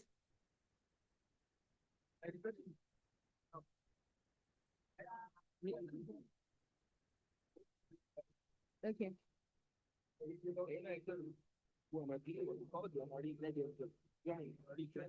The honorees should also join in the group photograph. Mr. Leonard Silk Mutalubi Ojo.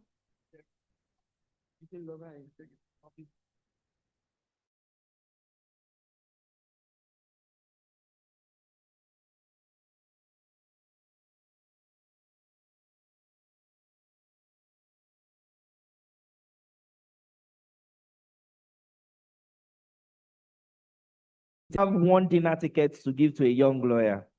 Or should I go away with it? Okay, so I think I'll just give it to whoever we should. Okay. So the question is very simple. The chairman of the session, Mr. Yusuf Tuji Ogoride, I was going to put this person, said there are 4 pillars for success. He gave 3 and then added 1 more. Which of these is not one of them? Hard work, prayer, luck, blessing from principal, fine office. I have to make it easy. You have to be a lawyer. Fine office. Thank you very much. You get the tickets, the only tickets for the lawyer.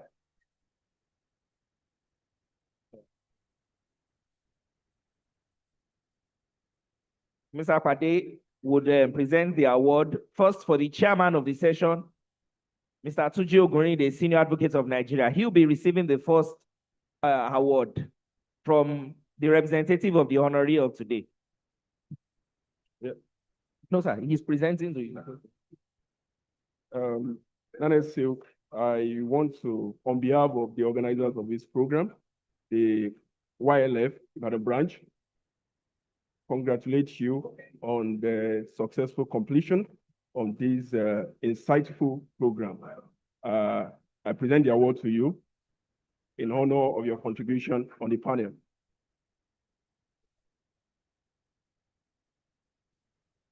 Okay. My Lord. My Lord.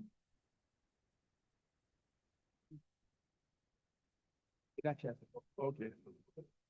Your Honor, Honorable Chairman, on behalf of YLF, I present this award to you in recognition of your contribution on the panel. Congratulations to you. Thank you.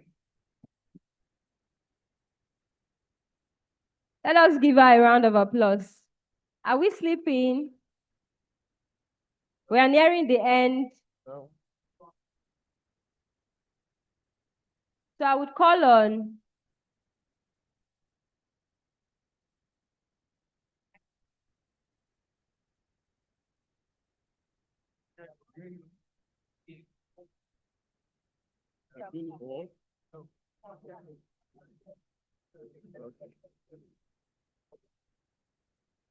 all right, so I would be calling on Leonard Silk, Mr. Mutalubi Ojo, to present this award to some of the panelists. Let me give the winner. Yes. Mr. Tobina.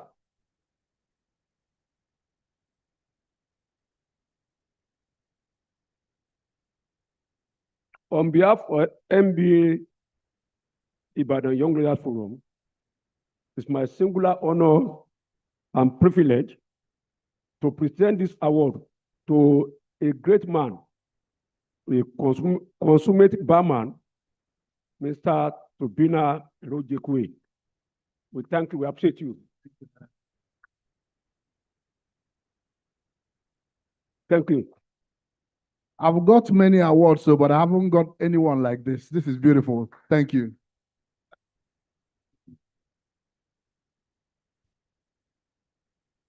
Can Honorable Justice Ademola Salami,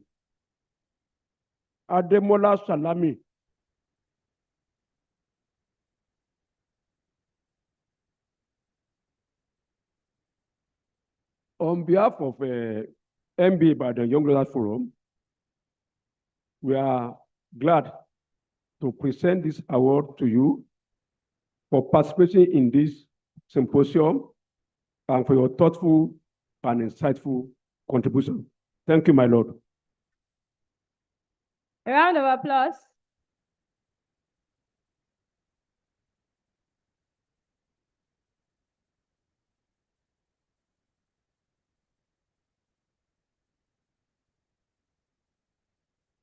I would now call on the immediate past chairman of the NBA Ibadan branch, Mrs. Folashade Aladeni, to present these 2 awards to the other panelists.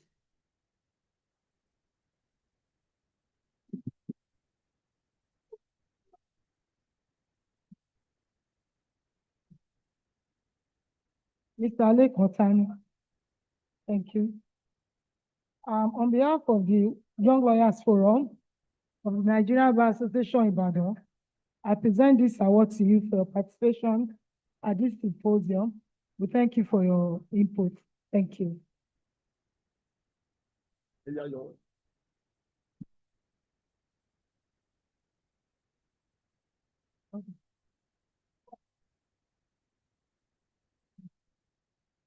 Mr. Adekola Karim, please can you step forward?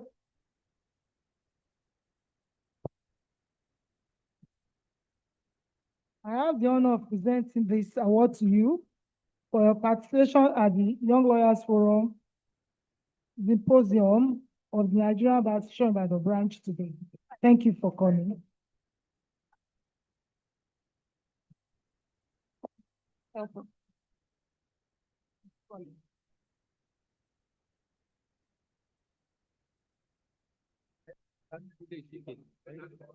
May I ask the representative of my dear brother, Hakeem Agbaje Esquire, to please come forward.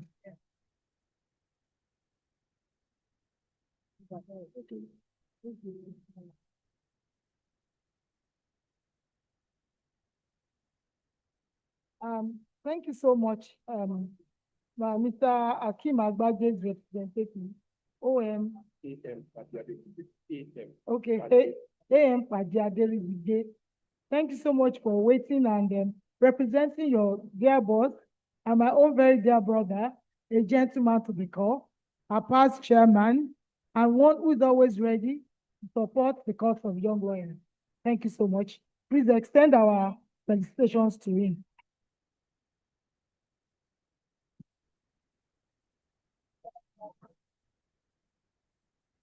Please may I have the learned silk. Mr. Mutalubi Ojo Adebayo to come up for his award.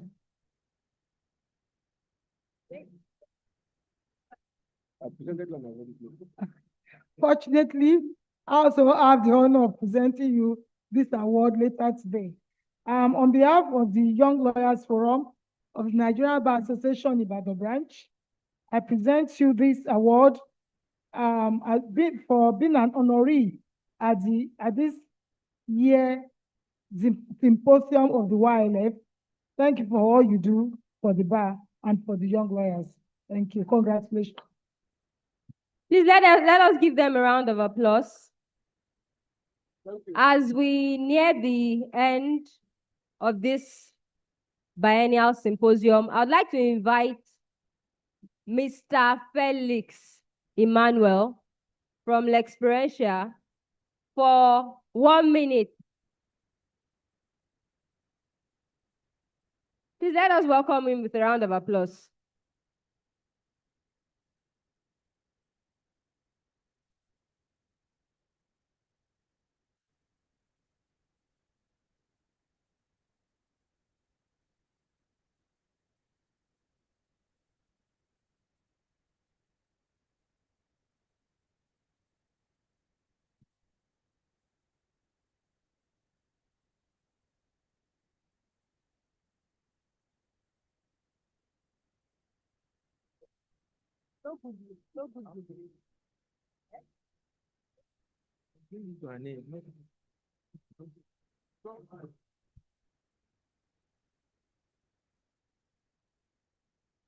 One second.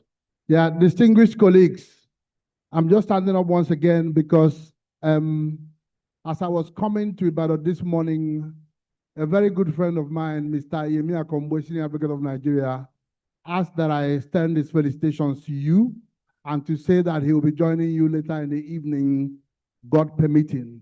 So thank you very much. Thank you very much, sir. Ladies and gentlemen, we have come to the end of the biennial symposium of the Young Lawyers Forum, NBA Ibadan branch. For the vote of thanks, I would like to invite the chairman of the Young Lawyers Forum Ibadan branch, Mr. Timileyin Olaiwola, to give us the vote of thanks.